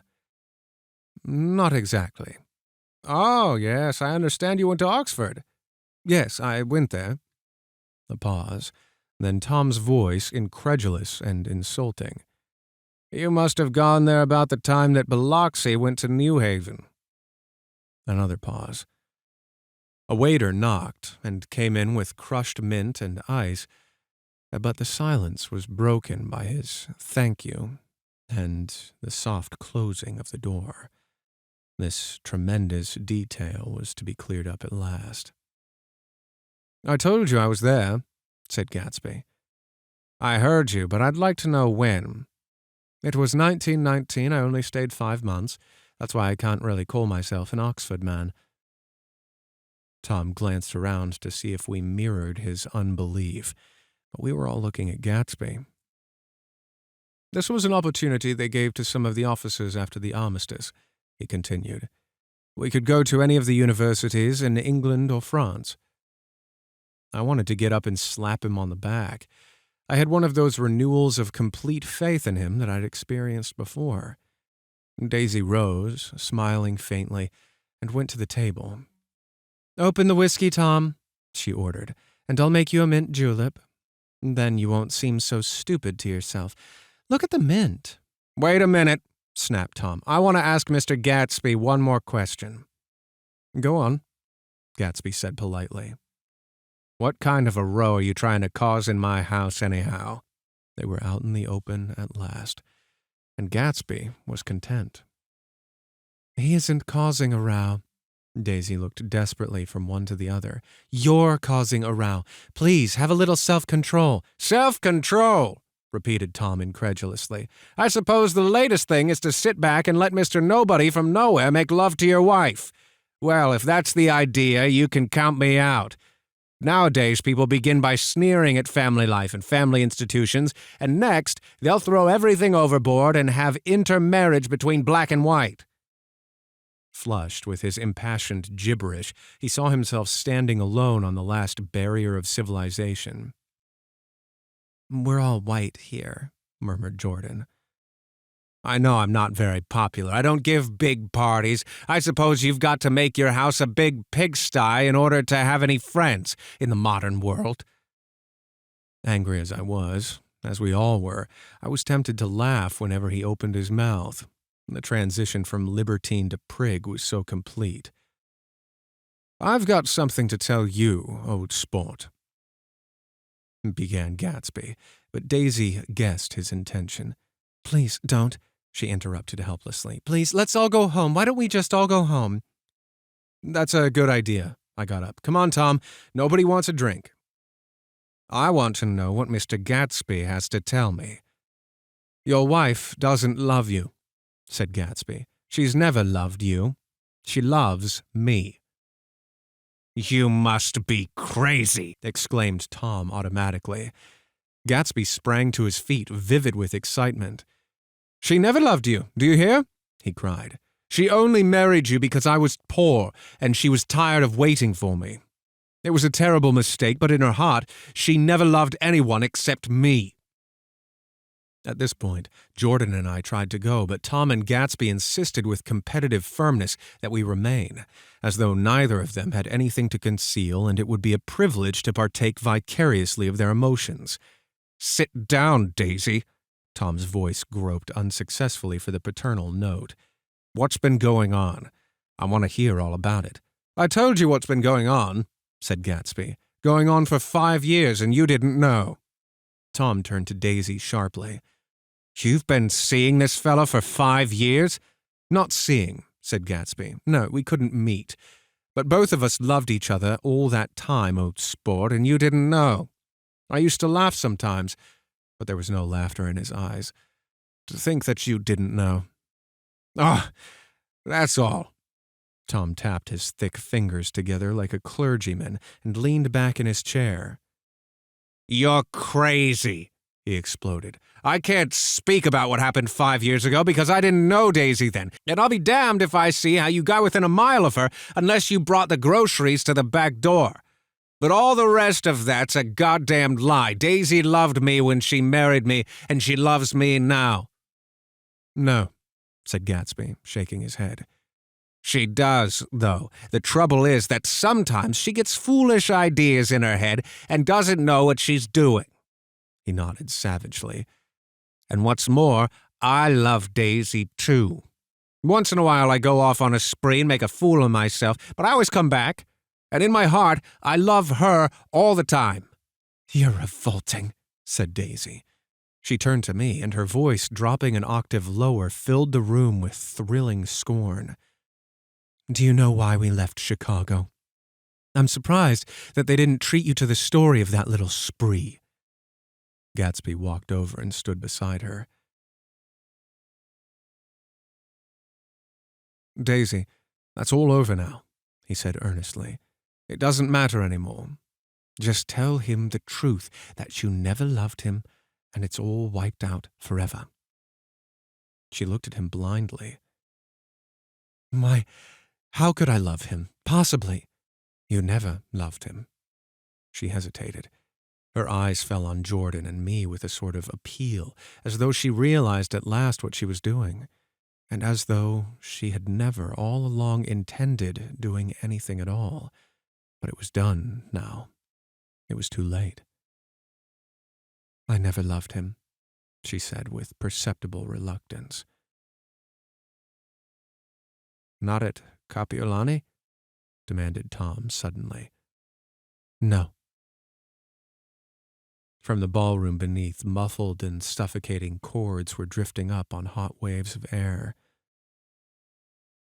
Not on the day I carried you from the punch bowl to keep your shoes dry?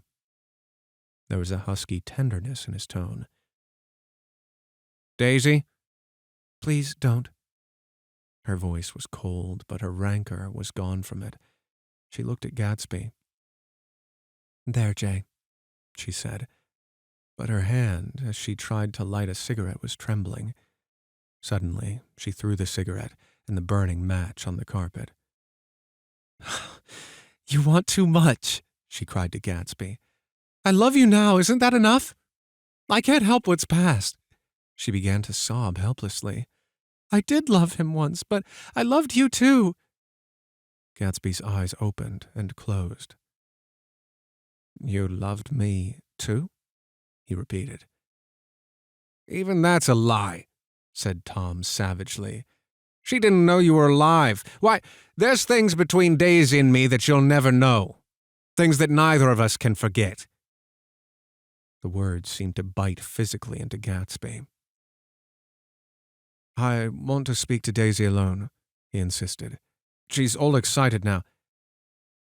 Even alone, I can't say I never loved Tom, she admitted in a pitiful voice. It wouldn't be true. Of course it wouldn't, agreed Tom. She turned to her husband. As if it mattered to you. Of course it matters. I'm going to take better care of you from now on. You don't understand, said Gatsby with a touch of panic. You're not going to take care of her anymore. I'm not. Tom opened his eyes wide and laughed. He could afford to control himself now. Why's that? Daisy's leaving you. Nonsense. I am, though, she said with visible effort. She's not leaving me. Tom's words suddenly leaned down over Gatsby. Certainly not for a common swindler who'd have to steal the ring he put on her finger.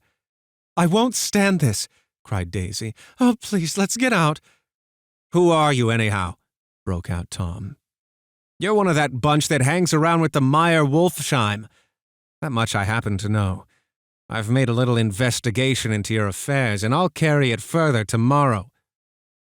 You can suit yourself about that, old sport, said Gatsby steadily. I found out what your drug stores were. He turned to us and spoke rapidly. He and this Wolfsheim brought up a lot of side street drugstores here and in Chicago and sold grain alcohol over the counter. That's one of his little stunts. I picked him for a bootlegger first time I saw him, and I wasn't far wrong. What about it? Said Gatsby politely. I guess your friend Walter Chase wasn't too proud to come in on it. And you left him in a lurch, didn't you? You let him go to jail for a month over in New Jersey. God, you ought to hear Walter on the subject of you. He came to us dead broke. He was very glad to pick up some money, old sport. Don't you call me old sport, cried Tom. Gatsby said nothing. Walter could have you up on the betting laws, too, but Wolfsheim scared him to shutting his mouth shut. That unfamiliar yet recognizable look was back again in Gatsby's face. That drugstore business was just small change, continued Tom slowly. But you've got something on now that Walter's afraid to tell me about. I glanced at Daisy, who was staring terrified between Gatsby and her husband, and at Jordan, who had begun to balance an invisible but absorbing object on the tip of her chin. Then I turned back to Gatsby, and was startled at his expression. He looked, and this is said in all contempt for the babbled slander of his garden, as if he had killed a man. For a moment, the set of his face could be described in just that fantastic way. It passed, and he began to talk excitedly to Daisy, denying everything, defending his name against accusations that had not been made. But with every word she was drawing further and further into herself, so he gave that up, and only the dead dream fought on as the afternoon slipped away, trying to touch what was no longer tangible, struggling unhappily, undespairingly toward that lost voice across the room. The voice begged him again to go. "Please, Tom, I can't stand this any more." Her frightened eyes told that whatever intentions, whatever courage she had had, was definitely gone. "You two start on home, Daisy," said Tom, "in Mr. Gatsby's car." She looked at Tom, alarmed now, but he insisted with magnanimous scorn. "Go on. He won't annoy you. I think he realizes that his presumptuous little flirtation is over." They were gone. Without a word, snapped out, made accidental, isolated, like ghosts, even from our pity. After a moment, Tom got up and began wrapping the unopened bottle of whiskey in the towel. "Want any of this stuff? Jordan? Nick?" I didn't answer. "Nick?" he asked again. "What?" "Want any?" "No. I just remembered that today's my birthday." I was 30. Before me stretched the pretentious, menacing road of a new decade. It was 7 o'clock when we got into the coupe with him and started for Long Island. Tom talked incessantly, exulting and laughing, but his voice was as remote from Jordan and me as the foreign clamor on the sidewalk or the tumult of the elevated overhead. Human sympathy has its limits, and we were content to let all their tragic arguments fade with the city lights behind. 30. The promise of a decade of loneliness, a thinning list of single men to know, a thinning briefcase of enthusiasm, thinning hair. But there was Jordan beside me, who, unlike Daisy, was too wise ever to carry well-forgotten dreams from age to age. As we passed over the dark bridge, her wan face fell lazily against my coat's shoulder, and the formidable stroke of 30 died away with the reassuring pressure of her hand. So we drove on toward death, through the cooling twilight. The young Greek, Michaelis, who ran the coffee joint beside the ash heaps, was the principal witness at the inquest. He had slept through the heat until after 5. When he strolled over to the garage, he found George Wilson sick in his office, really sick, pale as his own pale hair and shaking all over. Michaelis advised him to go to bed, but Wilson refused, saying that he'd miss a lot of business if he did. While his neighbor was trying to persuade him, a violent racket broke out overhead. "I've got my wife locked in up there," explained Wilson calmly.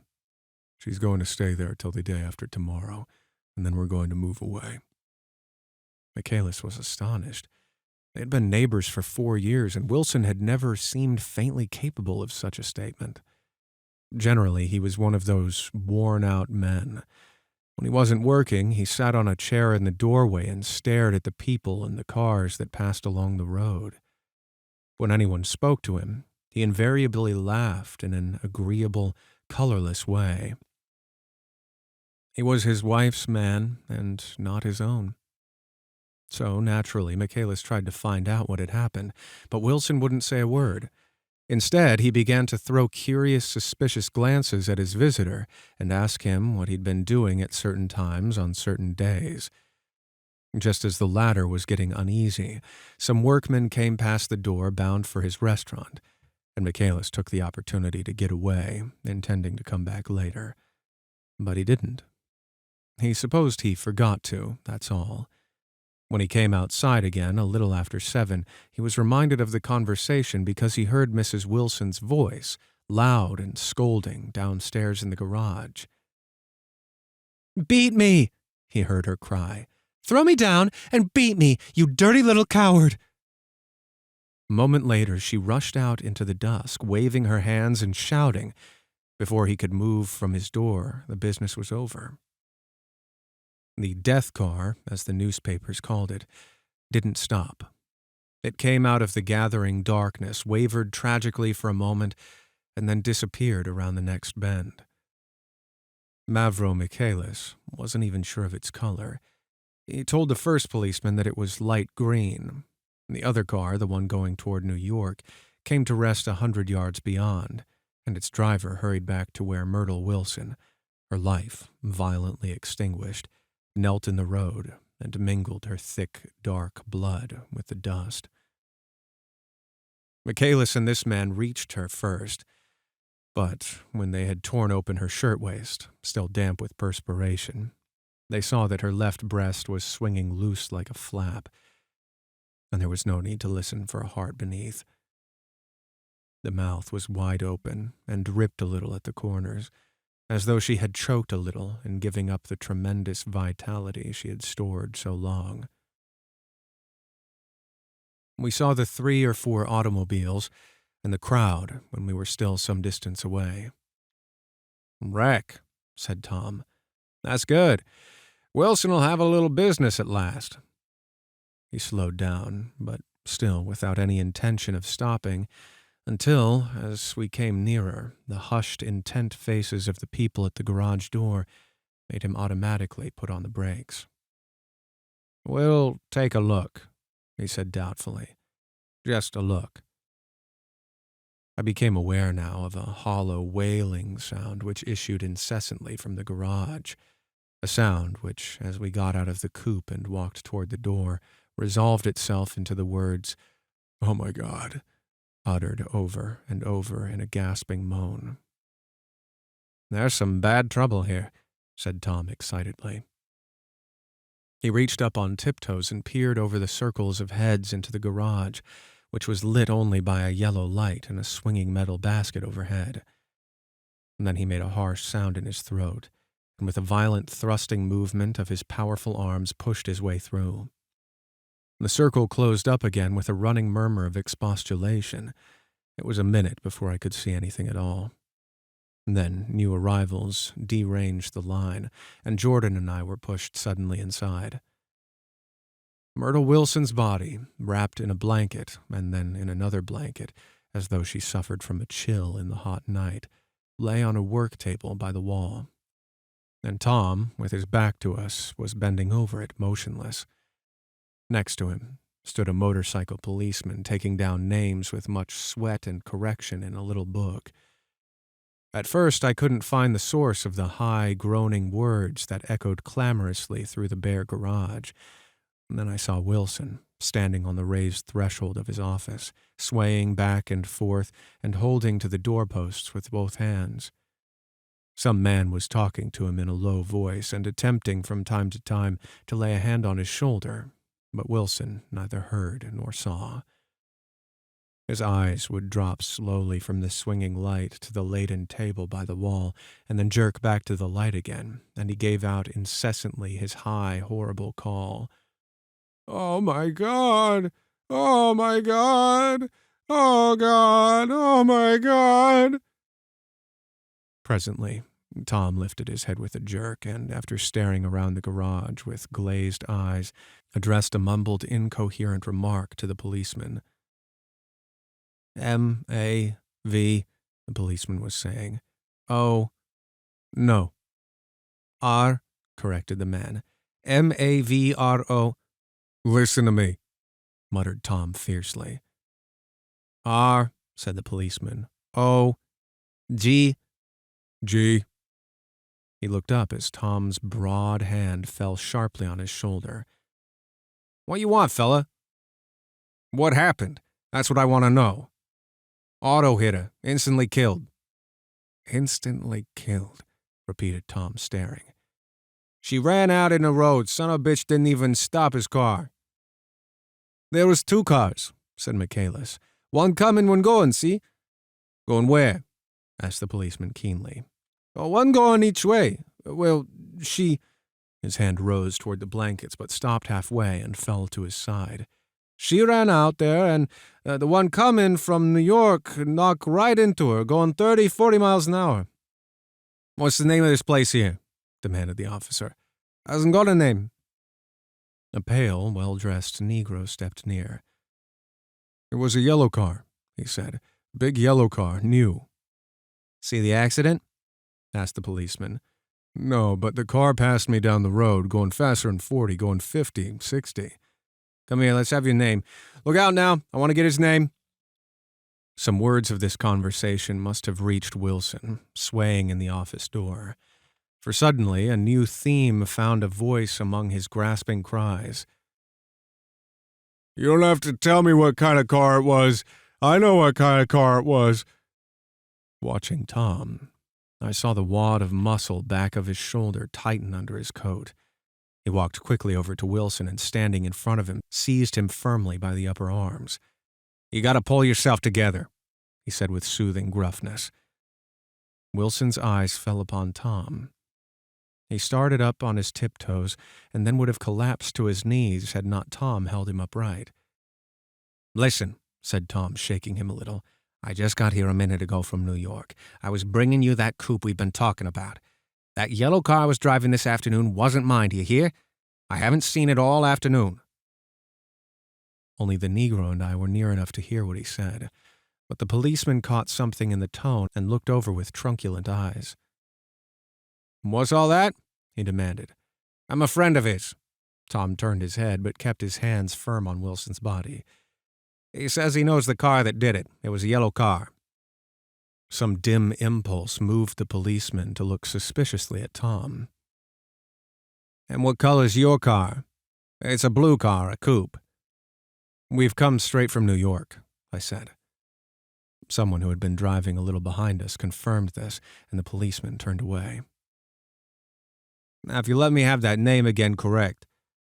Picking up Wilson like a doll, Tom carried him into the office, set him down in a chair, and came back. If somebody'll come here and sit with him, he snapped authoritatively. He watched while the 2 men standing closest glanced at each other and went unwilling into the room. Then Tom shut the door on them and came down the single step, his eyes avoiding the table. He passed close to me and whispered, Let's get out. Self-consciously, with his authoritative arms breaking the way, we pushed through the still-gathering crowd, passing a hurried doctor, case in hand, who had been sent for in wild hope half an hour ago. Tom drove slowly until we were beyond the bend. Then his foot came down hard, and the coupe raced along through the night. In a little while I heard a low, husky sob and saw that the tears were overflowing down his face. The goddamn coward, he whimpered. He didn't even stop his car. The Buchanan's house floated suddenly toward us through the dark, rustling trees. Tom stopped beside the porch and looked up at the second floor where 2 windows bloomed with lights among the vines. Daisy's home, he said. As we got out of the car, he glanced at me and frowned slightly. I'd have dropped you at West Egg, Nick. Snap. I ought to have dropped you in West Egg, Nick. There's nothing we can do tonight. A change had come over him, and he spoke gravely and with decision. As we walked across the moonlight gravel to the porch, he disposed of the situation in a few brisk phrases. "I'll telephone for a taxi to take you home, and while you're waiting, you and Jordan better go in the kitchen and get you some supper, if you want any." He opened the door. "Come in." "No, thanks, but I'm glad if you order me the taxi. I'll wait outside." Jordan put her hand on my arm. "Won't you come in, Nick?" "No, thanks." I was feeling a little sick, and I wanted to be alone, but Jordan lingered for a moment more. "It's only 9:30, she said. I'd be damned if I'd go in. I'd had enough of all of them for one day, and suddenly that included Jordan, too. She must have seen something of this in my expression, for she turned abruptly away and ran up the porch steps into the house. I sat down for a few minutes with my head in my hands until I heard the phone taken up inside and the butler's voice calling a taxi. Then I walked slowly down the drive from the house, intending to wait by the gate. I hadn't gone 20 yards when I heard my name, and Gatsby stepped out between two bushes into the path. I must have felt pretty weird by that name because I couldn't think of nothing except the luminosity of his pink suit under the moon. "What are you doing?" I inquired. "Just standing out here, old sport." Somehow, that seemed a despicable occupation. For all I knew, he was going to rob the house in a moment. I wouldn't have been surprised to see the sinister faces of the Wolfsheim people behind him in the dark shrubbery. "Did you see any trouble on the road?" he asked after a minute. "Yes." He hesitated. "Was she killed?" "Yes." "I thought so. I told Daisy I thought so. It's better the shock should all come at once. She stood it pretty well." He spoke as if Daisy's reaction was the only thing that mattered. "I got to West Egg by a side road," he went on, "and left the car in my garage. I don't think anybody saw us, but of course I can't be sure." I disliked him so much by this time that I didn't find it necessary to tell him he was wrong. "Who was the woman?" he inquired. "Her name was Wilson. Her husband owns the garage. How the devil did it happen?" "Well, I tried to swing the wheel." He broke off, and suddenly I guessed the truth. "Was Daisy driving?" "Yes," he said after a moment. "But of course I'll say I was. You see, when we left New York, she was very nervous, and she thought it would steady her to drive. And this woman rushed out at us just as we were passing a car coming the other way. It all happened in a minute, but it seems to me that she wanted to speak to us, thought we were somebody she knew. Well, first, Daisy turned away from the woman toward the other car, and then she lost her nerve and turned back. The second my hand reached the wheel, I felt the shock. It must have killed her instantly. It ripped her open. "Don't tell me, old sport," he winced. "Anyhow, Daisy stepped on it. I tried to make her stop, but she couldn't. So I pulled on the emergency brake, then she fell over onto my lap, and I drove on. "She'll be all right tomorrow," he said presently. "I'm just going to wait here and see if he tries to bother her about that unpleasantness this afternoon. She's locked herself into a room, and if he tries any brutality, she's going to turn the light out and on again." "He won't touch her," I said. "He's not thinking about her." "I don't trust him, old sport." "How long are you going to wait?" "All night, if necessary. Anyhow, till they all go to bed." A new point of view occurred to me. Suppose Tom found out that Daisy had been driving. He might think he saw a connection in it. He might think anything. I looked at the house. There were 2 or 3 bright windows downstairs, and the pink glow from Daisy's room on the ground floor. "You wait here," I said. "I'll see if there's any sign of commotion." I walked back along the border of the lawn, traversed the gravel softly, and tiptoed up the veranda steps. The drawing room curtains were open, and I saw that the room was empty. Crossing the porch where we had dined that June 3 months before, I came to a small rectangle of light, which I guessed was the pantry window. The blind was drawn, but I found a rift at the sill. Daisy and Tom were sitting opposite each other at the kitchen table, with a plate of cold fried chicken between them and 2 bottles of ale. He was talking intently across the table at her, and in his earnestness his hand had fallen upon and covered her own. Once in a while she looked up at him and nodded in agreement. They weren't happy, and neither of them had touched the chicken or the ale, and yet they weren't unhappy either. There was an unmistakable air of natural intimacy about the picture, and anybody would have said that they were conspiring together. As I tiptoed from the porch, I heard my taxi fleeing its way along the dark road toward the house. Gatsby was waiting where I had left him in the drive. "Is it all quiet up there?" he asked anxiously. "Yes, it's all quiet." I hesitated. "You'd better come home and get some sleep." He shook his head. "I want to wait here until Daisy goes to bed. Good night, old sport." He put his hands in his coat pockets and turned back eagerly to his scrutiny of the house, as though my presence marred the sacredness of his vigil. So I walked away and left him standing there in the moonlight, watching over nothing. 8. I couldn't sleep all night. A foghorn was groaning incessantly on the sound, and I tossed half sick between grotesque reality and savage, frightening dreams. Toward dawn, I heard a taxi go up Gatsby's drive, and immediately I jumped out of bed and began to dress. I felt that I had something to tell him, something to warn him about, and morning would be too late. Crossing his lawn, I saw that his front door was still open, and he was leaning against a table in the hall, heavy with dejection or sleep. "Nothing happened," he said wanly. "I waited, and about 4 o'clock she came to the window and stood there for a minute, and then turned out the light."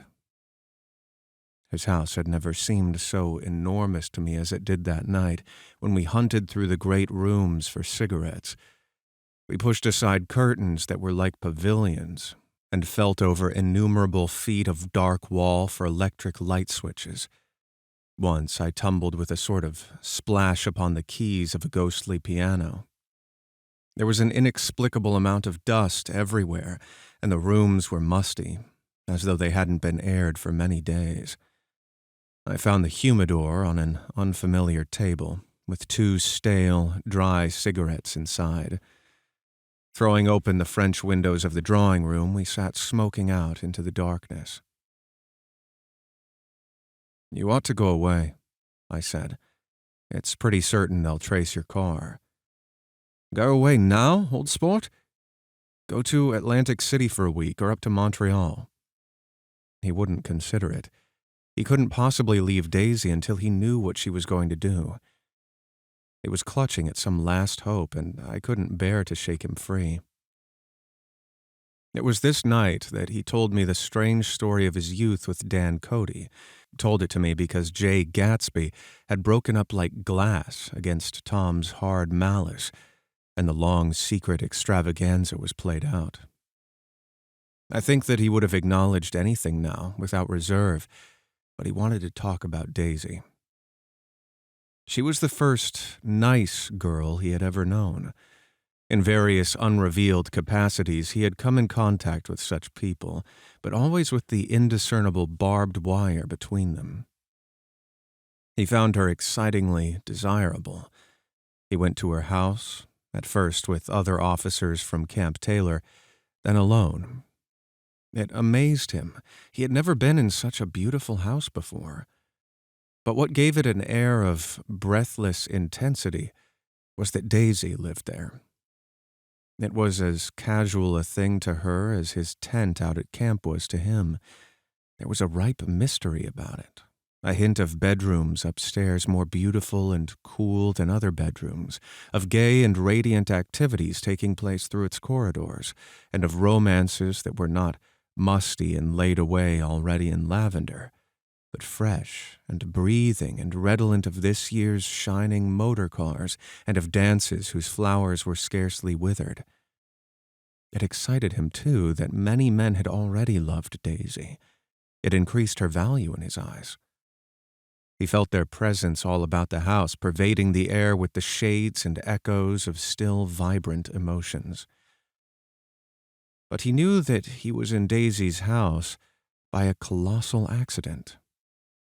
However glorious might be his future as Jay Gatsby, he was at present a penniless young man without a past, and at any moment the invisible cloak of his uniform might slip from his shoulders. So he made the most of his time. He took what he could get, ravenously and unscrupulously. Eventually he took Daisy one still October night, took her because he had no real right to touch her hand. He might have despised himself, for he had certainly taken her under false pretenses. I don't mean that he had traded on his phantom millions, but he had deliberately given Daisy a sense of security. He let her believe that he was a person of much the same strata as herself, that he was fully able to take care of her.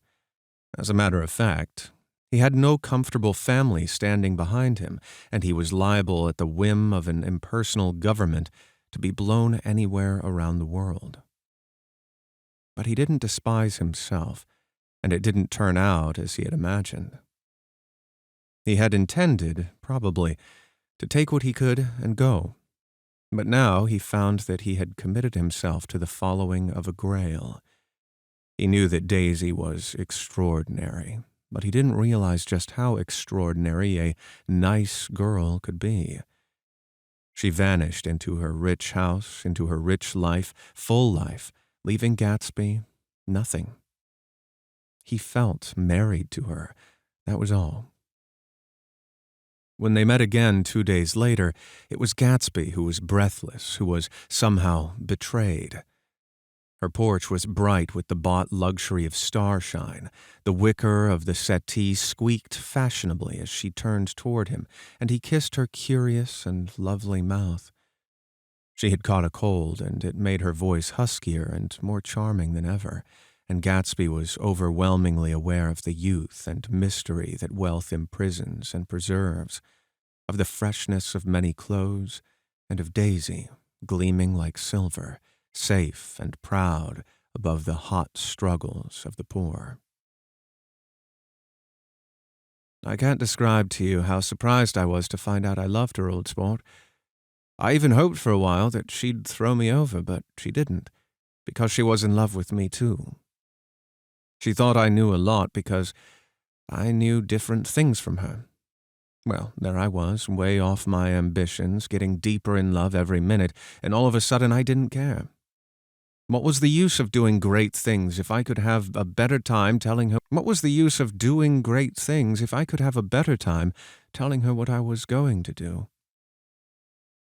On the last afternoon before he went abroad, he sat with Daisy in his arms for a long, silent time.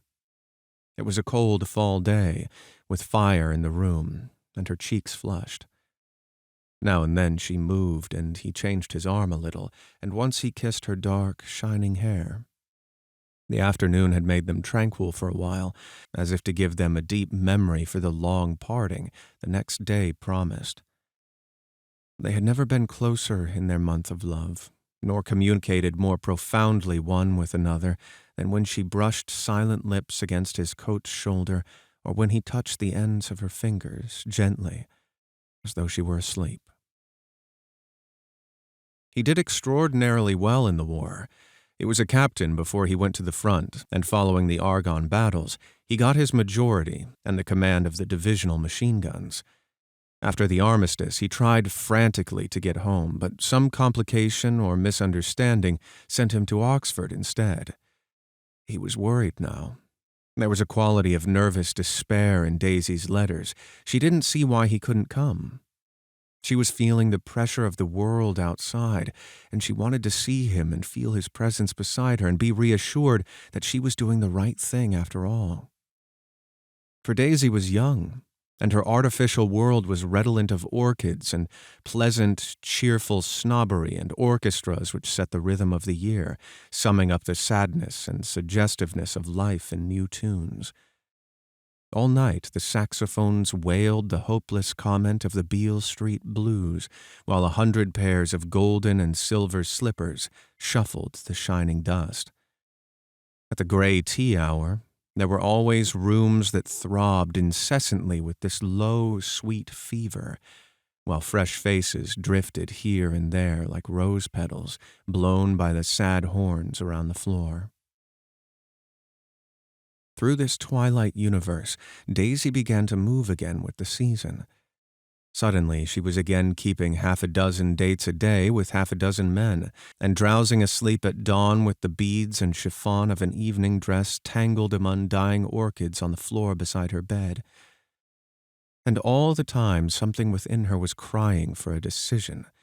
She wanted her life shaped now, immediately, and the decision must be made by some force of love, of money, of unquestionable practicality that was close at hand.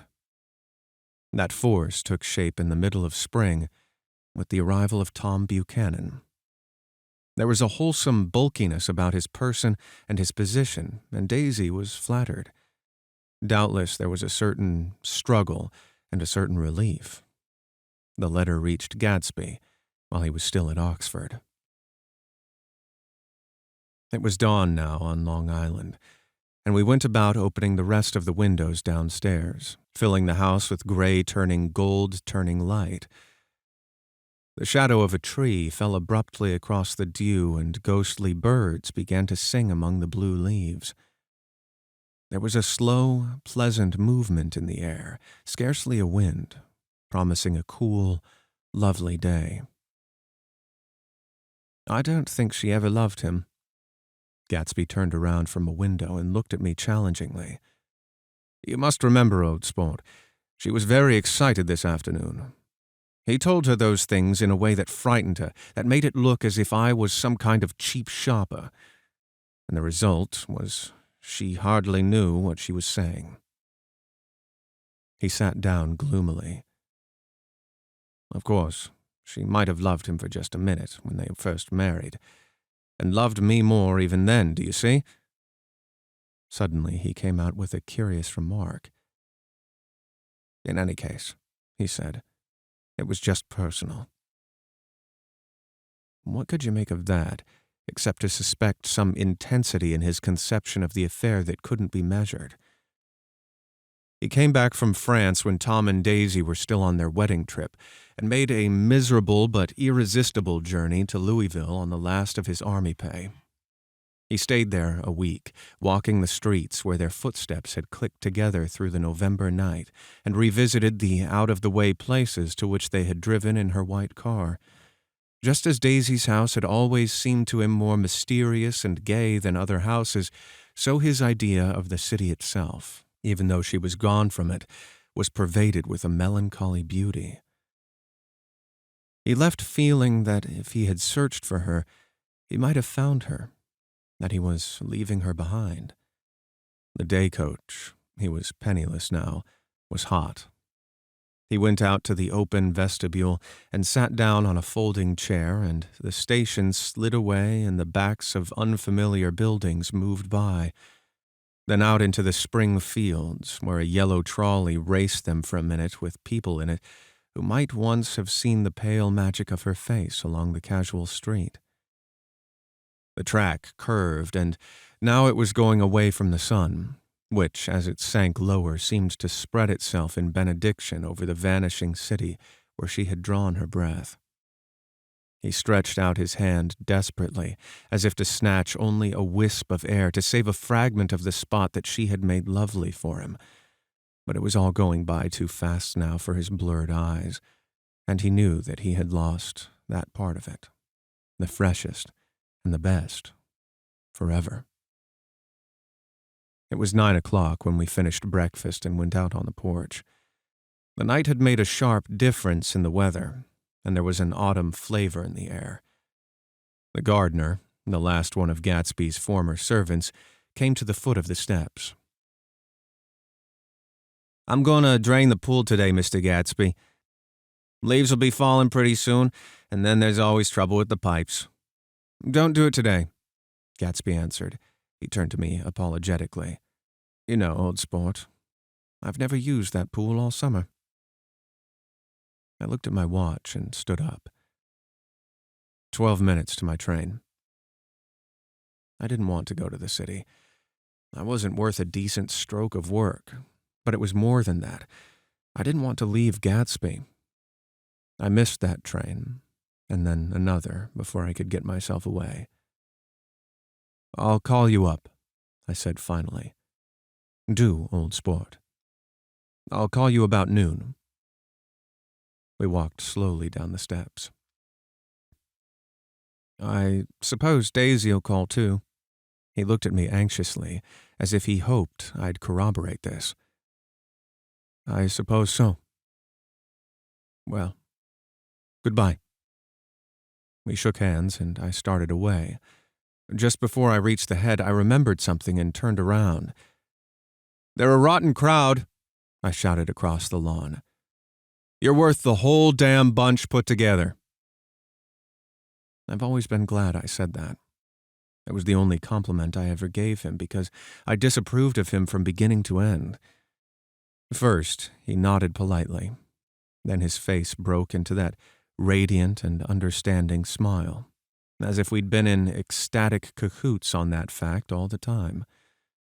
His gorgeous pink rag of a suit made a bright spot of color against the white steps, and I thought of the night when I first came to his ancestral home 3 months earlier.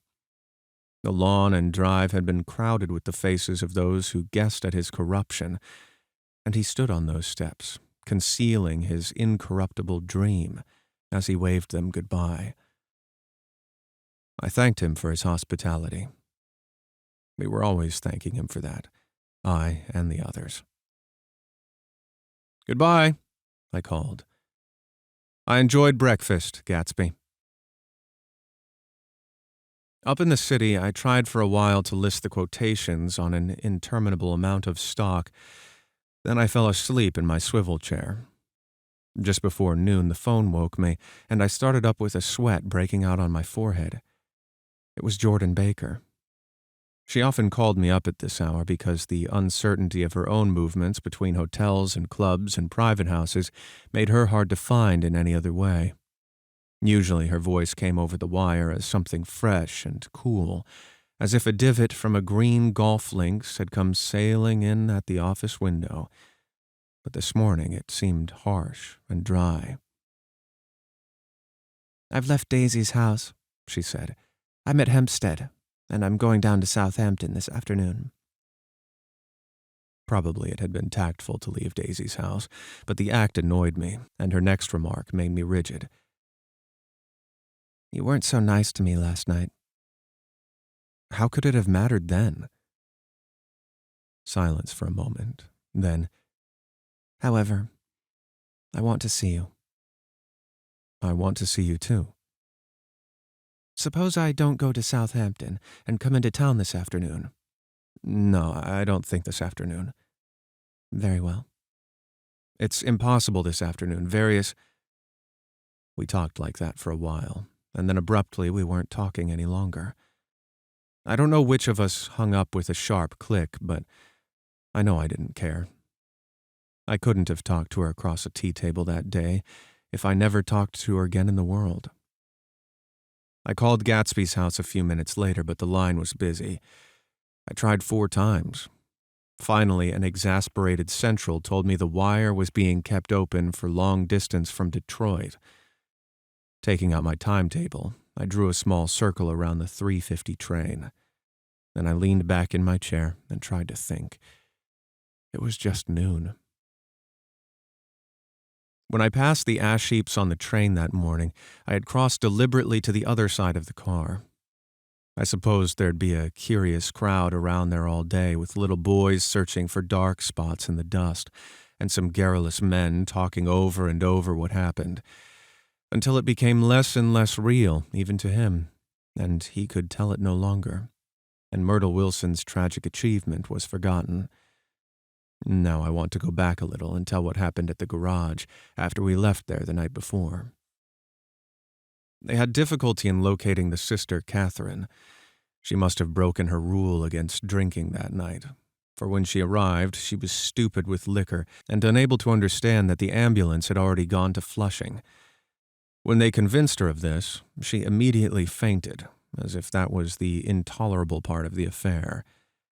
Someone, kind or curious, took her in his car and drove her in the wake of her sister's body. Until long after midnight, a changing crowd lapped up against the front of the garage, while George Wilson rocked himself back and forth on the couch inside. For a while, the door of the office was open, and everyone who came into the garage glanced irresistibly through it. Finally, someone said it was a shame and closed the door. Michaelis and several other men were with him. First 4 or 5 men, later 2 or 3. Still later, Michaelis had to ask the last stranger to wait there 15 minutes longer while he went back to his own place and put on a pot of coffee. After that, he stayed there alone with Wilson until dawn. About 3 o'clock, the quality of Wilson's incoherent muttering changed. He grew quieter and began to talk about the yellow car. He announced that he had a way of finding out whom the yellow car belonged to, and then he blurted out that a couple of months ago his wife had come from the city with her face bruised and her nose swollen. But when he heard himself say this, he flinched and began to cry. "Oh, my God," again in his groaning voice. Michaelis made a clumsy attempt to distract him. "How long have you been married, George? Come on there, try and sit still a minute and answer my question. How long have you been married?" 12 years. Ever had any children?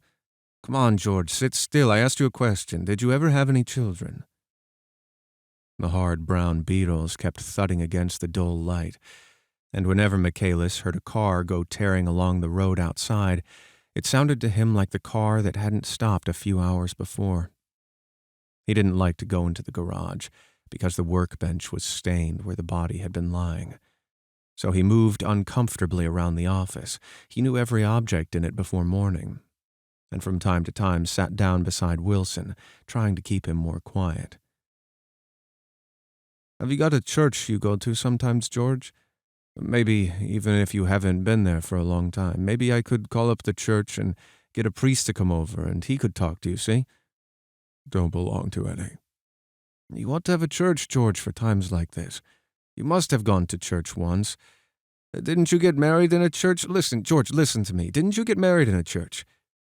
"That was a long time ago." The effort of answering broke the rhythm of his rocking. For a moment he was silent.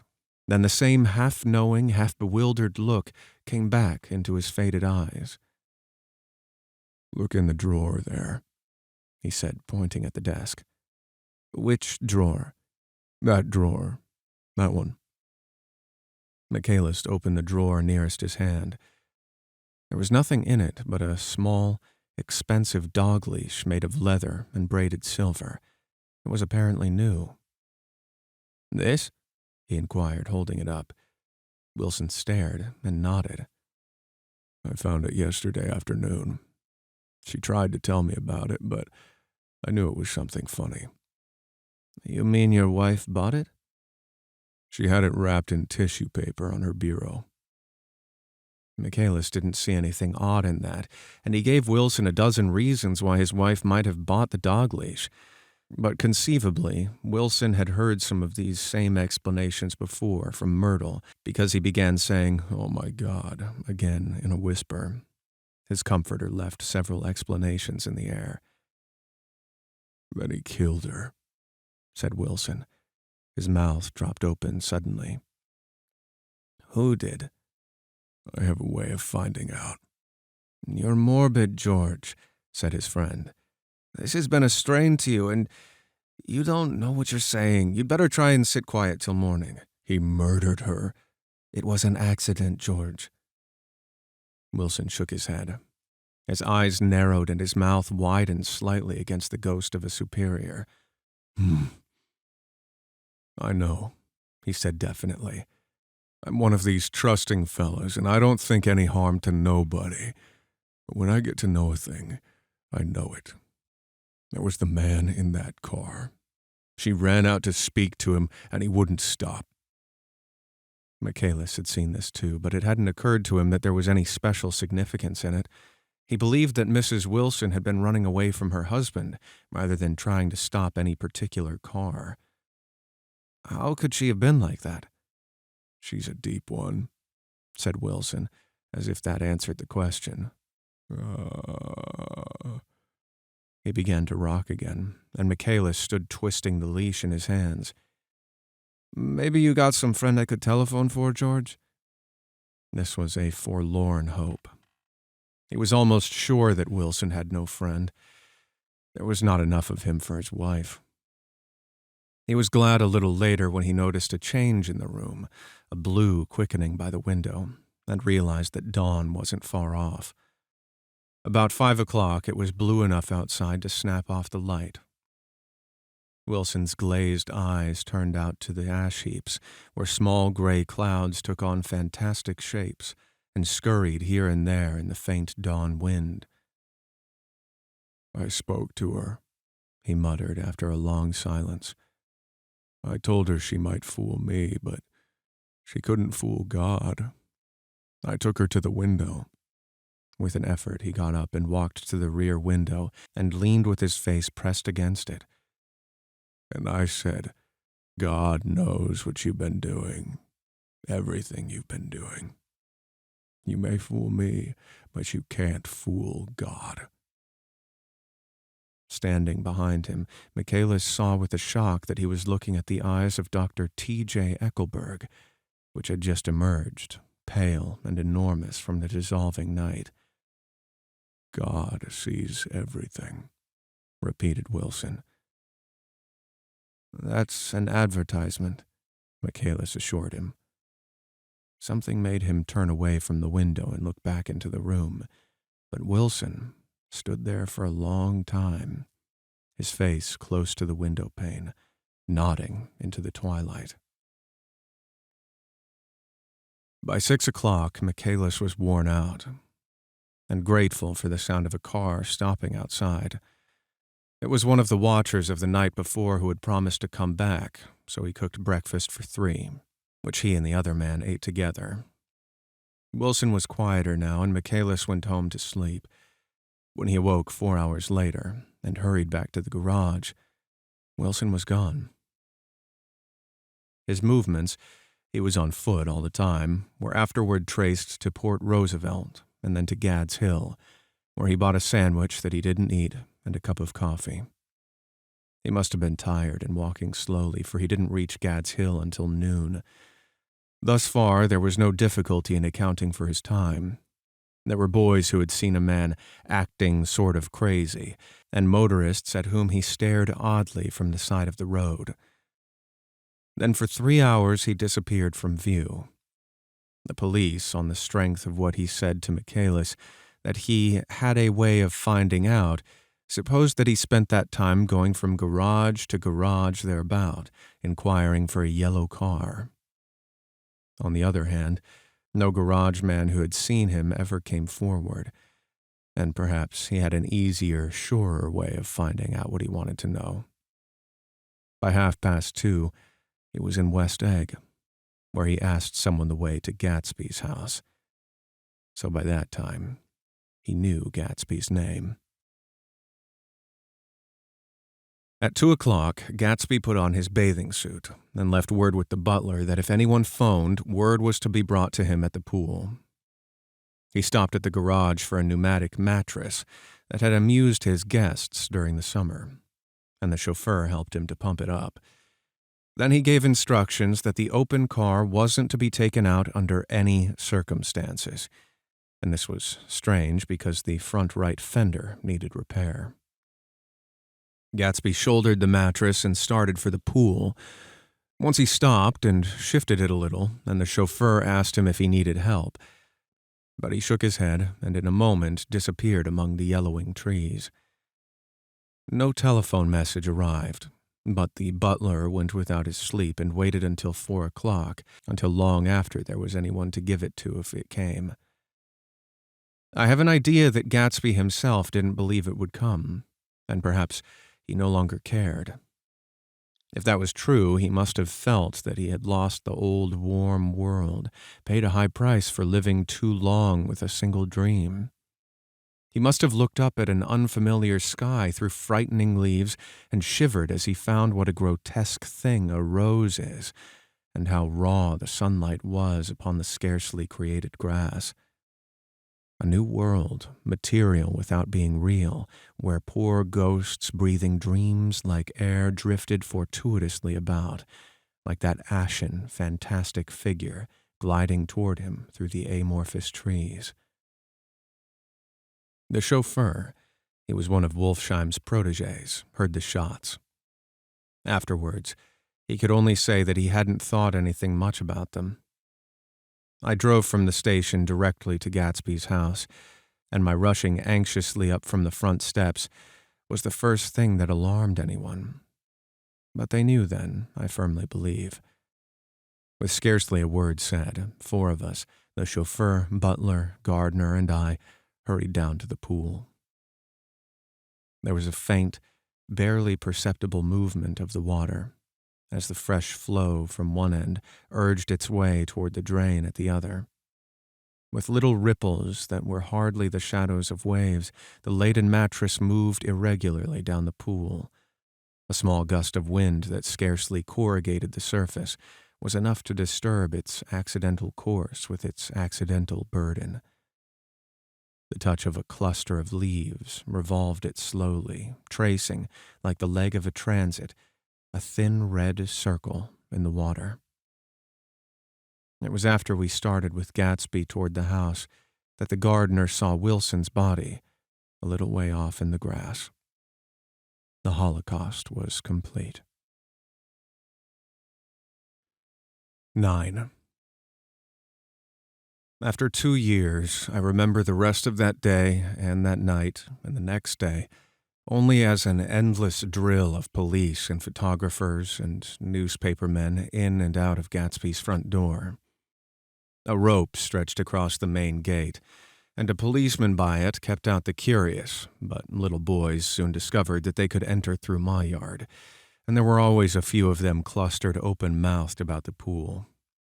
Someone with a positive manner, perhaps a detective, used the expression madman as he bent over Wilson's body that afternoon, and the adventitious authority of his voice set the key for the newspaper reports the next morning.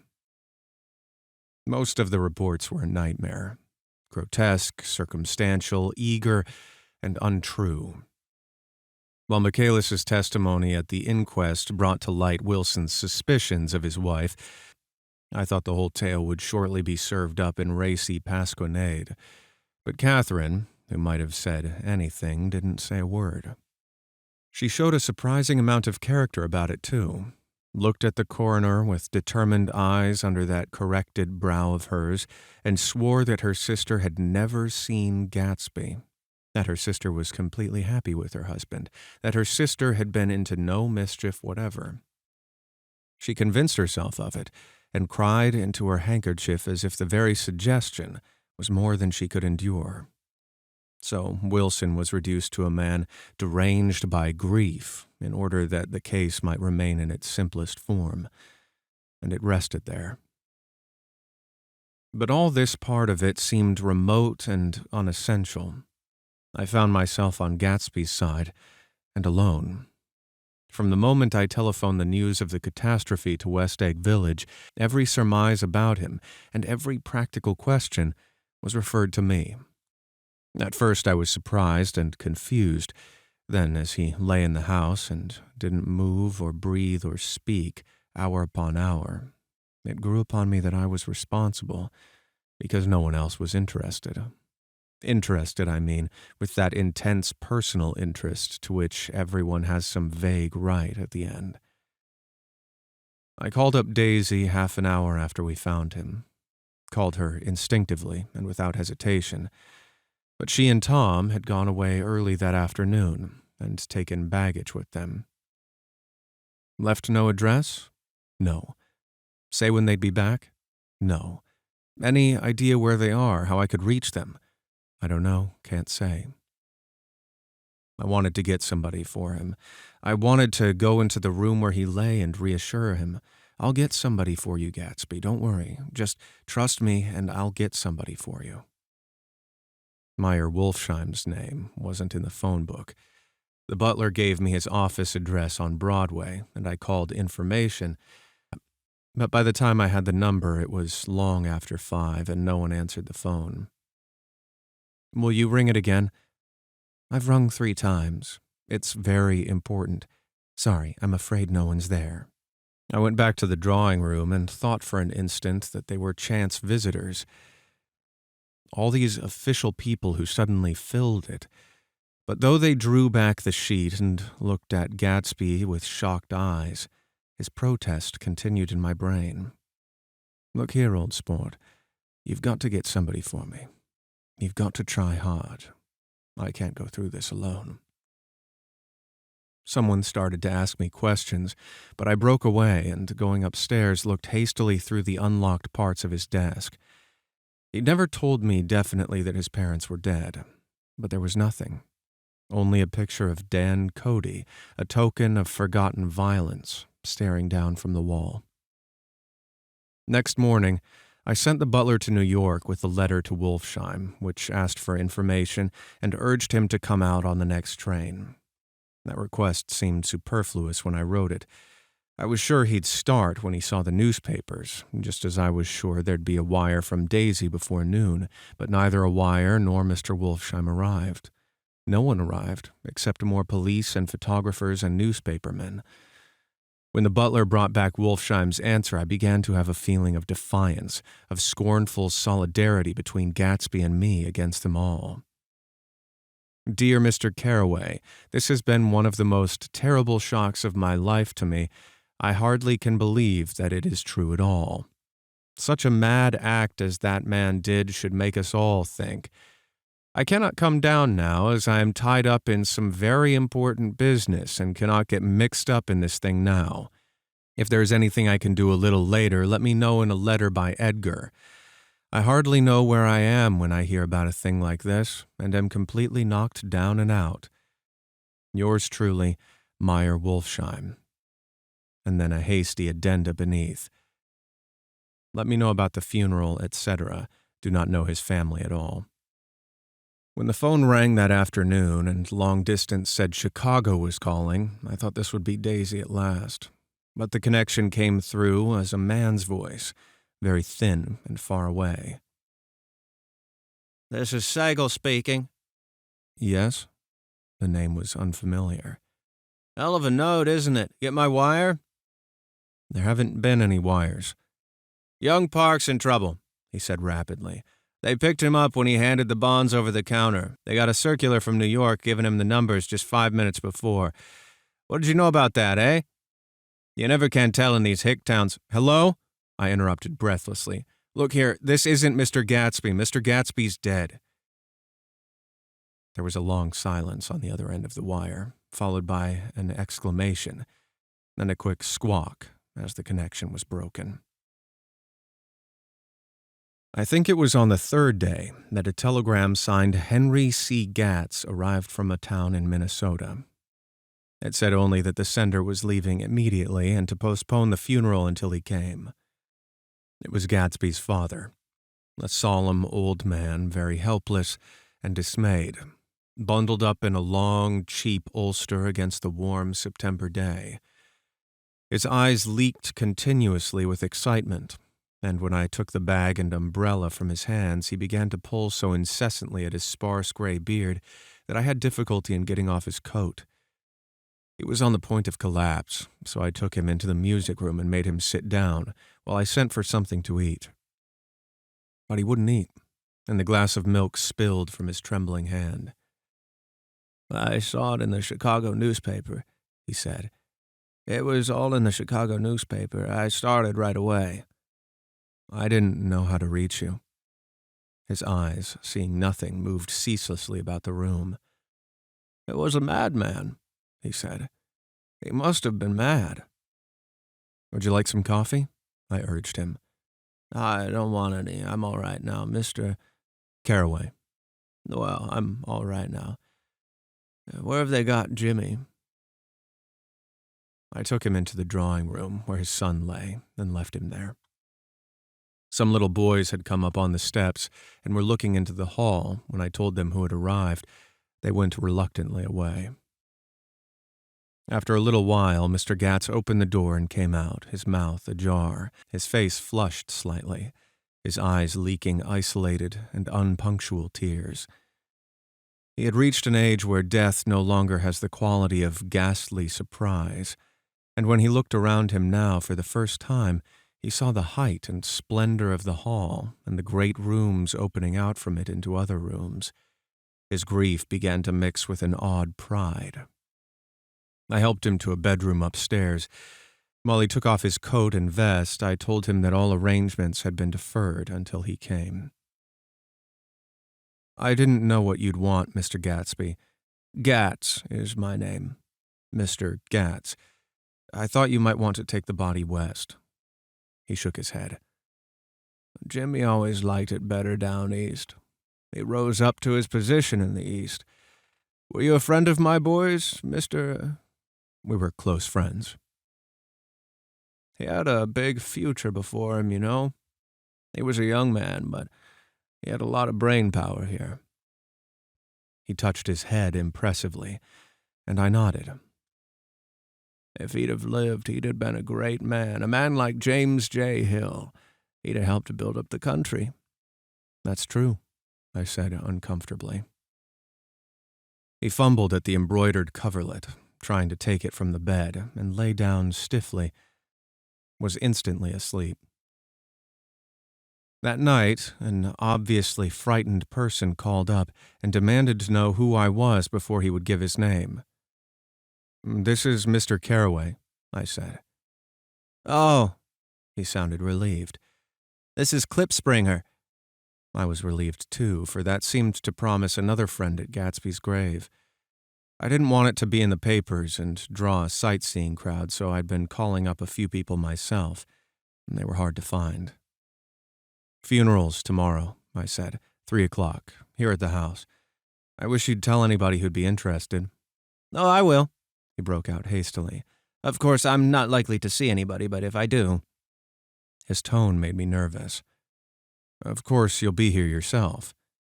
"Well, I'll try, certainly. What I called about is—" "Wait a minute," I interrupted. "How about saying you'll come?" "Well, the fact is, the truth of the matter is that I'm staying with some people up here in Greenwich, and they rather expect me to be with them tomorrow. In fact, there's a sort of picnic or something. Of course, I'll do my best to get away." I ejaculated an unrestrained, and he must have heard me, for he went on nervously. "What I called about was a pair of shoes I left there. I wonder if it'd be too much trouble to have the butler send them on. You see, they're tennis shoes, and I'm sort of helpless without them. My address is care of B.F. I didn't hear the rest of the name because I hung up the receiver. After that, I felt a certain shame for Gatsby. One gentleman to whom I telephoned implied that he had got what he deserved.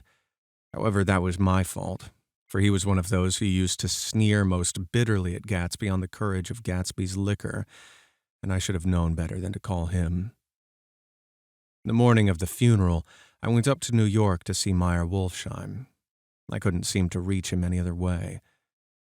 The door that I pushed open on the advice of the elevator boy was marked the Swastika Holding Company. And at first, there didn't seem to be anyone inside, but when I'd shouted hello several times in vain, an argument broke out behind a partition, and presently a lovely Jewess appeared at the interior door and scrutinized me with black, hostile eyes. "Nobody's in," she said. "Mr. Wolfsheim's gone to Chicago."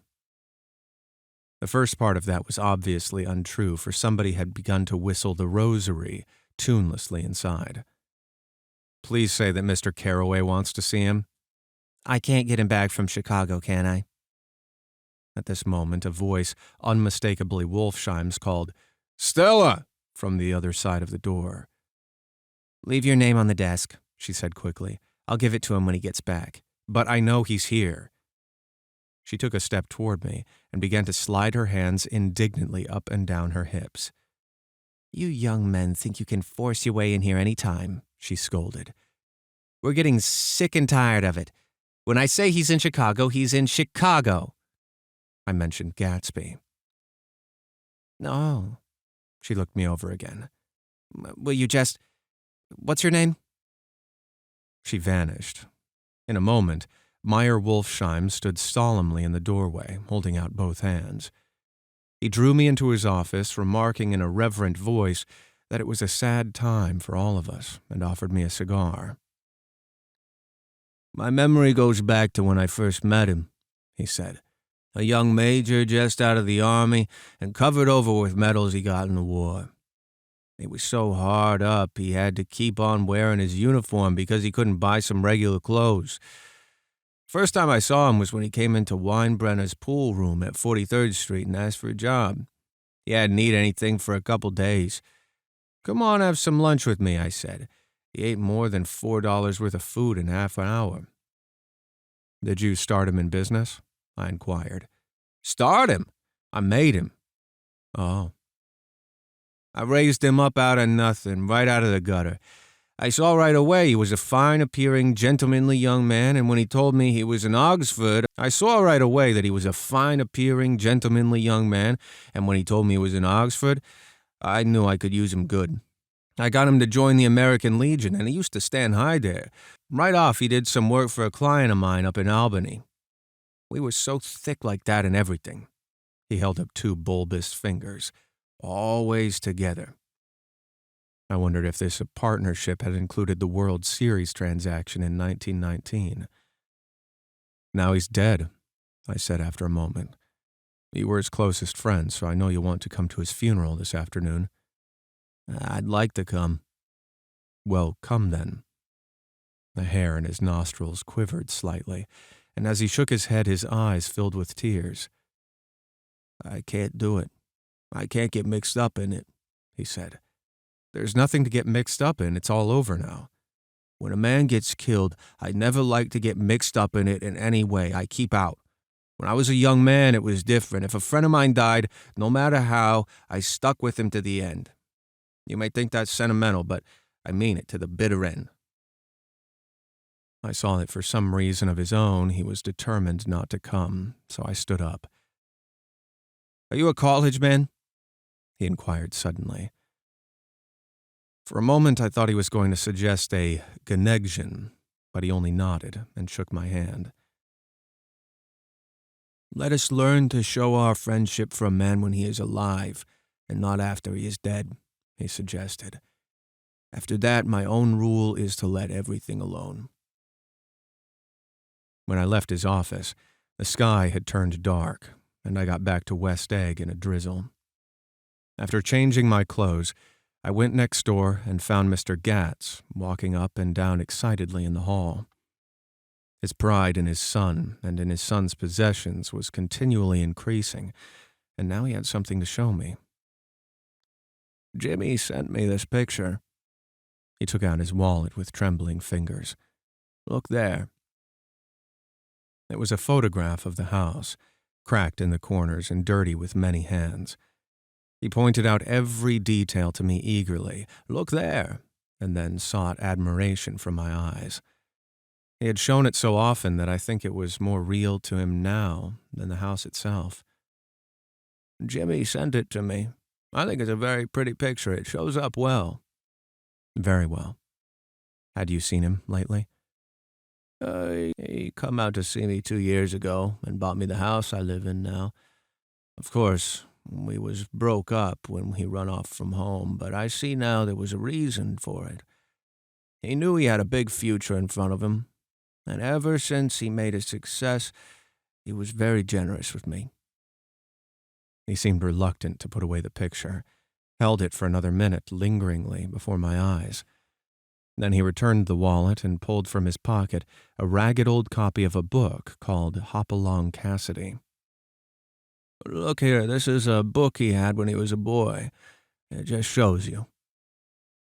He opened it at the back cover and turned it around for me to see.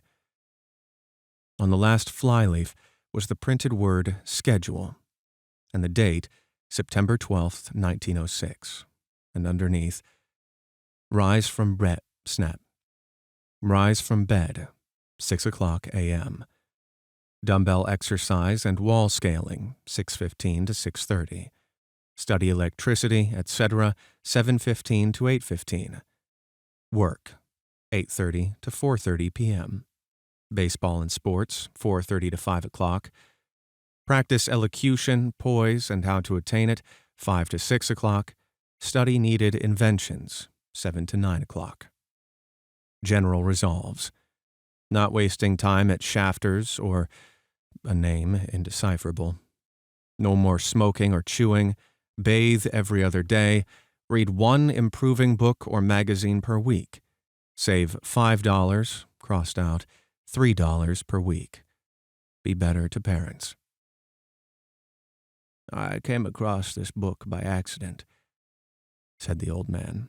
It just shows you, doesn't it? It just shows you. Jimmy was bound to get ahead.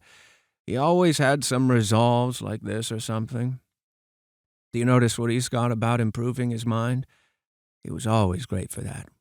He told me I ate like a hog once and I beat him for it. He was reluctant to close the book, reading each item aloud and then looking eagerly at me. I think he rather expected me to copy down the list for my own use. A little before 3, the Lutheran minister arrived from Flushing, and I began to look involuntarily out the windows for other cars. So did Gatsby's father. And as the time passed and the servants came in and stood waiting in the hall, his eyes began to blink anxiously, and he spoke of the rain in a worried, uncertain way. The minister glanced several times at his watch, so I took him aside and asked him to wait for half an hour. But it wasn't any use. Nobody came. About 5 o'clock, our procession of 3 cars reached the cemetery and stopped in a thick drizzle beside the gate. First a motor hearse, horribly black and wet, then Mr. Gatz and the minister and me in the limousine, and a little later 4 or 5 servants and the postman from West Egg in Gatsby's station wagon, all wet to the skin. As we started through the gate into the cemetery, I heard a car stop, and then the sound of someone splashing after us over the soggy ground. I looked around. It was the man with owl-eyed glasses whom I found marveling over Gatsby's books in the library one night 3 months before. I'd never seen him since then. I don't know how he knew about the funeral or even his name. The rain poured down his thick glasses, and he took them off and wiped them to see the protecting canvas unrolled from Gatsby's grave. I tried to think about Gatsby then for a moment, but he was already too far away, and I could only remember without resentment that Daisy hadn't sent a message or a flower. Dimly I heard someone murmur, "Blessed are the dead that the rain falls on," and then the owl-eyed man said, "Amen to that," in a brave voice. We straggled down quickly through the rain to the cars. Owl Eyes spoke to me by the gate. "I couldn't get to the house," he remarked. Neither could anybody else. "Go on," he started. "Why, my God? They used to go there by the hundreds." He took off his glasses and wiped them again outside and in. "The poor son of a bitch," he said. One of my most vivid memories is of coming back west from prep school and later from college at Christmas time. Those who went farther than Chicago would gather in the old, dim Union Station at 6 o'clock of a December evening with a few Chicago friends, already caught up into their own holiday gaieties, to bid them a hasty goodbye. I remember the fur coats of the girls returning from Miss This or That's, and the chatter of frozen breath, and the hands waving overhead as we caught sight of old acquaintances and the matchings of invitations. Are you going to Ordway's, the Hershey's, the Schultz's? And the long green tickets clasped tight in our gloved hands. And the last murky yellow cars of the Chicago, Milwaukee, and St. Paul Railroad looking cheerfully as Christmas itself on the tracks beside the gate. When we pulled out into the winter night and the real snow, our snow, began to stretch out beside us and twinkle against the windows, and the dim lights of small Wisconsin stations moved by, a sharp, wild brace came suddenly into the air. We drew in deep breaths of it as we walked back from dinner through the cold vestibules, unutterably aware of our identity with this country for one strange hour, before we melted indistinguishably into it again. That's my Middle West, not the wheat or the prairies or the lost Swede towns, but the thrilling returning of trains of my youth, and the street lamps and sleigh bells in the frosty dark, and the shadows of holly wreaths thrown by lighted windows on the window. I am part of that. A little solemn with the feel of those long winters, a little complacent from growing up in the Caraway house in a city where dwellings were still called through decades by a family's name. I see now that this has been a story of the West, after all. Tom and Gatsby and Jordan and I were all Westerners, and perhaps we possessed some deficiency in common which made us subtly unadaptable to Eastern life. Even when the East excited me most, even when I was most keenly aware of its superiority to the bored, sprawling, swollen towns beyond the Ohio, with their interminable inquisitions which spared only the children and the very old, even then it had always for me a quality of distortion. West Egg, especially, still figures in my more fantastic dreams. I see it as a night scene by El Greco, 100 houses, at once conventional and grotesque, crouching under a sullen, overhanging sky and a lusterless moon. In the foreground, 4 solemn men in dress suits are walking along the sidewalk, with a stretcher on which lies a drunken woman in a white evening dress. Her hand, which dangles over the side, sparkles cold with jewels. Gravely, the men turn in at a house, the wrong house, but no one knows the woman's name, and no one cares. After Gatsby's death, the East was haunted for me like that, distorted beyond my eyes' power of correction. So when the blue smoke of brittle leaves was in the air, and the wind blew the wet laundry stiff on the line, I decided to come back home. There was one thing to be done before I left. An awkward, unpleasant thing that perhaps had better have been left alone. But I wanted to leave things in order, and not just trust that obliging and indifferent sea to sweep my refuse away. I saw Jordan Baker, and talked over and around what had happened to us together, and what had happened afterward to me, and she lay perfectly still, listening, in a big chair. She was dressed to play golf, and I remember thinking she looked like a good illustration. Her chin raised a little jauntily, her hair the color of an autumn leaf, her face the same brown tint as the fingerless gloves on her knee. When I had finished, she told me without comment that she was engaged to another man. I doubted that, though there were several she could have married at a nod of her head, but I pretended to be surprised. For just a minute, I wondered if I wasn't making a mistake. And then I thought it all over again quickly and got up to say goodbye. "Nevertheless, you did throw me over," said Jordan suddenly. "You threw me over on the telephone. I don't give a damn about you now, but it was a new experience for me, and I felt a little dizzy for a while." We shook hands. "Oh, and do you remember," she added, "a conversation we once had about driving a car?" "Why, not exactly." "You said a bad driver was only safe until she met another bad driver. Well, I met another bad driver, didn't I? I mean, it was careless of me to make such a wrong guess. I thought you were rather an honest, straightforward person. I thought it was your secret pride." "I'm 30, I said. I'm 5 years too old to lie to myself and call it honor." She didn't answer. Angry, and half in love with her, and tremendously sorry, I turned away. One afternoon late in October, I saw Tom Buchanan, He was walking ahead of me along Fifth Avenue in his alert, aggressive way. His hands out a little from his body as if to fight off interference, his head moving sharply here and there, adapting itself to restless eyes. Just as I slowed up to avoid overtaking him, he stopped and began frowning into the windows of a jewelry store. Suddenly he saw me and walked back, holding out his hand. "What's the matter, Nick?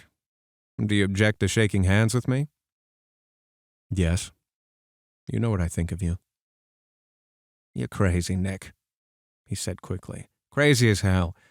I don't know what's the matter with you." "Tom," I inquired, "what did you say to Wilson that afternoon?" He stared at me without a word, and I knew I had guessed right about those missing hours. I started to turn away, but he took a step after me and grabbed my arm. "I told him the truth," he said. "He came to the door while we were getting ready to leave. And when I sent down word that we weren't in, he tried to force his way upstairs. He was crazy enough to kill me if I hadn't told him who owned the car. His hand was on a revolver in his pocket every minute he was in the house." He broke off defiantly. What did I tell him? That fella had it coming to him. He threw dust into our eyes just like he did in Daisy's, but he was a tough one. He ran over Myrtle like you'd run over a dog and never even stopped his car. There was nothing I could say, except the one unutterable fact that it wasn't true. And if you think I didn't have my share of suffering, look here, when I went to give up that flat and saw that damn box of dog biscuits sitting there on the sideboard, I sat down and cried like a baby. My God, it was awful. I couldn't forgive him or like him, but I saw that what he had done was, to him, entirely justified. It was all very careless and confused. They were careless people, Tom and Daisy. They smashed up things and creatures and then retreated back into their money or their vast carelessness or whatever it was that kept them together, and let other people clean up the mess they had made. I shook hands with them. It seemed silly not to, for I felt suddenly as though I were talking to a child. Then he went into the jewelry store to buy a pearl necklace, or perhaps only a pair of cuff buttons, rid of my provincial squeamishness forever. Gatsby's house was still empty when I left. The grass on his lawn had grown as long as mine. One of the taxi drivers in the village never took a fare past the entrance gate without stopping for a minute and pointing inside. Perhaps it was he who drove Daisy and Gatsby over to East Egg the night of the accident, and perhaps he had made a story about it all his own. I didn't want to hear it, and I avoided him when I got off the train. I spent my Saturday nights in New York because those gleaming, dazzling parties of his were with me so vividly that I could still hear the music and the laughter, faint and incessant from his garden, and the cars going up and down his drive. One night I did hear a material car there and saw its lights stop at the front steps. But I didn't investigate. Probably it was some final guest who had been away at the ends of the earth and didn't know that the party was over. One last night, with my trunk packed and my car sold to the grocer, I went over and looked at the huge, incoherent failure of a house once more. On the white steps, an obscene word scrawled by some boy with a piece of brick stood out clearly in the moonlight, and I erased it, drawing my shoe raspingly along the stone. Then I wandered down to the beach and sprawled out on the sand. Most of the big shore places were closed now, and there were hardly any lights except the shadowy, moving glow of a ferry boat across the Sound. And as the moon rose higher, the inessential houses began to melt away, until gradually I became aware of the old island here that flowered once for Dutch sailors' eyes, a fresh green beast of the New World. Its vanished trees, the trees that had made way for Gatsby's house, had once pandered in whispers to the last and greatest of all human dreams. For a transitory, enchanted moment, man must have held his breath in the presence of this continent, compelled into an aesthetic contemplation he neither understood nor desired, face to face for the last time in history with something commensurate to his capacity for wonder. And as I sat there, brooding on the old, unknown world, I thought of Gatsby's wonder when he first picked out the green light at the end of Daisy's dock. He had come a long way into this blue lawn, and his dream must have seemed so close that he could hardly fail to grasp it. He did not know that it was already behind him, somewhere back in that vast obscurity beyond the city, where the dark fields of the Republic rolled on under the night. Gatsby believed in the green light, the orgiastic future that year by year recedes before us. It eluded us then, but that's no matter. Tomorrow we will run faster, stretch out our arms further, and one fine morning. So we beat on, boats against the current, borne back ceaselessly into the past.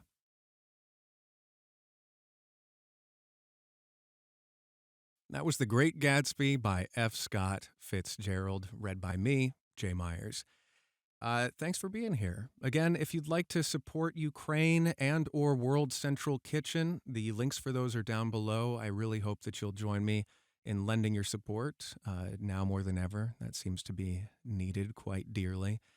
And this text was provided by the Gutenberg Project. They are a nonprofit organization that provides public domain e-texts for everybody with no copyright necessary. They just wish to be credited in certain ways. There's links to them down below as well if you want to check them out. Again, thanks for being here, and until the next one of these, be well, and I'll see you there. Toodles.